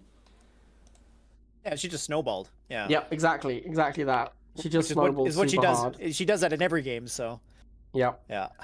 And that's the problem with Alicia. Like, she is so good at protecting her units and just extracting the most value that it puts her just up ahead, that she gets an extra tank, or yeah, like you say, like just getting better tempo throughout the game. I mean, that's part of the reason she's the GOAT, right? The GOAT of GOATs, I would say. Well, we'll see at the end of this tournament, I suppose, when if it's Alicia versus Hakanator, but we'll see. There's still lots of games to go here, but yeah. As we talked about, it's impossible to say because Hakanator started so late, but maybe if Hakanator started early, maybe he would have been beating Alicia Destiny even back in the day, and maybe everyone would just be like, yeah, Huck's clearly the best player of all time. Obviously... Which is an amazing thing to say, like, Alicia's insane. It's very hard, I mean, it's very hard to say for sure, because also, like, Hakanator has not played as much, and again, I'm not hating on Hakanator, he's clearly, I think it is getting to the point where he's very clearly the best player right now. But Hakanator has played during a very stale meta, right? There's not been much meta changing. And Alicia has played through the very rapid meta changes and kind of just kept winning with the same deck, even though the meta kept changing, which is also absurd. Yes, right. If Hakanator had been around back then, would he have quickly adapted to meta and been able to defeat Alicia? We don't know. It's impossible to say. Exactly. Yeah, we won't know. It's about as close as we'll get, though. So yeah. All right. Well, let's get into game number 2. Certainly, we can see that right now, Hakanator is dominant. 1. New objective received. Big time. He hasn't lost yet. he's won Yeah, every he's game. lost one game. Oh, except for one against He's lost Serpus. one game in this tournament against Serpus. And it was the first game he played. Yeah. And honestly, it looked like he wasn't going to do very well today after that game. Like, Serpus kind of bashed him around a little bit. And I was like, oh, interesting. Maybe Hakanator's not going to do great. And then he just locked in and has not lost a game since. Exactly. Yeah, he's super locked in. And, well, look at this. Both players playing the same decks. I feel like they're communicating with each other. They must be, right? Because why else would we see this? I think Quazar... But very interesting, I suppose. Quazar seems to be regularly trying to play mirror matches, which I can respect. It's an interesting, like, if you want to really prove that you're better than someone, you play them in a mirror match. It's a pretty good, like, you can't have deck advantage. You're just like, I just straight up beat you. Right. Oh, a boost from Quazar. Okay, well, I don't know if that boost was necessary. The drones, interesting. The boost Now we got actually, the now you know second what, it's sniper actually for a the- really good boost, because look, now he can easily beat the second missile as well. So actually that boost Oh, the was very drones get nice. on the far right, though. Oh, boy, but are we going to see some air blocks from Quasar? We probably will. He gets the missiles on the bottom, but he needs to block the drones on the bottom left, but he doesn't. Now Pipple coming in Impossible. from Alicia on the bottom Air right, so blocks, clear up those air drones. blocks are basically impossible, oh! man. Like, that's just... That is the truth. Is he going to pull this off? Quasar gets that Pipple down there, and oh, but Alicia takes the top pad. Very nicely played. Yeah, that boost from the Pitbull, not enough from Quasar. It's a nice attempt to get down there, but it's just not enough. And now we see Alicia goes into the tank. Quasar a little low on money. He goes for a drone swarm. Drone swarm is not where you want to be against Pitbull, man. It's so bad against Pitbull. It really is. Yeah, He'd be better drones off playing pretty Missile brutal, and Sniper we're seeing here. why. He'd be way better off just playing just Missile Sniper, I think. Yeah, actually, which is what Quasar's hallmark is. He loves Missile Sniper. Or just like Tank Sniper. I mean, from here, how does he come back? I mean, it's not looking too bad right now. Like, he just needs to win the War Factory mirror. If you don't let the snipers get value, that's how you come back here. But unfortunately, the first thing that's happened is he's let the snipers get value. Oh, nice snipe from the tank there. Good pullback from Quasar, moving it just out of the way to stop that second shot from the Pitbull, clearing up that Predator tank. And now he's got two tanks down at the bottom. Alicia doesn't really have a quick way of dealing with these Predator tanks. We see the drone swarm now moving down to the bottom left. The snipers are just going to get chewed up by those drones. So this is going to be Quasar's missile. A total flip from the beginning of this game. Yeah, he just needs to neutralize these snipers, which he's now done, because they killed one missile squad, then they kind of just died to a drone swarm. So those snipers are now worthless. Alicia needs to get rid of them, in fact, because it's just eating up pop cap on that one-man sniper. Alicia now switching to try and play a tank mirror, which obviously she's very good at. And is a good play here. Like, Quasar won that missile because he won the War Factory mirror in that specific scenario. Yes, exactly. Alicia now is like, I want to be winning the War Factory mirror. So she is making a lot of tanks. And so far, that seems to be the key, right? Because, of course, Predator Tank is the best unit that both of these players have access to shut down Pitbulls, to, get a little bit more value out of the drones, I guess. But also, like you said, the Sniper's getting value is a big problem here. So here we go. We got a boosted Predator Tank coming up to the top pad. The Harvester pull from Quasar as well. Nice move. And actually, that's probably going to win him the missile here. Those drones aren't going to make it in time. And, yep, there it is. Quasar coming back. Gotta say, that was a uncharacteristically poor micro from Alicia there. And I'm not hating or anything, not like the whole game, but like right at the end, once that sniper got down to 1, and like she just didn't play great from there. Like the sniper was around for way too long as a one-man model. I don't know why she wouldn't just like charge it in to die. Right. She didn't micro the tanks right. She misclicked a couple of times with the drones. Yeah, I think there was some miss micro from Alicia there, which is surprising. I have to agree. It is. That could be some of the rust coming through, right? Like some of that's where practice really matters a lot, is in those moments. But yeah, it was a little bit uncharacteristic. I have to agree. A very odd game overall too. Like it was Alicia's game at the beginning, then Quasar took the second missile and just sort of took over from there, really. Yeah, and I don't know. I mean, yeah, it felt like Alicia kind of fell apart a little bit. Not sure what happened. But yeah, very unusual to see her sort of like I don't want to say panic, but it felt like she didn't know what to do. Right? Like she was sort of there was a period of 10 seconds maybe where it just didn't feel like, and it just went like I'm making 3 Predator tanks, And it's like, okay, I guess, but... Yeah. And then Quasar was like, well, I'll just make 3 Which missile normally squads works, then. but- It's like, I don't know. I don't know if that's the one. Like, 2 Predators was probably enough Predators. And then she needed to remake her sniper, right? Because you got to make 2 Predators, then you got to remake the sniper so that you've got an answer to the incoming missiles. Yeah, exactly. I don't know. But I don't know 1-1 what happened there. apiece, so that means we are going to get to game 4 in this match. So that's pretty interesting. We'll see, who's going to win the next couple of games. But so far, a close series, and that's always exciting for a tournament like this. And now we're going to have a game on Down the River. Finally, the bot doesn't pick Great Divide. Right? Yeah, exactly. Okay, let's see who's going to win on Down the River. Control. Oops, sorry, there's a quick picture of Agent Shadow.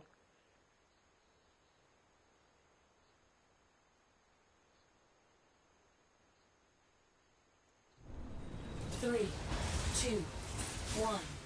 New objective available. All right, well, no mirror match here. We got Apologies again. Oh, okay, interesting. Inferno versus Predator Building Rhino. online. Very Unit interesting. ready. I mean, the way that... Oh, and actually, Alicia's playing with lasers. Oh, boy. Interesting. Wow, that is extremely rare. Maybe she just wanted to make sure that she wouldn't play a mirror match against Quasar. Because there's no way he's Yeah, gonna... true.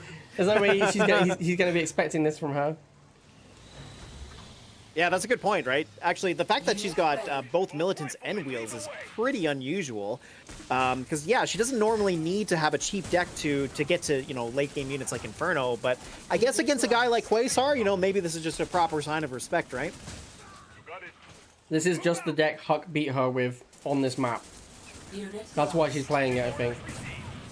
Oh, that makes some sense, actually. Yeah, interesting. I think she's basically gone like, Building I don't really know what I'm online. doing in this metagame.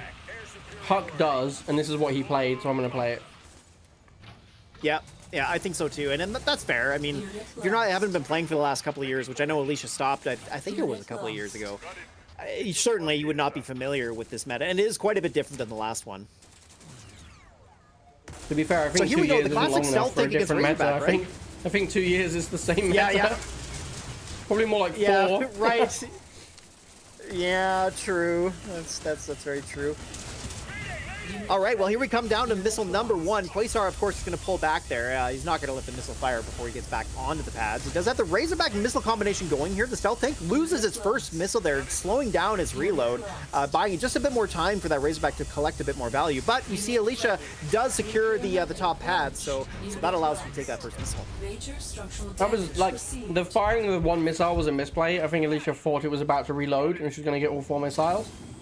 But then she did a nice that's what job it of looked like, yeah. distracting Quasar. Like, Quasar was kind of was microing the Razorback and didn't really see the top pad, I think, and didn't react in time. And so Alicia was able to take the missiles. It was a nice play by Alicia there. Unit ready. Yep. Yeah, exactly. Yeah, because Quasar, like, normally he's very on top. It's a 2-pad map, too, so it's a little bit easier in terms of, Ooh. maintaining what's going on. Oh, move the Big missiles misplay just with out of the stealth way. tank there. Oof. This is Yeah, interesting. Quasar 'Cause, here like, really trying to push the Razorback missile combo, but I don't know. Yeah. It's not as good as it used to be. you also just don't really want to be like using Inferno against missiles. But I guess if you have the money, like, why not, right? Yeah, exactly.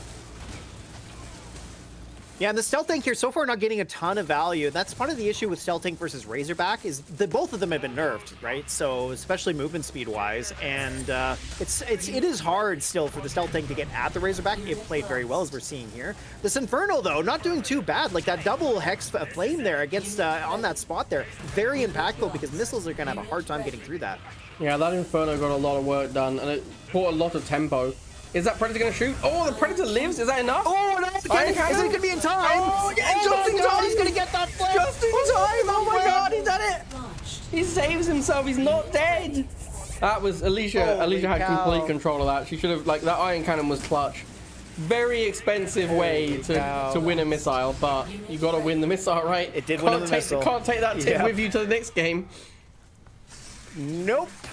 Wow. Holy cow. Justin Kohler, more like just in time. That was very nice. Unit lost. Oh man, so now Hammerhead comes out, right? So Quasar's bought himself time to get into the late game, and this Hammerhead here shuts down the Inferno, but the problem is Alicia's not gonna have too much trouble shutting the Hammerhead down, so a bit of a trade-off, unfortunately. Not a tempo advantage for Quasar, but he's starting to claw his way back in. It's pretty impressive to see this. It's just pure Razorback missile, but the thing is, Alicia is not... The reason, like, as you say, Razorback Missile was nerfed. Razorback has been nerfed. But because Alicia's playing rifles, he doesn't have anything that can clear the missiles quickly enough. That's why Alicia was forced to make that Inferno earlier. And, like... Oh, hang on, here's the Iron Cannon. This is going to be enough. The big Iron Cannon doesn't kill the rifles, though. There's only one rifle left. Quasar could just kill this. This is going to be time. He could just kill it with the missiles. The flip here, the Celtic gets on there. Oh my good god. Oh, look at this. The missile's inching up towards the boosted cell tank. Of course, got the wheels coming from behind, and the Razorback can't block reasonably. Does move the missiles onto that Hex to stop the lasers from getting on the bottom pad. Very nice move from Quasar here. He needs to continue to do that, but the Razorback buys enough time to clear up the lasers. We've got bikes coming in from behind, but he's going to meet his demise against these missiles, of course. The missiles will be able to clear it in just enough time. And that lone wheel, a huge liability at this point, is and also an ion cannon. Ion cannon on the rifle. Wow. That was a lot of ion cannoning. Oh my goodness, that ion cannon, that right there was the turning point in this game. Holy cow. What a game there. There's also, like, what a game. Again, it's like we talked about, Quasar playing GDI. The later the game goes, the happier the GDI is a lot of the time. That ion cannon barely won him second missile, but then his third missile GDI, that's pretty good.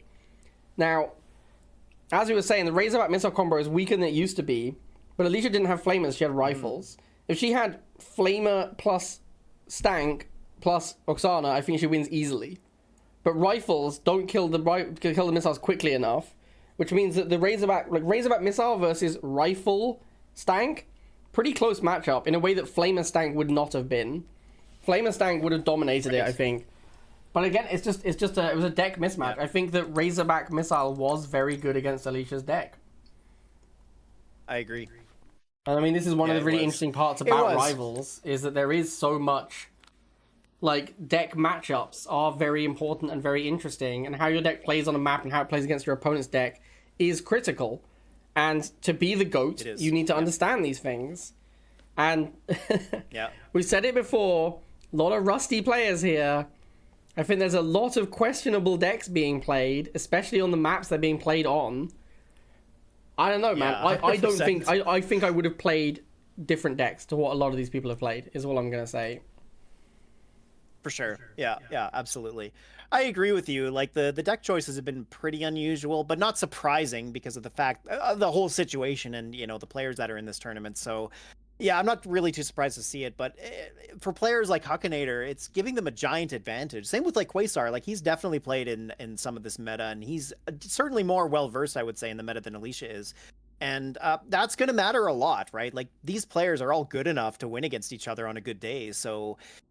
the deck choices here are mattering a lot. So going into the rest of this tournament, you know, anybody who's left, Alicia, Quasar, and Hakanator, that's something they have to keep in mind. Hakanator, for sure, he's waiting with bated breath. You know, he's probably already got decks ready to go. And so whoever ends up facing him needs to keep that in mind. They really need to pay attention to the meta. And then there's also the other element of trying to know what that player likes to play and thinking of a counter deck potentially. But in this case, you're probably more going to saddle with something that is good in most situations, so that at least if you have a deck disadvantage in some way, it's not so severe that it decides the game. But so far, it seems like that's how things have gone. So yeah, I have to agree with you. Yeah, the issue is, right, you've... I just thought of this analogy and it made me chuckle, so I'm going to say it. You've got basically Hakanator is Jake Paul, right? And he's dragging Alicia, who is Tyson, out of retirement. And he's like, see, I beat one of the greats of all time. That is so true. That is a great way to analogize that. Oh my god, that's funny. I mean, obviously, I don't want to be too... Like, I do think Hakanator is incredibly good. Like, he is clearly, like, almost certainly the best player right now. So, like, I don't want to take anything away from him. That analogy just amused me, so I thought I'd say it. I mean, being Mike Tyson, come on. That's amazing. Right? And then, still that's an a pretty fair way to look at it. So, yeah, exactly. Okay, well, it's now match point. Quasar wins this. He wins the best of 5, so everything on the line. Alicia needs to win this game to have a chance of getting to the finals. 3, 2, 1. New mission received. And for this important matchup, we've got Inferno Phantom against Predator Rhino. And I gotta say, Oh, the Predator Rhino deck has a pretty good advantage as long as Quasar doesn't let it get to too late of a game. But the Phantom, I don't know about that. I think I still would have picked Banshee here, but yeah, it'll be interesting nonetheless. Phantom's pretty good against Hammerhead. Phantom beats Hammerhead generally speaking. Like, it doesn't one-shot it, but it'll blap it and then run away, and then the Hammerhead can't really chase you down because of the EMP. So I think if this goes late and Alicia gets to play her air, she will do pretty well. But the question is she going to get there? Because the snipers are really good tempo, and she doesn't have a great thing. If she can't, if she can't beat the snipers with wheel flame, she's gonna be dead.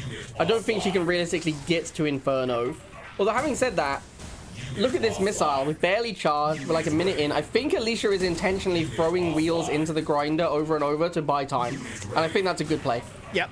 I think she knows that if she goes flamer, she's just gonna let the sniper feast on the flamer. It's gonna be a waste of money. Whereas if she just keeps making wheels, nothing's happening, right? She's slowly accruing money. She's gaining money as she spams wheels. So is Quasar. Quasar's gaining money as he spams missiles. You can see both of them, they're going up in money. But for Alicia, that's better than it is for Quasar. Inferno. Because all Quasar gets to do is either make a Hammerhead in response to the Inferno, or Iron Cannon the Inferno.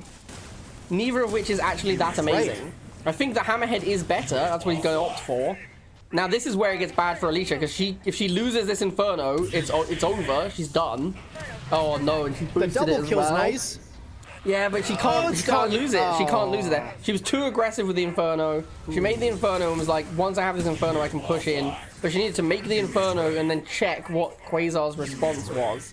The problem is, if the response is Slingshot and you haven't pushed up, you're in a bad position. And if it's Hammerhead and you have pushed up, you're in a bad position. So you just have to guess which one they're going to have.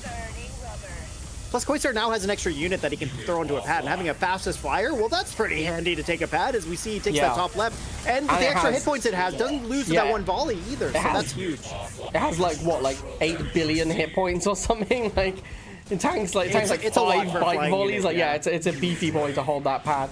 Now, Alicia has lost his first missile. This is where it's very awkward for her, because Quasar has managed to get good trades along the way. Like, look at him, he's got 220 tip. He's going to Iron Cannon the next Inferno. And I don't know how Alicia gets back into it from there. Yeah, here it comes, right on the bottom left there. Pull the units back, although he hasn't done that yet. He allowed the Inferno to take a shot back, so he's opted for the Hammerhead. I'm really surprised he didn't just I would just snap Iron Cannon that. You've got so much money. It's a huge tempo play to Iron Cannon the Inferno. Though. Now Alicia's actually getting her air combo going, which is really not what Quasar wants. But he still managed to get in on the Inferno. If Alicia had managed to defend the Inferno there without taking hits, she'd be in a really good spot. Because look how good the Flamer is versus the Razorback missile. This is legit. This is like a legitimate plan. If she still had an Inferno as well, right now, the Inferno could push in and kill the sniper. She'd be dominating this game. Wow, a boost on the wheels as well. Interesting. A little bit of a desperation play, I have to say, because she really does need to get these flames out. So finally she's doing that. The Phantom has gotten decent value, but she needs to keep it alive. Actually, that shot from that Phantom missile there could be a problem. So, wow, Iron Cannon coming out didn't really do much there. Iron Cannon was awful. A little bit surprised to see that. Nice ion, bro. Oh, hold on a minute. Oh, nearly got the flip there, just about. No, he nearly got the stall. It was never going to be a flip. Oh, sorry, the stall. Yeah, that's he what nearly I got the stall. Although to be fair, the stall, given how desperate Alicia's economy is, the stall might have been a win. Right. Yeah, I agree. He has 240 tip. Like, Quasar is floating in cash. Yeah. Alicia is broke, completely broke.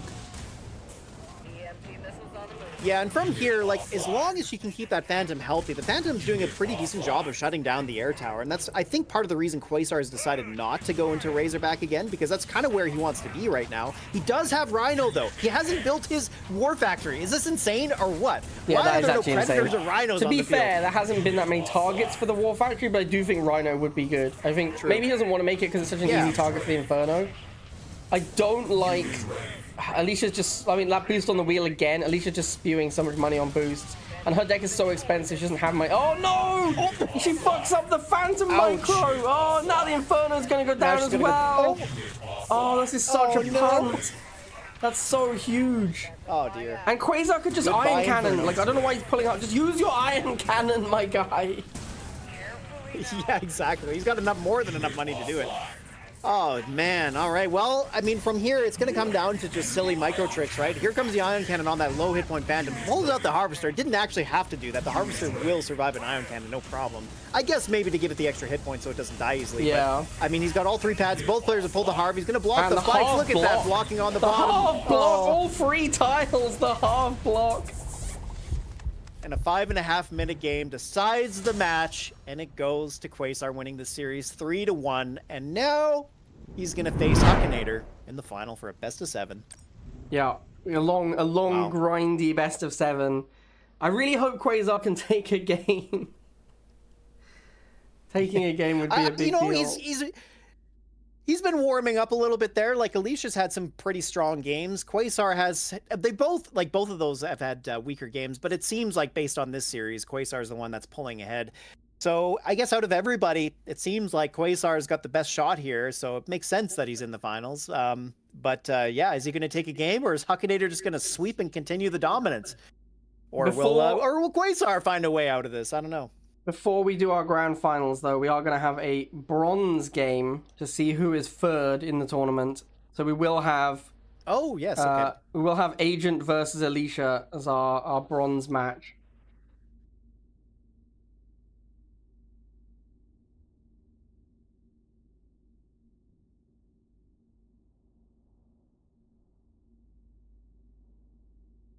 All right, we're just sorting out the bronze match.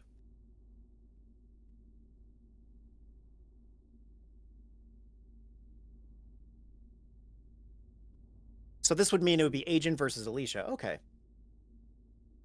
Yeah, and we will have a higher prize for third place than fourth.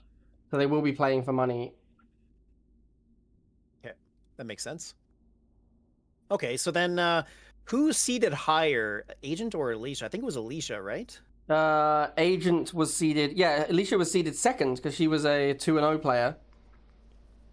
Right. Which is interesting that then Quasar... Because Quasar lost to her 2-1 in the Swiss, but then beat her 3-1 in the top 4. So yeah, very interesting there. Okay, so Rorschach will be our first map. Exciting. Yep, back to the classic Alarak's favorite map. Yeah, exactly.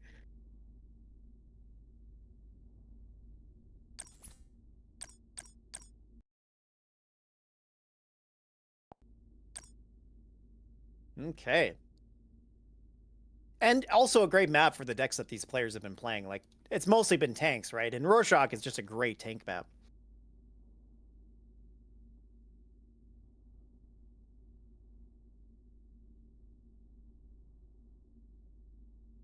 And also, I mean, this is one of the matchups I've been excited for. Agent versus Alicia, because the Micro King versus the Micro Queen, right? And I don't know. I don't know who is rustier. Probably Alicia out of the two of them. But yeah, Alicia's still showing off why she's good. I think it's probably Alicia.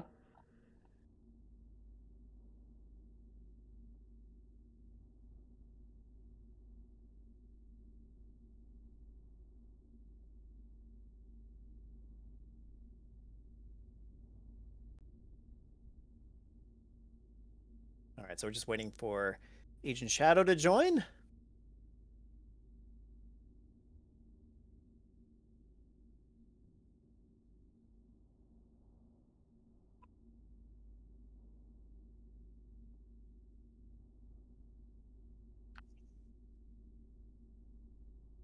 All right, so we have Alicia here. We're just waiting for Agent.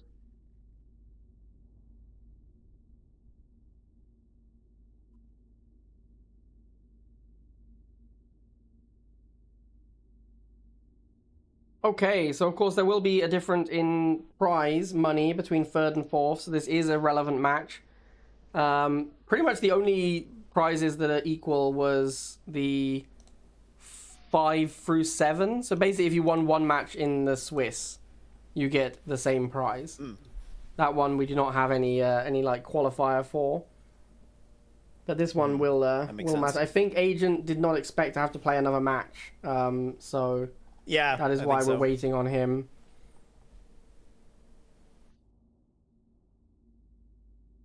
we could take this opportunity to thank all of our kind donators to the GOAT tournament. Oh, great I mean, idea. it was insane, actually. Like, honestly, the response was crazy. We raised over £1,500 for this tournament. Wow, that's amazing. Yeah, which is actually crazy. So, big thank you to everyone who donated to the prize pool.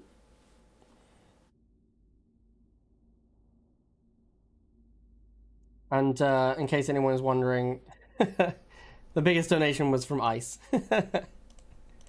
As is often the way. Right on. Ice basically paid the first place prize. Oh, okay. Oh, that's great. Yeah, it's nice to see the support there still. After so many years of doing this, it's we've it's been doing this amazing for when the community ages. comes together, and we really have. Yeah, it really has been an age for sure. All right, let's do Agent versus Alicia for third place in the GOAT tournament. Now, this is quite an interesting one because Alicia versus Agent, there was a time during Rivals history where, like, every tournament final was these two players. Like, every single one was Agent versus Alicia. And honestly, there was no clear winner either. Like, they both won several times against each other. Yeah, it's true. It was It's very true. Yeah, I think depending. there's a lot of I feel like history between these it often depended on the meta at the time. Like, if the meta, like, who enjoyed the meta deck more. Like, 'cause I remember the Fnatic Stank. Actually, I think Alicia won the Fnatic Stank one. I don't remember now. But of course, like, yeah, we had a lot of tournaments where these two were the finalists. And I mean, these deck choices aren't too different from each other, though. Alicia playing Drone and Hammerhead is kind of sad. I don't think she's ever going to want to go into Drone Swarm, especially with Banshee hanging around.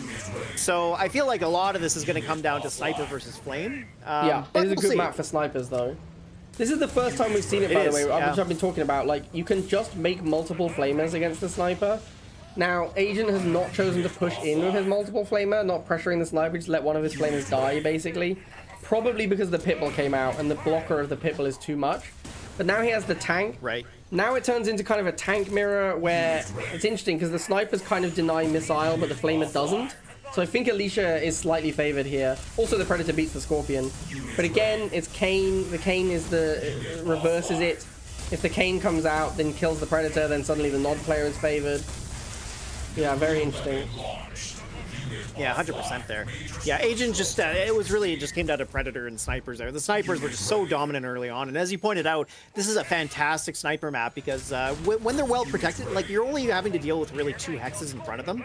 And because of that missile silo being there, so it makes it a lot easier to protect them. And especially the fact that they can sit in multiple places on those 2 pads to the left and right, or middle and right, they can get a lot of value.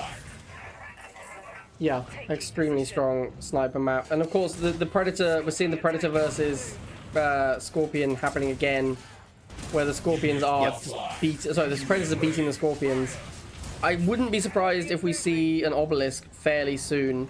If Alicia pushes these 2 tanks in, which she will, Agent could Obelisk and kill both. Yeah, there it is. Exactly what I was expecting. Perfect. If he does this properly, he'll target the high hit point Predator. No, he didn't.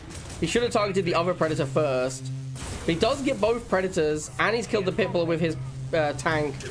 Is this going to be enough, though? That was a good tempo play, but Alicia's economy is very strong. She has another Predator already. I'm not sure the Banshee switch is the one. I think more tanks was the answer. Because that Banshee is 80, right? That's more than a Scorpion tank. I think another Scorpion tank would have been better than the Banshee right here. And Alicia's looking like she's got good control. I think the first game is going to Alicia. Yeah, it was. Well, the problem there was the Obelisk was supposed to be a tempo play where it was going to allow Agent to gain map positioning towards the end of that missile and then hold the pads. But the problem there was he just didn't have enough to fight back. He had 2 low hit point Scorpion tanks, and then Alicia just had to make even just 1 Predator would have been enough to push that back. So it was very easy for Alicia. Even a couple Pitbulls would be enough. So unfortunate because it was a good point to play the Obelisk. It just didn't turn into an advantage at the end. Alicia was still just in a great position from there, so that's why she won. Yeah, very nice play from Alicia there. And of course, very important to take this first game because there's money on the line. It's not a small amount of money either. The big difference between third and fourth.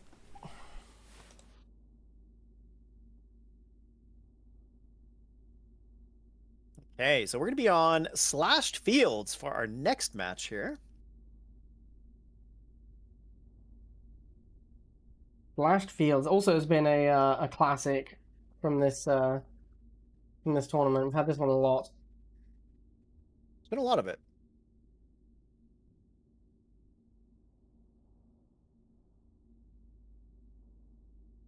We're now on an EU server. I don't know how much the server really matters, to be honest. Rivals is... I mean, I know people complain. People who use Wi-Fi are always like, oh, the game is super laggy. Which I think is often a Wi-Fi issue more than anything. But I've never really had significant lag issues with Rivals, even though I've been playing it for like 7 years. So... I haven't either. I know, like, people, like, when the Asia server disappeared, like, players like Victor, for example, I think he had issues. But outside of that, I agree. Like, well, I live in Canada, Western Canada, so for me, the NA server has always been what I connect to, or at least most of the time anyway. I personally haven't experienced that either, but I have seen it, especially when we played at Legion Live. There we had some other issues, though. There was issues with the cellular reception and things like that. Yeah, it's because everyone's probably forced to play on Wi-Fi there, right? Yeah, they were. So, but to be fair, for there a were some mobile other game, issues present because of that. But for a mobile game, there's going to be a lot of what's it called, offline, mobile Wi-Fi games. So yeah. Although I do know that the guy who wrote the network code for this game is a bit of a clown. So you know, it's surprising that it works so well. Right. Yeah. Right. Oh man, that's funny. All right, I think we are ready for game number 2. We are 1-0 for Alicia so far, but it's only game number 2 in this best of 5, so plenty left to go. And here we are on Slash Fields. All right, Renardin versus Alicia. Alicia playing the same deck. Sorry, not Renardin, of course, Agent. Fucking. I wish these people would. It's like they don't even. It's custom map. They don't need to play on their other accounts. They could play on their mains, right? Like they could play on their normal names. It's not going to cost anything. Oh, anyway, true. You know, whatever. True. So Agent is playing. He's back on the deck that him and Quazar started the tournament with. Both of them seem to move off it though. Like Quazar hasn't played this deck in a few rounds. I think maybe this is the deck they decided was good, and then they've realized it's not that good. Because everyone is realizing that Rhino is king, and actually you should just play Rhino instead of dog. Why is he attacking the base with his dogs? I think he was trying to cover the spawn point. That's what it looked like, and maybe force units to go down, but I'm not really sure about that. That's maybe a stretch. Maybe this Agent Shadow guy just isn't very good. Yeah, maybe. Well, that said, though, so we got the Slingshot on the left, we got the Shocks in the middle. Drone Storm's going to try and make its way to the middle pad, although it looks like Alicia's going to sit them in the middle. Oh, yeah, because of the Slingshot. Slingshot here being a bit of an issue with the fact that Alicia's gone into Air Tower early, which is classic. You know, you don't do that against GDI for that very reason. And look at this. I mean, Agent now dominating all 3 pads. There he goes, takes missile number 1. Yeah, pretty strong performance there from Agent Shadow, actually. And honestly, that was the first time we've seen someone actually just out-tempo the snipers with infantry successfully. Yeah, right. And, like, it is a big deal. If you can successfully out-tempo the sniper, then you can win without having to tech switch. And if you don't have to tech switch, that helps a lot. Absolutely, yeah. Like, you look at this situation here, for example. I mean, we've got 2 Preds from Agent Shadow. The snipers are going to start to lose value, though, as we see Alicia not really protecting them very well, and one of them is about to go down. Actually doesn't, but one more tank shot, I think it will. Yeah, there it goes. So that's a pretty big loss here, but it did buy Alicia time here to get the tempo going back in the middle. And we are seeing some proper tank fights now, finally, which, to be fair, we've been lacking in this tournament. That's true. Absolutely. Now, of course, again, this is a really good. This is actually one of the times where Drone Storm's really good, because she made a Drone Storm, sorry, and then he made a paperweight to kill it. Yep. And now Agent Shadow has a paperweight for the rest of the game. So this Razorback here actually could get rid of these 2 Predator tanks potentially. It's very close, but never mind. Alicia does throw a Drone Storm onto the top pad. Really well played missile. I thought she was messing it up. I thought Alicia was kind of throwing there. I was like, what is she doing? But actually, she managed to time it exactly right to get the flip and get a few free shots on the Razorback, which is like the little tiny bonus value you get from doing that. It's so minor, but it'll matter when the Razorback tries to come in for these snipers, because it'll be half health instead of like these games are tight, yeah. Yeah, you see now, look, this Razorback, it might die without getting any damage on the sniper. Yep, there you go. And that's because Alicia played the missile in such an aggressive manner. Like, she's got tiny value, and that tiny value now converted into those snipers still being alive. Wow, the boost on the Predator there against the 2v1, a little surprising to see that. Looks like Asia's going to come out ahead just slightly, but we see another Predator coming in from behind. The slingshot now really being completely useless. Like, Alicia at this point is saying, if that slingshot's going to take a pop cap, I'm going to use that as an advantage to make sure that I use my snipers. And so far that's playing out well, because as long as she can continue to deny these Razorbacks, which she's doing a great job of, there's just really no reason for her to need anything else. Although having said that, now the she issue makes is that the drone Razorback can chip away at the sniper, and then she can't use her drone, so she has to use these damaged snipers as anti-infantry. Oh, the boost of Predator here doing some work. We see here it's going to secure this missile, and there it is. Wow, Agent right at the end, when it matters, takes it down, winning that third missile. Pretty dominant third missile from Agent there, but it was also like, it wasn't that dominant a second missile from Alicia either. Like, she played it really well, but she wasn't like crushing him. I don't feel like it, honestly, like, once the slingshot came out, she really struggled to kill infantry. Like, she had the snipers, but the Razorback kept countering them, and it was really tough for her to do much at that point. And I mean, Drone Swarm sucks in this meta. Like, it's just not very good. Like, slingshot is very popular. Drone Swarm makes it very, very awkward. So it does, yeah. It does. Yeah, and that's part of the reason why Slingshot is such an issue in this meta, is just because it does things like that where it really does invalidate pretty much the entire air tower. So, well, not the entire air tower, like Orca can sometimes win, or even Orca Bomber, but there's just so many situations where the Slingshot is a giant problem. Yeah.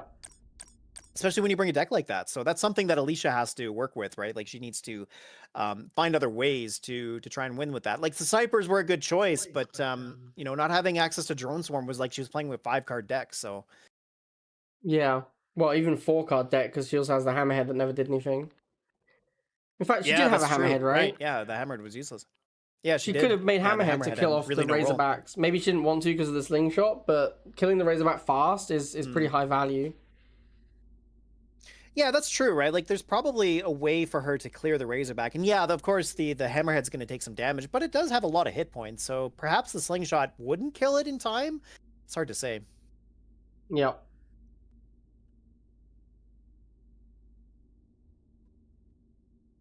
All right, well, both players winning one apiece, so we're definitely going to have 4 games out of this bronze match. Let's see how things go from here. Let's get into game number 3 on Down the River. Establishing battlefield control. And we are, of course, at 1-1, so there is still everything to play for here for third place. New objective received. Oh, and both players moving their harves. Good, good. Of course, that's something you want to make sure you do, is that point in the game. I think can't remember exactly what time it happens, but it's somewhere around like the minute 20 mark, if I remember correctly, is when it comes over to the other side. Patch runs out?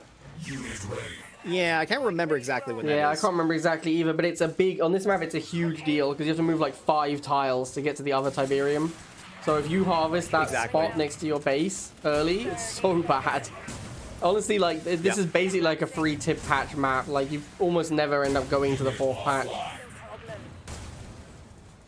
Now, interestingly, these decks are very, very similar. Well, not very similar, actually. The Inferno difference is a huge difference. But other than that, it's it's lasers and Inferno is the difference here. You know, I think, again, like, when it comes to Inferno versus tanks, if the tanks can get early aggression and shut down the Inferno player, then it's very difficult for them to ever get to Inferno, because it just costs so much money to keep up with the tempo of the game. And we're kind of slowly seeing that here, but if Alicia starts to dominate, she's going to get to Inferno, and then probably from there it's going to be very hard for Agent to win. Alicia has just been dominating in tank micro here. Like, Agent has been forced to go into laser to counter because he's just losing the tank fight so badly. Alicia, though, she made too many tanks. She couldn't respond with Flamer quickly enough. Oh, and now this quick Banshee tempo switch is too much, and Alicia's going to lose the first missile to it. I'll tell you what, actually, speaking of the tip patches... That's something interesting they never did that would have been a way to make maps more interesting. You could, like, all maps have 4 Tiberium patches for each player. They could have changed that. Right. They could have made it so the Tiberium harvests faster or slower, and then changed how much Tiberium is on a map to make, like, whether or not a map is viable for late game. Like, you have, like, 8 Tiberium patches or 2 Tiberium patches. That might have been interesting. Yep. Yeah, true, actually, yeah. Yeah, they definitely... Had we seen more development in the game, you know, that might have come to pass. Yeah, that's the kind of thing they could have done. It's interesting because Alicia has been playing the tank mirror better, but I think she just overcommitted on tank in that first missile. And that's what really cost her. Yeah, the tech switch was huge, right? Like the Banshee just came out and won the missile. So and you could tell Alicia just like, oh great, now there's nothing I can do, so I'm just gonna lose the missile. And now we're clawing right into the second missile, and Agent so far has got a decent advantage here. The Banshee goes down, we got Inferno coming out as well, but the Banshee's gonna sit there against the Inferno. That said, we see the top pad go down, so if the Inferno does get onto here, it's gonna stall for a little bit longer, but it doesn't really matter. Just a matter of time before that goes down. And we see the Banshee now with its air superiority and the block from that lone flamer securing the second missile for Agent here, and the third game. If Alicia had moved that Inferno onto the bottom pad right after it fired, it might have lived long enough against that Banshee to fire the missile, but she waited too long. Also, like, the amount of damage Banshee does to air units is kind of gross. Like, that Banshee killed that Inferno so fast. An Inferno is, like, 100 cost unit. It is, I understand it's a fire and move, so it's not ultra tanky, but, like, even a Borka would go down pretty quickly to a Banshee. Banshee just does a lot.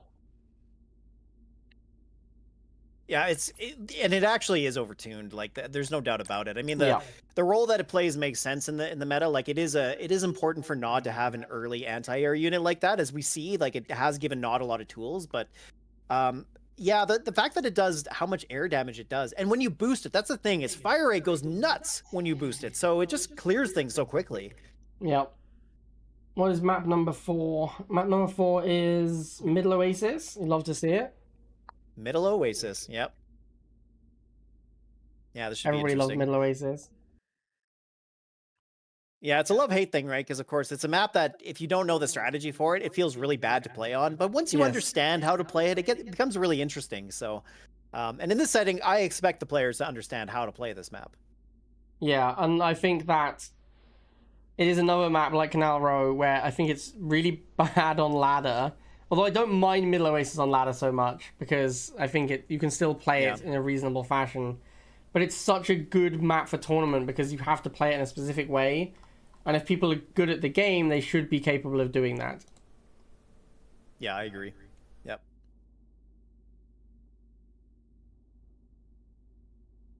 So let's see. So that means, yeah, Agent's up 2-1. So if he wins this, he wins the map, or the series. And that means, well, yeah, we'd have gone 3-1 for both Quazar and then also for both Agent Shadow. So we'll see if that comes to pass.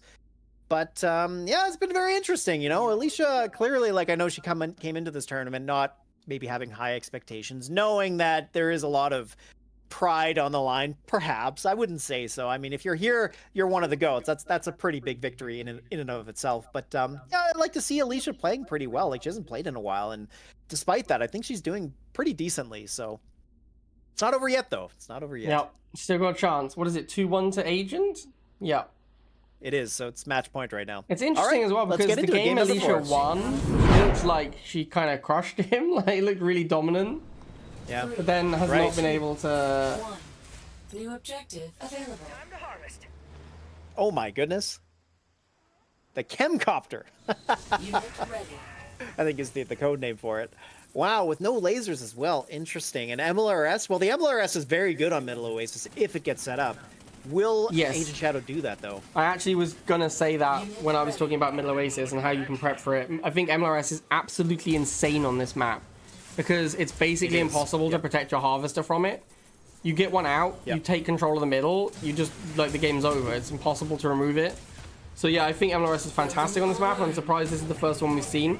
Having said that, this is one of the maps where Nod is pretty favored versus GDI, so I can see why people would just play Nod instead. Like, the MLRS is pretty bad at controlling pads on this map. It's just very good at winning the economy game. Yeah, and winning the middle can sometimes, well, oftentimes it actually wins the game on this map. And that's part of the reason that people don't like it, is because if you win on economy on this map, you actually do have a pretty big advantage. So we'll see. We got the first MLRS coming out now, and for Alicia, this is a bit of a problem because all of her units are War Factory units. She needs to get to that Banshee. It looks like she's going to now. There it is, the first Banshee coming out. But, of course, it might not be in time. We'll see Agent here make a push. He does get onto the bottom right there, and the MLRS out of position. That's very, very bad here. If he loses that MLRS, that's a huge cost So now we see the hard pull from Alicia on the top pad. Very good move there, but losing the bottom right was a bit of a problem there as Agent takes it. I don't like the half pull because that was one of the few chances Alicia had to harvest without this MLRS hitting her. And she needs the money, true. so I would have taken that opportunity to get back on the Tiberium because now it's going to die. And this, it doesn't die! Wow. Oh my god, that's crazy. This is that's one of the few insane, maps, the like, boost. often the reason that I say I don't think Harvester Aggression is that good is because rebuilding a Harvester costs 0. So you never really lock your opponent out of harvesting. This map, you can 100% lock your opponent out of harvesting. And that's why people hate it. That is why people hate this map, because it is actually a map where if you take out someone's Harvester, you can often stop them harvesting for the rest of the game. And that is a very big field bad. Just like we're seeing here, I mean, Alicia does have her Harvester back, and actually, Agent could have done a slightly better job there, but all he had was that boost in Pitbull. It wasn't going to be enough to push back both the I can't remember the name of it, the Catalyst Gunship, that's what it's called. The Catalyst Gunship and the Banshee. So we do see Alicia pushing back here a little bit. But yeah, Agent has like infinite money now, and Alicia is desperately struggling to even make money at all, and she doesn't have laser, which again, I know she doesn't like laser, but this is a map where laser's pretty good. Because economy is such a... Your economy's in the toilet so often on Middle Oasis. Having that cheap unit is very important. And look, how is she going to fight these these Pitbulls? She's using Banshee at the moment. Like, that's horrendous. She needs tanks, right? And then the problem with tanks is then... She needs laser is what she needs. Yeah, right, exactly. Yeah, this is the problem when you don't run lasers. It puts you into positions like this. So I don't know what Alicia does from here. We see Agent Shadows realize that Pitbull's just extraordinarily good against her deck, and there's nothing else for her to do except throw a taunt, and and that is going to be a 3-1 victory for Agent Shadow.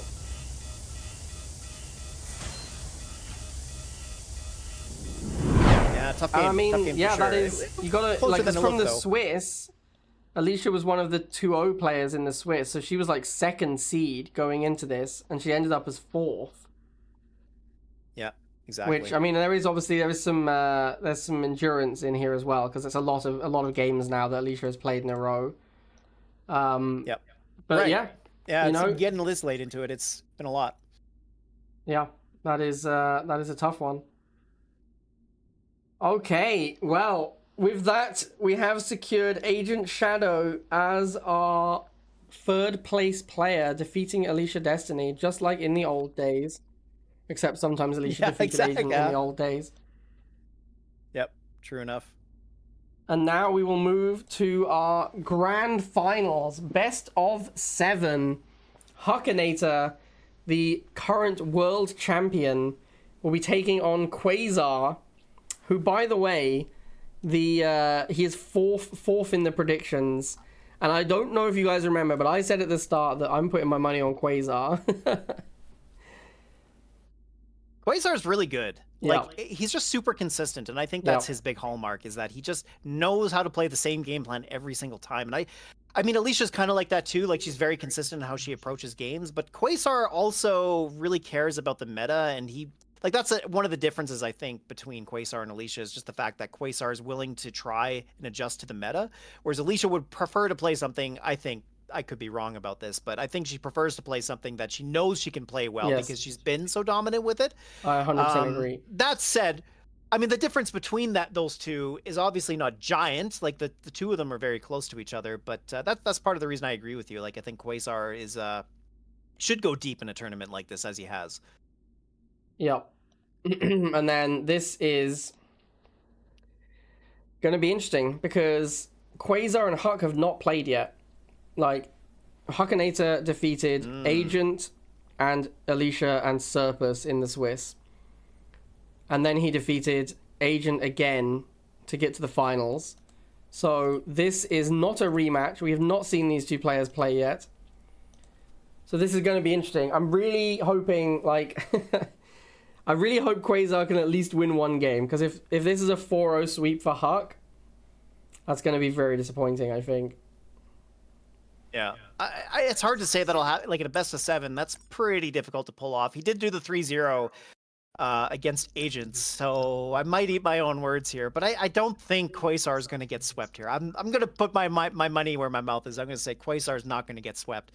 I don't know, though. Like, Hakanator's been the one to beat, obviously, and Quasar does know the meta. He knows how to be, like, he's familiar with these situations. This is not, uncharted territory for him. So there's a lot of reason to think that Quasar could find a way to win this series. But I have to say, I mean, based on what I've seen so far, it looks like Hakanator's the favored one. Yes. We'll see what Quasar can do. Huck is definitely the favorite. I mean, he was first seed coming into this. He's lost one game in the entire tournament. Like, he is, 9-1 in games. Whereas which is crazy. Quazar lost to Alicia in the Swiss, but then he did sweep her. Well, he did 3-1 her in the semis. So who knows? He did bring it back. Yeah, right. Got to bring your A game, Quasar. That's all it comes down to, because Hakanator's going to be bringing it. Yes. Also, this is like the third time Quasar has played on Canal Row. Do we think he's going to bring a deck that slaps on Canal Row yet? Because if you can't play, if you don't know how to play the maps, you can't be the GOAT. Yeah, like, what does Hakanator bring here? Like, if I'm Quasar, what am I thinking about based on what I've seen so far? Hakanator's played quite a few different decks. I don't know if he'll bring the Predator Rhino deck. I feel like that would be a misplay here, but he likes Hammerhead, right? Yeah. So maybe he's thinking the Hammerhead's going to be the flyer that he wants on a map like this, but I mean, I don't know. You know what? I think it might be time for someone to finally bring the goddamn jump jets. Like, it's Canal Row, bro. Right. JJTs are They're so not good bad here. Like a units JJT either. Rhino. Like, why is no one bringing them? To be fair, if I was going to bring them, I think Huck is the person in this tournament I'd least want to bring them against, because he often has Rhino and Razorback. But true. If you're going to play Canal Row, I think maybe it's time for the jump jets. I think so. Well, let's get into the finals of the GOAT tournament. This is what it's been all for, folks, to see who's going to come out on top in this great of greats. Here we are, game 1 on Canal Row. Let's go. The grand final. We're finally here. Quasar versus Hakanator. 3, 2, 1. And we're on Canal Row. Let's see, what have we brought? Okay, so a sort of like interesting nod aggro from Quasar. Seems okay. And Huck has brought snipers again. Now, this map, another thing that's interesting about this map is the middle is such a blockable area that actually, like, these two range, like, sniper is going to be pretty damn good here. Oh, so nice play with the dogs there to try and beat the block. Doesn't really work out though. Like, the bikes still get up, but the bikes don't get a shot. That's kind of a big deal. I wonder if Quasar was supposed to just go straight tank instead of making the bikes. I feel like he was. Supposed to go straight tank. Oh, this is really good for Quasar though. Gets the free shot. That is a damaged Pitbull now. That has taken a beating. Now, what Quasar needs to do is either go Fast Flamer or another Buggy. I'd probably just make another Buggy. Yeah, here we go. Another Buggy. Yep. But now look, this is what I'm talking about. This is so awkward. This map, this positioning, it's so difficult to get in there if your opponent blocks you out. Yeah, doubling up. And that's why it's so important to control the middle early. You need that tempo, and I don't think Quasar managed to get that tempo. Oh, he's having such a hard time. I think the Seth's drill pod is going to be the way that he gains control of the middle. Like, if he drops a drill pod at some point, regains control of the middle, and then just holds on to it, I think that's probably his best bet here, because, yeah, right now Hakanator is just completely dominating this map. We got an Orca coming out as well. The Banshee will push it back, and Hakanator doesn't have a great response to that just yet. We got a Banshee coming in from behind as well. Banshee Buggy should be pretty decent here, and even if the Buggy goes down to the Orca, it's not a huge loss. As we see there, nice jiggling on the Banshee, getting that front raider value. And now a Seth Tropal coming on the far right pad, doesn't take any shots from the missile, so that's extremely good. He's going to be able to get onto that pad as well. So this is looking quite good for Quasar, but nice blocking there on the dancing with the missiles. But it's just a matter of time for this middle pad to go down. The Buggy clears up that lone missile, and the Banshee now pushing over to the right, clearing up the Razorback as well. This is great for Quasar. Huge throw by Hakanator on this missile, because, like, the Orca is a really good response to the Buggy. That's what I've been saying. You need to get the Orca for the Buggy. But instead of making the Orca and then using the Orca to kill the Buggy, he, like, lost both his Pitbulls to the tank whilst the Orca was on the way in.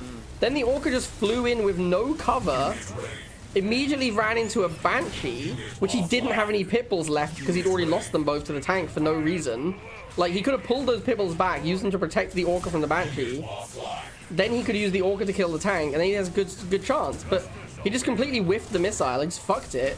Like, I don't know how else to put it. Like, he let both his pit bulls die to the tank, then the orca died to the banshee, and then also there was a drill pod. It's all got really bad for him. Yeah, that drill pod really made a huge difference. Like, without that, there was no way for him to get over to the far right, and probably Hakanator finds a way back in, but there was too much tempo for Hakanator to overcome. He was just way far ahead at that point. And kind of we're seeing the same thing play out. Now we got snipers coming out. Snipers are going to be extremely important. He does have to block against the buggy. Now on this map, as you pointed out, it's very easy to do that in the middle section because of those two rocks in the river. So the snipers here are in a great spot. This is perfect for where they want to be. These lasers, for example, just aren't going to get into position to do anything. So a bit of a misplay there from Quazar. But here we are, inching towards the second missile, and neither player, although I will say Hakanator controlling the middle here is going to be very important. But here comes another drill pod. We'll get onto the pad in time. We don't see the pitbull move over to that far right hex, so actually he does manage to get on the pad. A bit of a misplay there. We've got 3 banshees there against the orca, but it's a healthy orca. Can he get on there in time? I don't know. These snipers are going to hold against the banshees, of course. We don't see another drill pod, and the Razorback was easily able to respond to the south drill pod. So there is Hakanator's missile to come back in this game. Really bad play from Quazar there. Like, the drill pod was fine, or I think it was a little late because he almost got it blocked. But then he drill podded, moved onto the bottom right, and just didn't move the banshees onto the middle, right? He just didn't move them on for ages. And then the snipers killed the missiles on the left for free, which meant he had nothing on the left anymore. So then when he did move the banshees on, he had nothing on the left, so he had sent one of them left. Just really, yeah, he just, you know, bad play by Quazar on that missile. Definitely. Yeah. Well, and we're halfway through now to the third missile. There's still plenty of time here for Quazar to make his way back in, but right now Hakanator controlling the middle is an absolute problem because he needs to find his way in. He doesn't have access to a drill pod just yet. He will have money to do it, but Harvester pull from Hakanator a little bit early, but doesn't matter. Look at how much money he's got. He's been saving that cash money for ages, but this time that drill pod just isn't going to get onto the pad. Does manage to get the buggy there though. That could be very important as we see here the Banshee holding on for dear life. The buggy's going to go down eventually, so it's going to look pretty close. We're seeing Quazar a little bit of a desperation play here, but now that Hakanator doesn't have the pitbull there anymore, wow, I can't believe this. Unbelievable turnaround from Quazar. He manages to claw his way back with the Seth drill pod, the MVP here for sure. And Quazar finally manages to figure it out. Right? I asked him. He was like, "Oh, I've played Canaro so many times," and I'm like, "Have you figured out a deck for it yet?" And he goes, "No." But here you go. Cheap flying unit, Seth. Great choice. Great combination. Yeah. Honestly, it still looked pretty rough for him. I think his deck, like Huck's deck, had no good cheap flying unit. You saw at the end there how much of a big deal that was as well, right? Like, he could not get back onto the middle. Now, what do you think would have happened in that game if Hakanator had had some jump jet troopers? Do you think there is any world in which Quazar manages to win that third missile if Huck has jump jet troopers in his deck? I just don't see it. I think there's no way. Because the jump jets would fly to the middle and kill the buggies. Like, they'd win so easily. Yeah. And then the Banshee loses value too, right? Like... Yeah. Like, they can tank the Banshee forever as well, the jump jets. So, like, they're not going to beat it, but they will stand there forever. The Banshee doesn't beat them. Like, he lost bottom right to a tank. He lost middle to a buggy. Where are the jump jets, my guy? Where are the jump jets? Like, this was... And he just... That's the deck we've seen Huck play a bunch as well, right? And, like, it wasn't that good on that map. And he played it better than Quazar. He played that game better than Quazar. But he lost because his deck was not very good on Canal Row. And, like, Quasar's deck wasn't insane on Canal Row, but it was decent on Canal Row. Whereas... It was good enough to find situations where you could claw it back, which is what happened, so... Yeah. Wow. Crazy. What a great way to start this off. Oh man, but you know, it's a best of 7, so though Quazar looked good in that game, I agree with you. Hakanator played better overall, so that's going to be a worrying sign for Quazar for the rest of this series. Okay, well, that's 1 for Quazar. Let's see if he can continue his victory, or is Hakanator going to tie it up? Let's get into game number 2. I mean, I'm glad someone took a game off of Huck, because... Yeah, undefeated in the GO tournament? Come on now. Who does that? Yeah, we've someone needed to win a goddamn game. Yeah. All right, so sure. Hakanator, he's gone for the Rhino again. No snipers this time. Yeah, Pred Rhino here makes sense. Quazar also has Rhino. Let's go. People are finally understanding the power of the mighty Rhino. Oh and yeah, look at this opening. Too. Rhino v Rhino. This is what Rivals is made for. Exactly, yeah.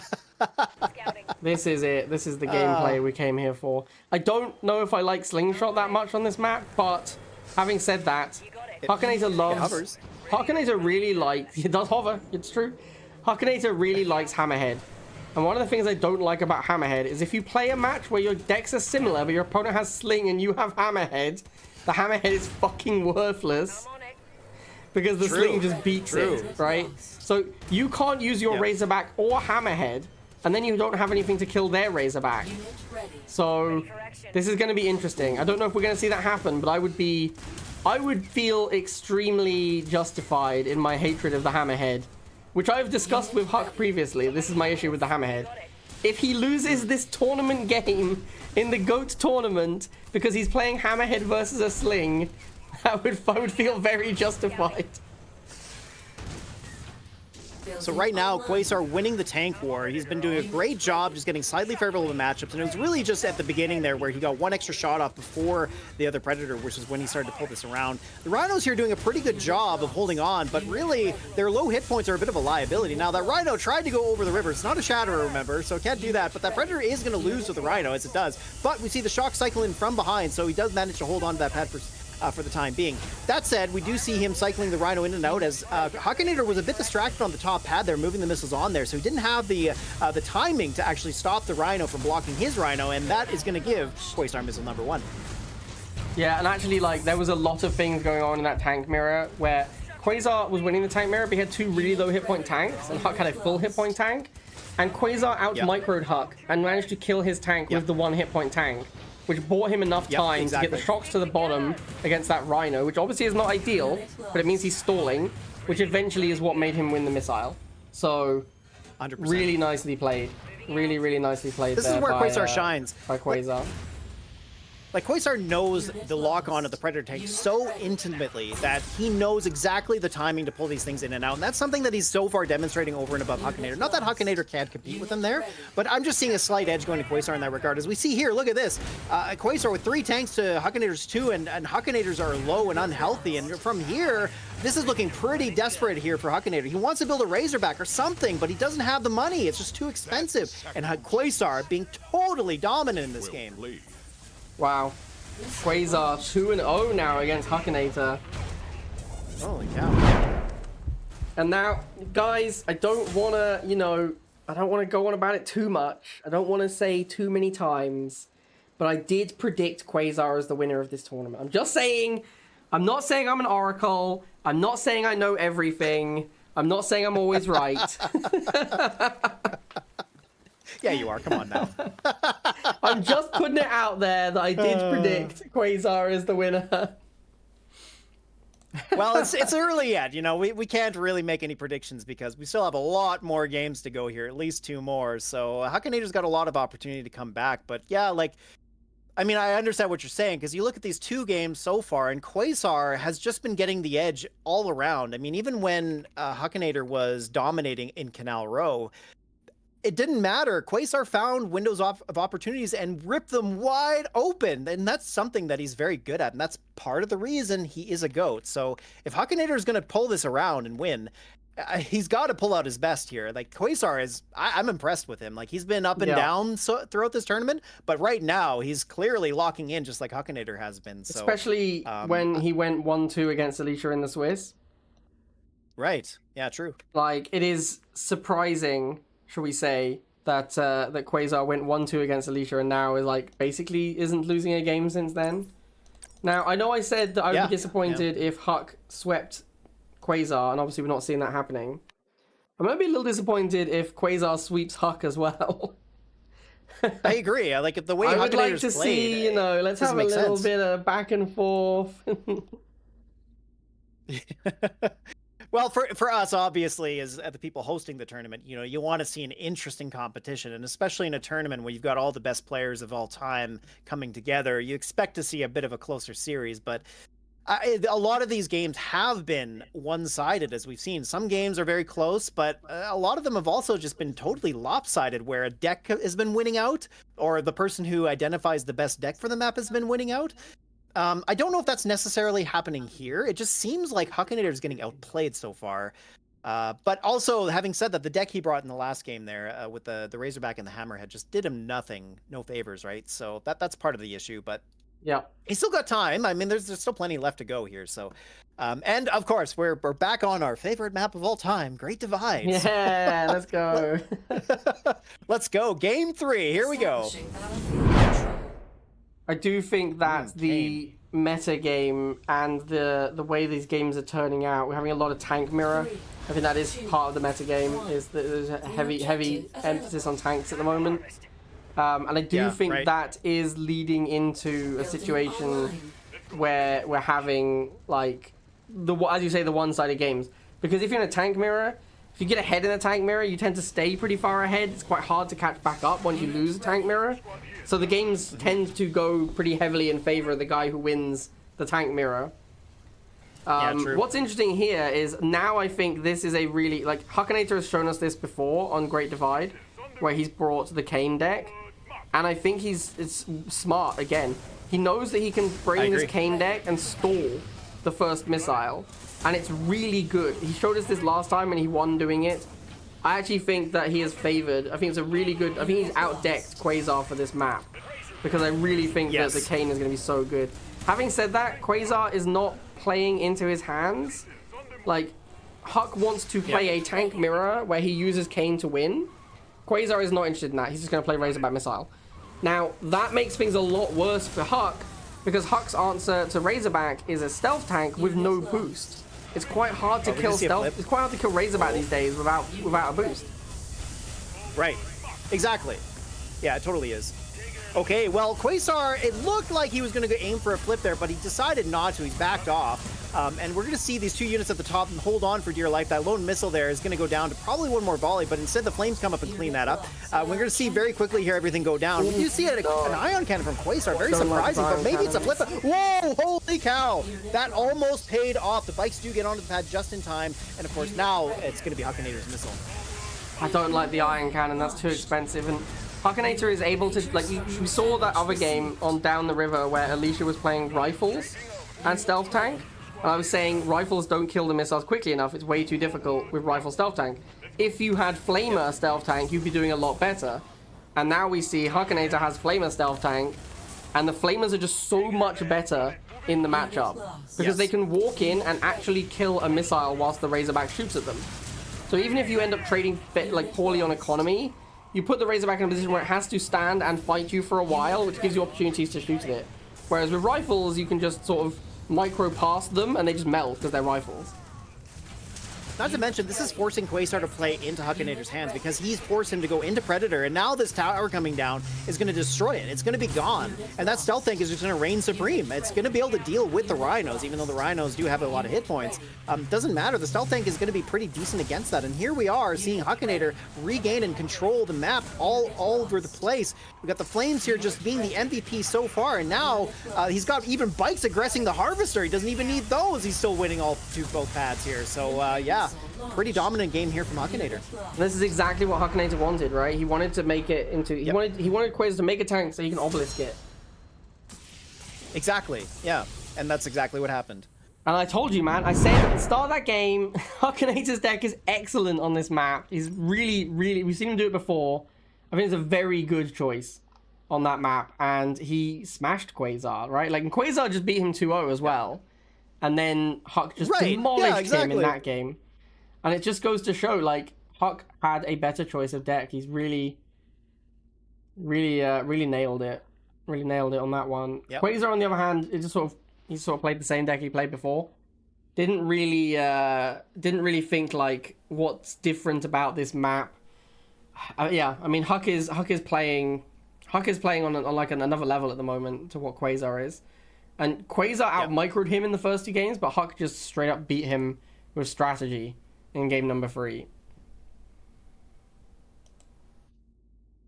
Okay. Which is you love to see it, because that's what really makes a GOAT, you know. Like Hakanator is showing a lot of prowess in this series. He really is. He's showing why he deserves to be here for sure. He is. Yeah. Yeah. All right. So the next map is. Where are we? Looks like peaks and valleys for map 4. Yes, that's correct. Sorry, I was trying to get the game set up here. Okay, yep, so we're going to be on Peaks and Valleys, and I like this map quite a lot. It is quite a bit different from what we've seen so far. I mean, deck-wise, we could see something similar to what Quasar brought for Canal Row. It would do well here. The Seth Drill Pod is obviously great on a spread-apart map like this with 3 pads. Again, though, I'm surprised we're not seeing JJTs here. JJTs would be really good, so... But I suspect Quasar's probably going to stick with... Like, Pred Rhino's good here, too, because if, you know, you can... The openness of the middle makes it easy to get your combined arms going, so... I could see reason for him to continue to stick with what he's got. Yeah, and we've had 0 JJTs for the whole tournament, which is kind of nuts if you think about it. Like, it is, we've seen a lot of Razorback, though, so maybe that's why no one wants to play Jump Jets, because Razorback is one of the natural counters to it, and there's been a lot of Razorback. But yeah, I feel like Jump Jets are pretty good. I don't know, especially when there's so much Canal Row. Played so many Canal Row games. I feel like it's kind of nuts no one played JJT even once on Canal Row. Yeah. Yeah. But there's anyway, a lot of units we aren't seeing, though, like Talon, for example. Talon? Because Talon's just garbage, you know. But it was good at the time that most of these players were active, right? So I thought maybe we'd see that, but we saw Drone Swarm, I guess, which yeah, I actually think Talon would have been better than Drone Swarm a lot of the time as well. So, especially on, and again, like Canal Row, Talon is probably decent still on Canal Row, even though it's a quite bad unit right now. Yep. But just Canal Row is a different map. It's a map where you need to play units that are like, I consider putting Blind Spot in the map pool for the same reason. But I figured Canal Row kind of already had it covered, like in terms of how to play differently. You want to have a good mix of everything, right? Like you probably don't have too many maps like that where you have to form a specific deck for it.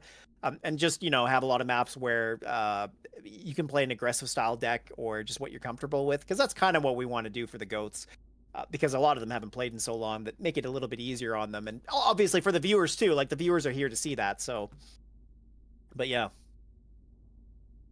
All right, we're just waiting on Quazar. I suspect he's trying to build another deck. Yep, most likely. It is peaks and valleys. I mean, maybe he's taking it seriously. Because after that last game, he was probably like, oh, I was pretty outdecked.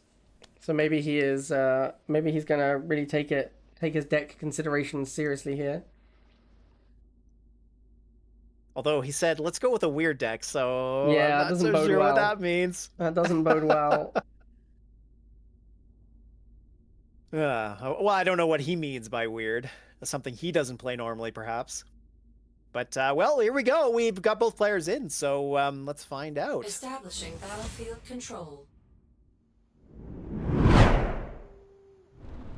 3, 2, 1. New objective received. Oh, okay, so not entirely weird. I mean, the Orca Razorback combo is not too terrible, but of course, I think he was hoping to see tanks here, which is where the Orca would do really well. In this point, it's really just going to be shutting down Pitbull, so... but they're... it's so weird how similar the decks are, except for snipers, and I don't know, the snipers are going to be pretty good here, I feel, to shut down the laser, or the missiles, I mean.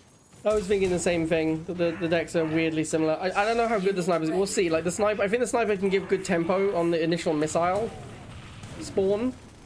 But once both players are razorbacking, there isn't a slingshot, so the razorback won't get shut down that hard. So I think the snipers will end up bad, and I think this will end up as a like razorback pit.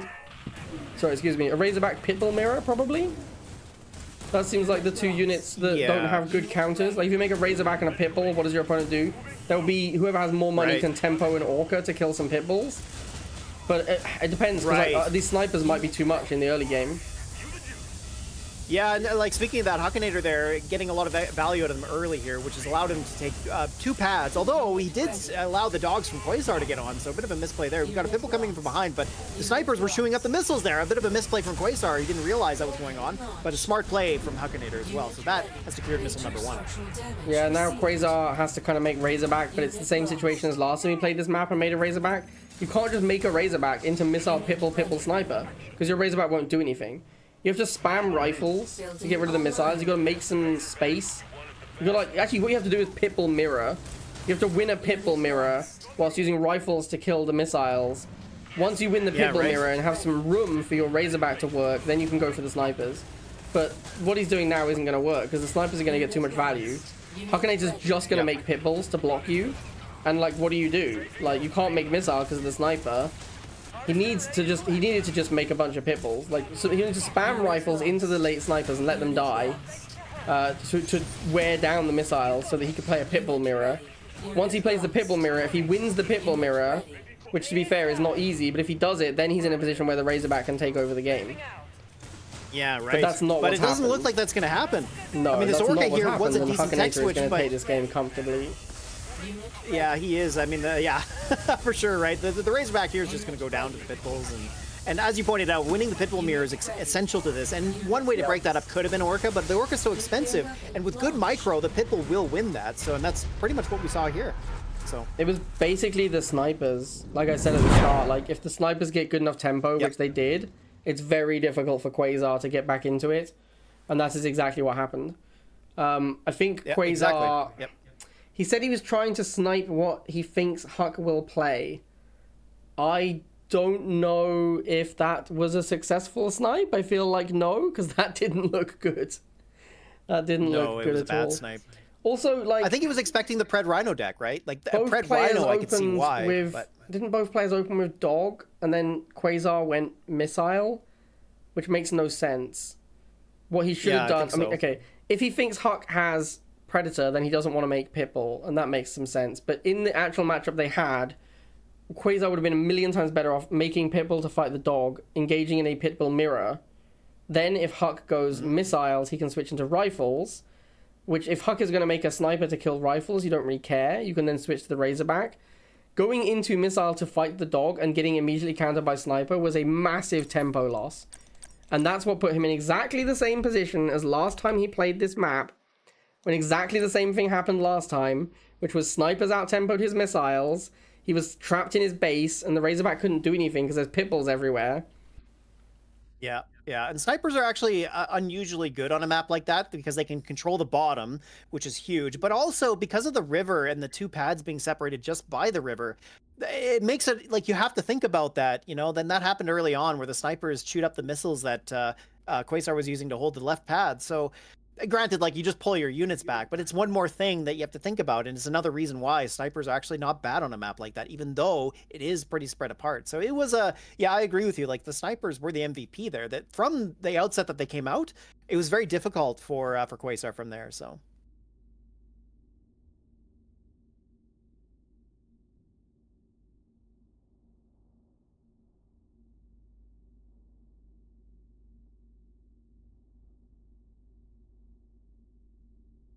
But yeah, I mean, throughout that game, like you said, what it really came down to was a Pitbull mirror because the person who had more Pitbulls on the field is going to shut the most things down. And so because Hakanator had the snipers to shut down the missiles were what Quasar needed to really break that up, and it just wasn't going to work. So that, like, when he went to Orca, it just didn't work, you know? So it really did come down to Pitbull value at the end of the day. So, yeah, so he needed to go, instead of going missiles, he needed to just make Pitbulls.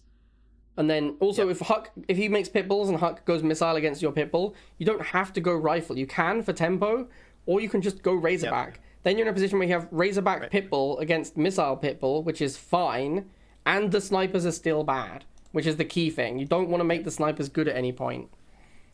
Exactly. Yep. Yeah. Well, now it's a best of three. They've both won 2 games apiece, so it's literally a best of 3 at this point. So things get very interesting now. Hakanator's clearly shown why he's in this tournament, and Quasar, after those first 2 games, he's probably feeling pretty good about himself. But at this point, maybe not so much. So let's get into game number 5 here on Lone Spire. Yeah, I mean, Quasar played really well in the first 2 games and kind of dominated Huck a little bit. I mean, the first one was really close, right, with the Canal Row. The second one was dominant.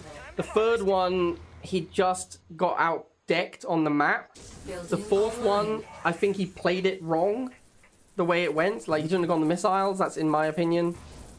This one, I think, is going to be interesting. This one's really interesting, because now, looking at the deck, I think Quasar should be favored. Like, it's the same thing we had before, right? We had Lone Spire, where someone brought Hakanator's deck, but with bikes instead of buggy. And someone else against them was playing Sniper, and the Sniper player won pretty easily, because Snipers were beating on the chems. Oh no, it wasn't. It was Rorschach, right? It was Rorschach, because it was Antswaggles. and he missed with the Jade Missiles. Building online. Yes, the Jade Missile would be better on this map because of the Tiberium next to the pads.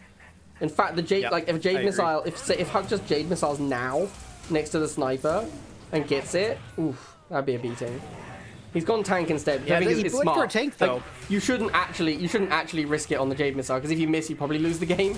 But you could, is my point.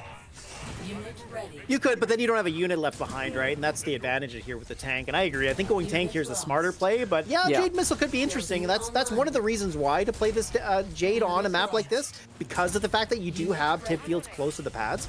And we see here, Hakanator's really doing a great job of pushing Quazar back. He's going to get the tank and the buggy to the middle pad here. The Orca really not doing much of anything, unfortunately. So the Banshee going to move over to the left there. That's going to be missile number 1 for Hakanator. But Quazar just needs to settle the game plan down a little bit. He needs to maintain the value out of this Orca and also his snipers. And there should be a way for him to come back. Yeah, he has to keep this Orca alive. Oh, thank God it lived there. If that Orca dies there, it's Jova. He does trade it for the buggy, which isn't ideal, but it's not terrible because at least he got a kill out of it. Yeah. What we saw when we saw Antswaggles play this deck, he had bike instead of the buggy. You see how much better the buggy is. Right. It's infinity times better because the buggy tank is such a strong combo. Yeah, and like right here, like there was a good boost on he doesn't jiggle enough. He doesn't get the Orca. That was one shot away. The Orca would have died there. Also, when Quazar made Pitbull, that was bad because of the tank. He needed to go Barracks Air Tower because, like, clearly, what he has now is what he wanted. So he just wasted money with his War Factory, which is what cost him the first missile. Oh no, Quazar here looking like he's up against a wall. He's going to clear this middle pad though. He just needs to hold on to it here. Can the snipers block the buggy? No, the buggy with the fastest movement speed gets in place and just in time. The Orca there is going to be really important to clear up the buggy. I'm surprised he's not moving it in very quickly. A little bit of a slow play here we're seeing from Quazar, but does manage to get in there. And now the Pitbull getting the boost as well. Blocking the Banshee is going to clear it as well as the lasers. Another Banshee coming from behind just isn't enough. I really thought that Banshee was going to get on in comeback. time. I'm surprised. A very nice kill on the buggy there with that almost dead Orca. Like, they're getting a little bit extra value there. I thought Quazar was going to mess it up there, but he managed to secure it. I don't think Huck messed it up either. I think it just wasn't. There just wasn't quite enough time for the Banshee to get on. It looked like there was, but there was just very, very slightly not enough.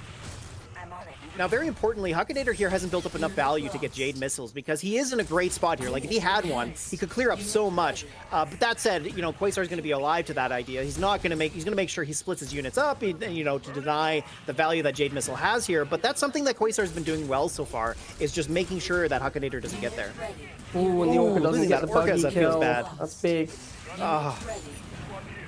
You see, like, this is what so Quasar wanted to be playing, is just buggy. He wanted playing Orca Sniper with Missile, so he shouldn't really have gone into his War Factory. Like, that slowed him down a lot. It did. Oh, and I don't know about this Orca play. Where's he going? Oh, the Jade Missile is over. Huck's gonna take him down. Oh, brutal. Yeah, the Jade Missile won it in the end. Wow. Tough matchup though. That I think Quasar did have the deck advantage, but it wasn't a giant advantage. So much so that Hakanator was gonna have like a handicap, I guess, or Quasar having a handicap, I guess is the right way to say it. I agree with that. The buggy tank is just so good, man.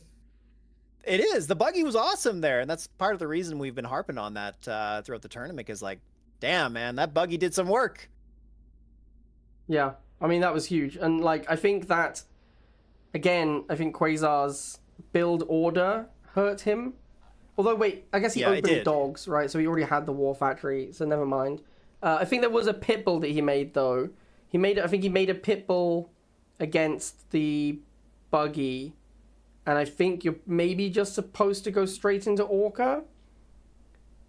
Because you should kind of anticipate that if your opponent's making a buggy, they're also going to have a tank. And therefore your Pitbull's going to be bad. Right. But again, it's lack of knowledge in the meta, probably. Because if you play this meta a lot, you know that people play Rhino Tank and Buggy Tank a lot. And therefore, if you see Rhino and Buggy, it's going to be backed up by a tank, so you don't want to try and War Factory fight it. You either have to make your own tank, or you have to switch. And obviously, the only thing you could switch into there really was Orca, which took too long. So it's just an awkward situation where you're a free building GDI deck, and you're a little too slow against the tempo of the Nod deck, which for the first missile is a one-building deck. He just goes like buggy, tank, and that's all he has to make for the first missile. And then Quasar... Yep. In fact, yes, that must be the misplay, because Hakanator opened buggy, right? Yeah, he did. And then Quasar went barracks. That must have been the misplay. because you'll need to go straight into the Orca as quickly as possible. I don't know. Yep, It's tough. right. Well, Buggy is such a good opener. That's why Buggy is such a good opener, because what can you do? Like, you can open tank, or you can have tank in your deck and open wheel or dog, or your own Buggy or Rhino. Otherwise, it's just really difficult. Maybe if you open missile, if you open actually missile against Buggy, and you just spam missiles, that can buy you enough time. It's not horrible. But yeah, it's a true. lot of openings are really, really bad against Buggy and Rhino. That's why they're so strong. Plus, missile denies the going into tank, because obviously you don't want to go into Yeah. tank after somebody opens missiles against you. So that's the other thing, is it forces you to change your game plan. And I think you're right. I think buying enough time in the early game was important, because the later it goes on, Orca is a key unit for Quasar in that matchup, and it's expensive. So he really needed to build up enough value and time so that way he could continually push Orcas out to shut down the buggies and eventually the tanks. Snipers might have been a slight misplay too, like against the chems. I think I would have rather brought shocks, just because shocks tend to trade a little bit easier with the chems. It's not a perfect 1-for-1 or anything like that, but I just feel like the shocks do a decent enough job against them that combined with the dogs, you're probably not going to have to worry about them as much, where snipers are sweaty. You have to maintain their value so much. That combined with the fact that he needed the Orca, I think probably hurt him a little bit, but it was close regardless of how you look at it. Well, so now it's 3-2 for Hakanator. We're moving on to game number 6. So this is match point. Hakanator wins this. He wins the whole thing. So Quasar on his back foot here. He's got to find a way to win this if he wants to keep his hopes of winning this alive. We'll find out if that's going to be the case. Establishing battlefield control. And it would be nice to see this go to a best actual final 7th game. Would be amazing. New objective. So I I'm agree. rooting for Quasar here, just because I want to see a game 7. Me too. Yeah, me Building too. online. Now this is interesting. This is And- really interesting because the Predator is insane versus Huck. But Quasar Yes, opened big time. missiles, probably anticipating a buggy opening. He would have been way better off with a Rhino opening here, because then his Predator would dominate early game. Now that he's opened missile, the Predator's going to be kind of slow, which means by the time a Predator comes out, he might instantly get countered by an Inferno, which would be really bad. He needed the tempo of the Predator, which he's no longer going to get, because the Predator's going to be quite late. Maybe that would be too slow against the wheel, but you can just fight the wheels with Rhino, right? Like, you don't need... And what can Huck fight Yeah, Rhino with? exactly. Huck has nothing. Like, he has to fight you with bikes, but then you're bad against the Predator. So yeah, a Rhino opening would have been a lot better for Quasar here. Obviously, he doesn't know that because he doesn't know Huck's deck, but a Rhino opening would have been significantly better here. And Yeah, now it is- Huck can is be risky already, with like, his Rhino, deck's so but- cheap, he's already almost at Inferno. Quasar doesn't even have War Factory yet. This is going to be a situation where there's going to be an Inferno to counter the first Predator. Before the first. And that's Yeah. the absolute worst case scenario for Quasar.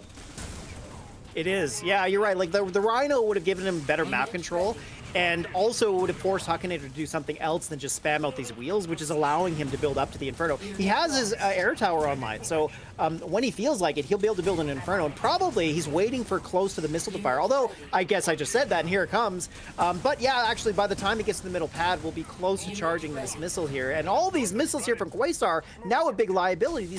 The flames dropping from the Inferno is also going to be a problem for him to push units onto this middle pad, so here comes a Razorback, but is it going to be enough? I think the Razorback is a good choice here to go Razorback instead. However, Hakanator does have a stealth tank, which is going to immediately counter it. He has the boost as well. He needs to keep this Razorback alive. That is absolutely critical. Wow. If he keeps the Razorback Good alive positioning. and makes enough missiles, maybe there's a chance. But the Inferno is such a beating right now. It is, yeah. We see here the Razorback holding the left and an ion cannon on the stealth tank. He doesn't move it out of the way in time. Can he get it? Oh, he does! That Sorry it could about be that. absolutely huge. He does need to get a missile trooper here on the middle pad as it is almost down, but he instead targets the one going to the left, and that was a good play because Hakanator threw the bikes up on the left there using their fastest movement speed and allowed him to take back the pads. A lot of money went into that ion cannon. Like, enough so that Quasar kind of gave up on War Factory for the next missile as well. So now he has Yeah, to just play true. Razorback missile for this entire missile. Like, all he can do is Razorback missiles. No, don't lose 2 missiles. Oh, that's close. Almost lost them both. This Inferno is just such a beating because he doesn't even have, he can't even get to his slingshot. If he gets to the slingshot out, maybe he can kill off the Inferno. Yeah, he's just spamming missiles here, which kind of where he needs to be to catch up here. But he wants to get to Predator tank to shut down these stealth tanks, right? And the bikes. And he needs a slingshot to man, prevent the tough. Inferno from just having dominance. Like, the Inferno just has free reign over wherever it wants to go at the moment. Wow, this Razorback is a bit of a problem because there's one shot left on the Stealthing and he gets it.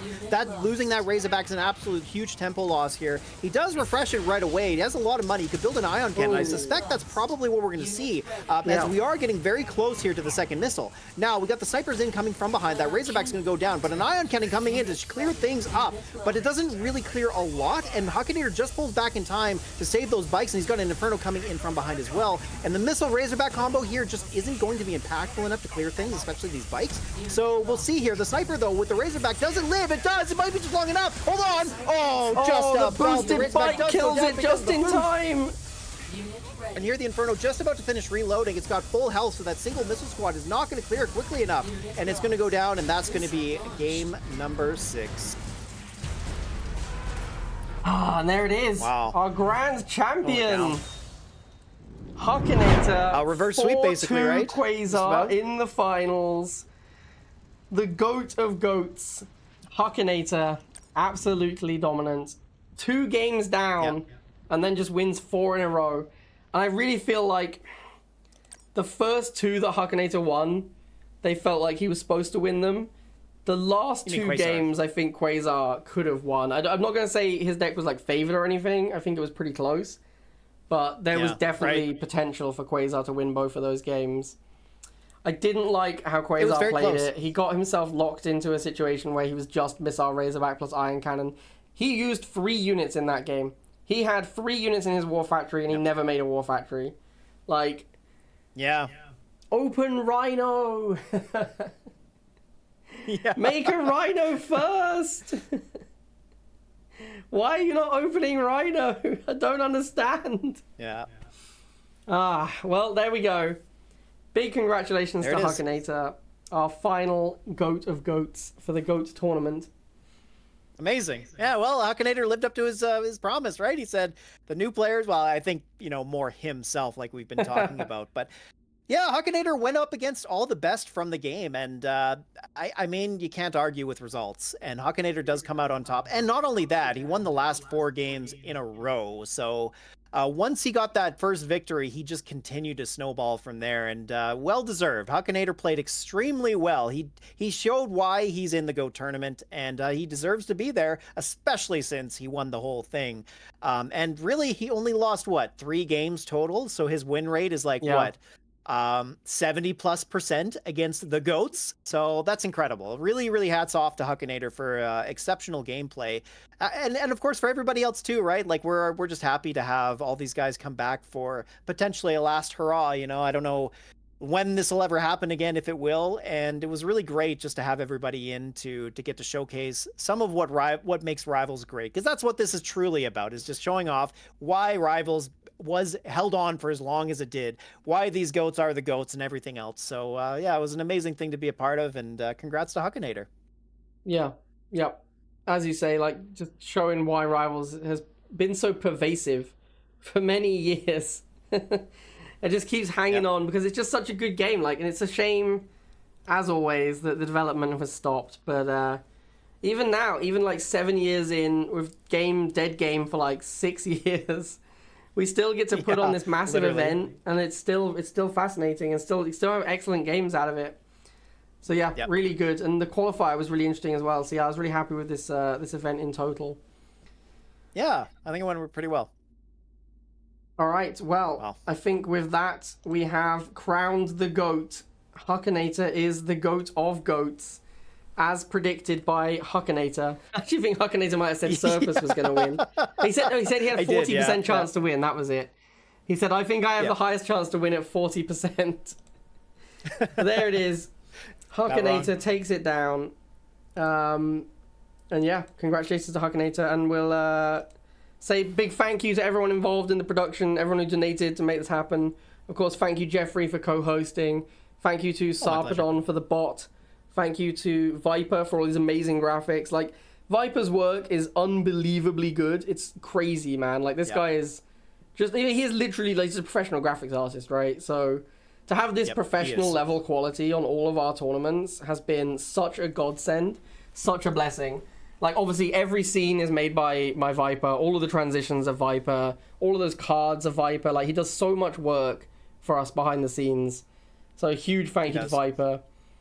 And of course, big thank you to Kenny, who does basically all of the admin in the background whilst we're playing. Yeah, he sets up everything for us. Well, to be fair, this time Jeffrey set up the game, so thank you, Jeffrey. But usually Kenny does all the background admin. I did a little piece of it, but Kenny was, yeah. you know, he's getting the players together, setting all the maps and stuff like that. So it helps a lot. It's an amazing team effort, this Legion team, and having been a part of it for so long now, the fact that even all the way till now, nothing's really changed in terms of the quality that we put out. Like you say, Viper with the graphics, and you know, Sarpedon with the incredibly well-made bot. Also you for hosting Blade. That's I gotta say thank you for that too. If we're talking hosts, Antswaggles hosted several. And of these Antswaggles as well. too. Yep. And Sorger has as well. Legion Live, right? Him and I hosted that. So it's been an incredible team effort to be a part of this organization and to get to do this, because there's nothing quite like it, you know, especially like the game itself, Rivals. There's really nothing out there like it. And I'm proud to be a part of this. I think it's been an amazing thing. And like you say, just the amount of quality that gets put into it from a bunch of guys just coming together and wanting to run Rivals tournaments as best as we possibly could. I'd say it's been a good run. I've been very pleased with what we've done. And I hope that, more importantly, I hope you, the viewers, have enjoyed this as well. That, of course, is the most important thing, because that's why we do this. But yeah, it's been an amazing thing. Yeah. And thank you so much, everyone, for coming out and watching the GOAT tournament. I hope you guys enjoyed it as much as we did. And I think I just donated and said, as a trophy, let's send Huck Coach's mum.